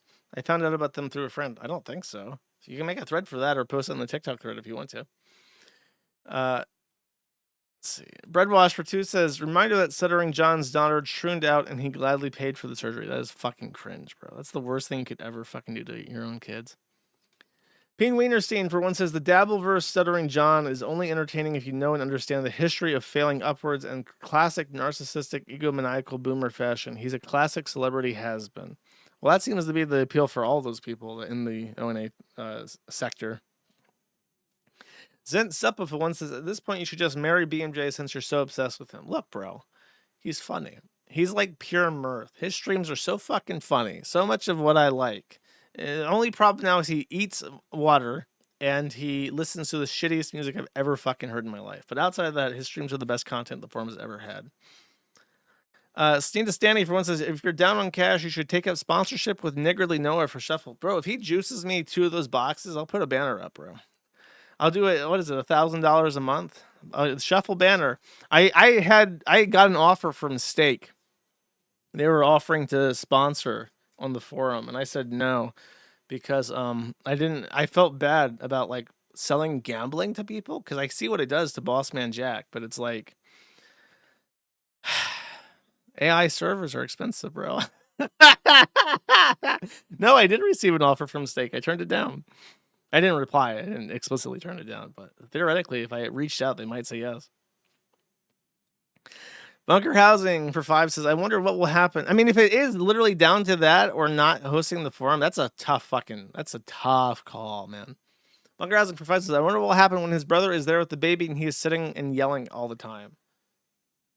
Oh, you mean Bossman's brother? His brother is not allowed at the house. He does not come over. He came over one time. He was on stream one time.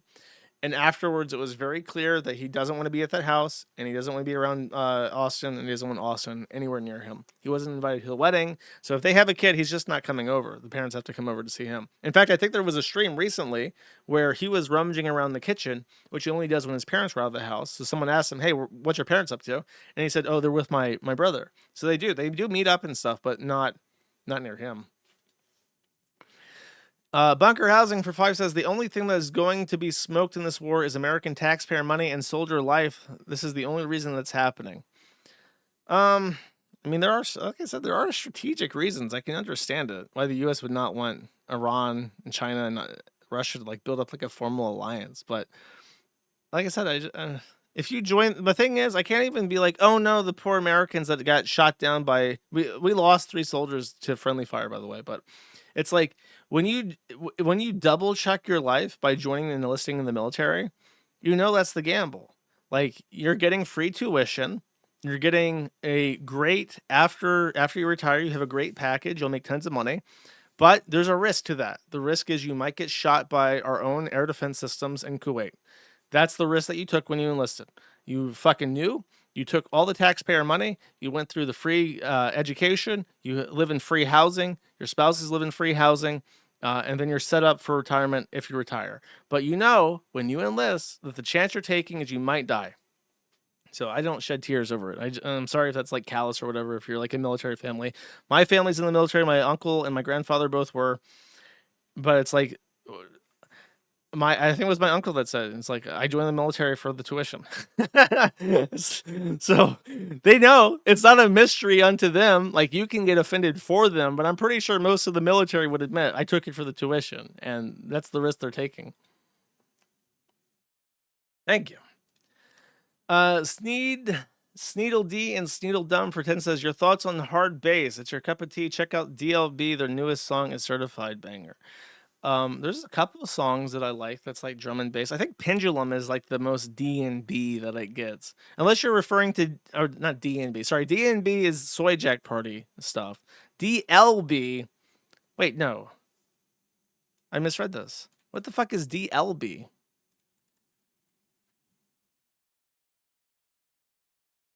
DLB, it's a band name. Oh, God.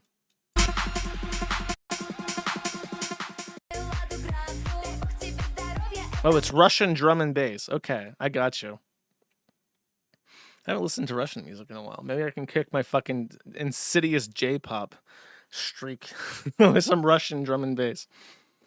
Thank you. Logistical Nightmare for 10 says, just in case my prior super chat was taken as a joke, I'm 100% serious. I'm probably the only person who looks forward to the BMJ segment. Last year's drought sucked. My audience is not as refined as me, and it's okay. I understand. Not everyone can be as cool as I am. Thank you. Crispy Legs for 5 says, happy Friday. Happy Friday. Thank you very much. Doc's Found for 10 says your pizza toppings for today will consist of pineapple, pickled jalapenos, and anchovies. I can't look. I would try the other two. I mean, obviously, but I like pineapple. I like or anchovies on white sauce pizza, and I love jalapenos, and I love pickled and salty stuff and vinegary stuff. But pineapple, I just can't fucking do it. It does not belong on a pizza. Thank you. Spurg Zerker for $100 says, thanks for the fun. Happy Friday, George and chat. Thank you very much. I appreciate it. Oh, and that came through on Kick, too. Damn, that kicked nice. Lieutenant Razchak for 10 says, I saw that you've been down in the dumps lately. Here's something that'll cheer you up. Oh, boy. Oh, boy, what could it be? Rage baiting my fat dog. Does it play on...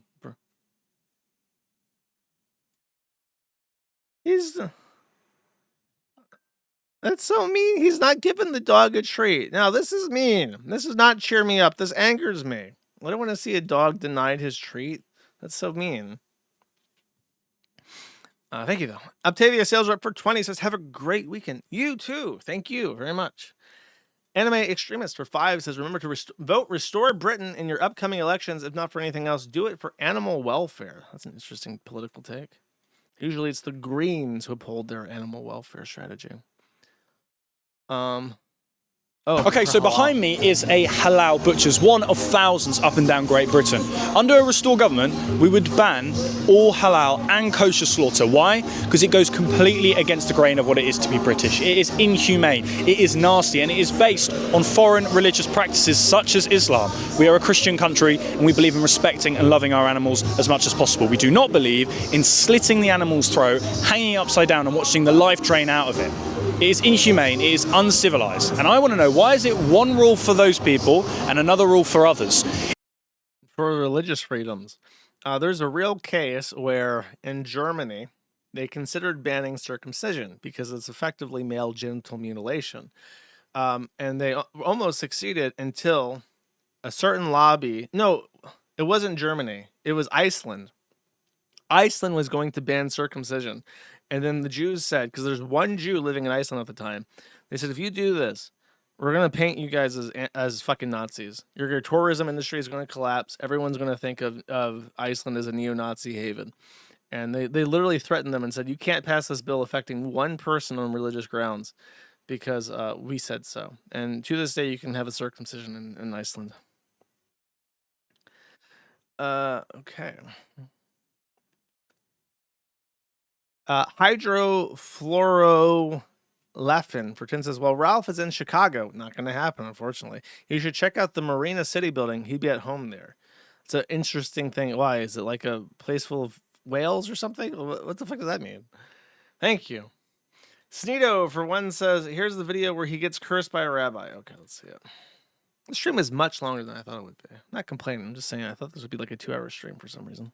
For asking God for this is a Jewish prayer book. It's predominantly used for asking God for assistance, for blessing people, and for only asking for open and revealed goodness. But now it needs to be used to stop the forces of evil from coming after the Jewish people without reason and without basis. I will make the following prayer in English. May God Almighty, who blessed our fathers Abraham, Isaac, and Jacob, Moses and Aaron, David and Solomon, stop, prevent, and subdue the evil Tyler, son of Thomas, and may he have no success in targeting, hurting, or negatively, or attempting to bring negativity to the Does son of Thomas mean goy? Is that what he's saying? Lives of Jewish people. May he have no blessing and no success in any mission against the Jewish people, and may God Almighty cause him to return to his true ability. Oh my God, hold up. I should reply to this. Hold up. Oh, can I find this?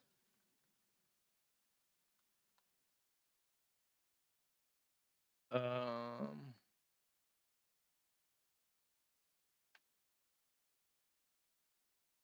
wait. Fuck, what was his name? Who's the guy that killed himself? It wasn't Carlson. It was Tamar. That's it. I curse my enemy. Is this it? This video is for all my enemies out there. For all you people out there that have cursed my wife and I. And for all you people that wish evil upon us. and have slandered us. This video is for you.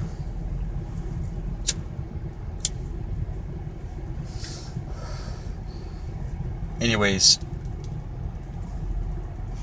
there's a lot of people out there trash talking my wife and mocking my faith in Yahweh, and especially you, Joshua Moon. Okay, this is what I think of. I'm gonna build this bridge to my boy who follows me. I've also been cursed by Jews. Take it seriously. It causes debanking. Okay. We're gonna develop a kinship over this, okay? Something went wrong. Don't tell me that.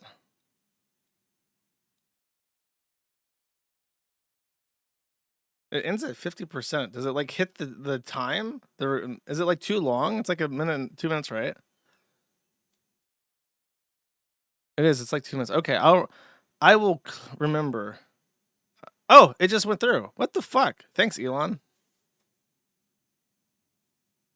Is it done? Okay. Great. Awesome. Wonderful. It's through understanding common ground that friendships are made, chat. It's true. It is the curse. It is the curse. Hydrofluorolephin for 2 says, no, I spoke too soon. I'm referring to the Cincinnati debacle, I'm sure. Very tragic. Kadu for 5 says, when are you going to boot up your next bet at the video game stream and get a chicken sesh going? We'll juice you. Hey, when Niggardly Noah can get my AI server, I'll spin some wheels, okay? I'll get some chickens across some roads. Bunker Housing for 5 says, no fap to an easy... Bro, you're being fucking gross, bro. You gotta stop this. Mizo Sal Pinks for 5 says, remember to raid. I will. Thank you. I was thinking about that. Do you have a suggestion for the Rumble one? Because I don't know. Remove Antler Menace. It has to be a different one. This song goes out to my boy Ethan Oliver Ralph, who has 3 first names and not just 2. Sign in to confirm you're a bot. It's Culture Wall Motorcycle. He'll never, no, bro, no motorcycle songs for Ethan Oliver Ralph with his 3 first names. He'll never, ever have a cool motorcycle. Thank you. Ben Collins for 20 says, tell the Ayatollah we're going to put him in a box. Bomb, Iran. Okay, fine, I'll play Bomb, Iran. Thank you very much. Young Pei Chang for 25 says, like a good nibba, Josh Moon is there. Thank you very much. I am a good nibba. I hate the UN for once sent a full sin. Thank you. Peen Wienerstein for 1 says, I too look forward to the BMJ segment. I know. It's a dying breed. We're Bossman Jack enjoyers. The Ghost of Lotex for 1 says, you should be a little nicer to Blady because one of his main producer, Filthy, is actually really into lolcows. There's a pretty decent chance that he uses the forum. Is that why he sang that song about be nice to me, be nice to me? I don't know. Listen, the music is the worst I've ever fucking heard. I can't. Sorry, I'm terminally not making friends ever. It sucks. Haramburger for 2 says, we already got Mexicans and blacks on welfare. Now we got to pay for dogs and cats on welfare too. Hell nah. What are you talking about? What cats and fucking dogs? What are you talking about? I hate the UN for 5 says, how do you feel about Meshtastic? New brother got me into it. I have literally no, I don't know if that's a video game or a product or whatever the fuck you're talking about or technology. I've never heard of it. Thank you though. Citrus Addict for 1 says, I couldn't finish watching Birth of a Nation because the kosher cow slaughter scene. I have never watched that actually. I didn't know there was a cow slaughter scene in this. Thank you. Anime Extremist for 2 says, I side with Nazis over people who mistreat animals all day, every day. I don't even have to think about it. I said a tweet to something to like one of the congressmen who said like, about the dog tweet. And there's some, I forgot what it was. There was a controversy over a dog. It was about Islam and dogs. And, I made a tweet like, if you make white Americans choose between dogs and Muslims, you're going to regret the outcome. Do your Rumble ad read too? Nah, I'm not feeling it. I'm not feeling it. Thank you. I will do the raid though. I'll do the raid after the songs. If you want to raid, stick around. I do appreciate that because it's funny. Let's put the green mode off and then I'll play some fucking bomb Iran, some fucking bomb Iran type shit as we celebrate our closest friend Israel, our geopolitical ally Israel. Bomb Iran. Bum. Cincinnati for one says it shows how sadistic Jews are by showing them how they slaughter cows. I understood what you were saying, buddy. All right, Bomb Iran by Vince Vance in the Valiants topic. And then we'll do the raid. Bye-bye. See you next week if you leave now. Bye. It's still trying to play the song, but it's struggling really hard. You might have to go to title for this one. Bum. I can sing it for you. Bum. Iran.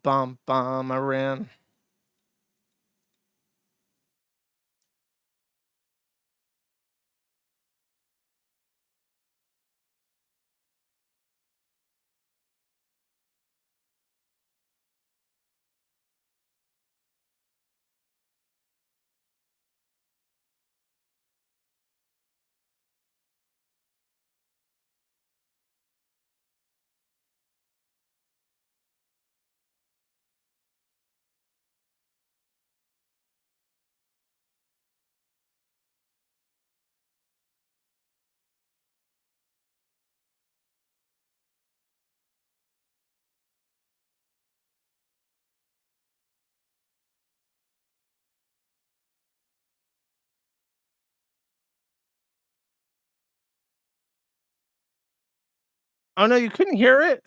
I played a full minute of it and you couldn't hear it. Fuck me. Sorry guys, I suck at this. Oh wait, because it's not in YouTube. It's not in YouTube, so therefore it won't play because I'm a bot. Okay. Can I switch this over to Brave?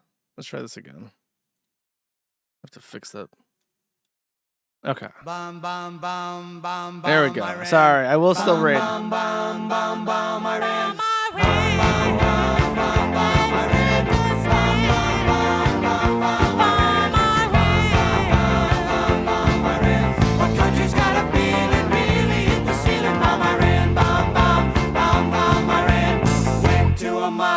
Gonna throw some rocks. Tell the Ayatollah, gonna put you in a box. Bomb Iran, bomb Iran. The country's got a feeling, really hit the ceiling. Bomb Iran, bomb Iran. Old Uncle Sam's getting pretty hot. Time to turn Iran into a parking lot. Bomb Iran, bomb Iran. The country's got a feeling, really hit the ceiling. Bomb Iran, bomb Iran. Call the volunteers, call the bombardiers, call the financiers, better get their ass in gear. Bomb Iran, bomb Iran. The country's got a feeling, really hit the ceiling. Bomb Iran, bomb Iran. It's Luca.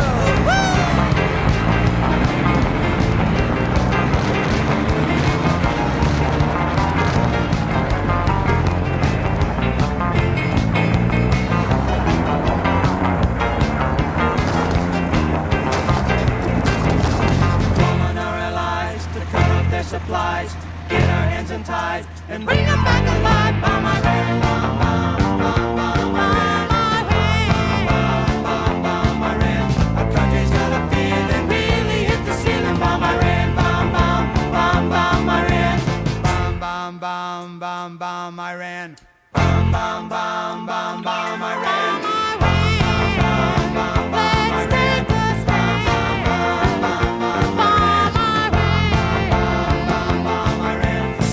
You've been stealing, now it's time for dealing. Bomb Iran, bomb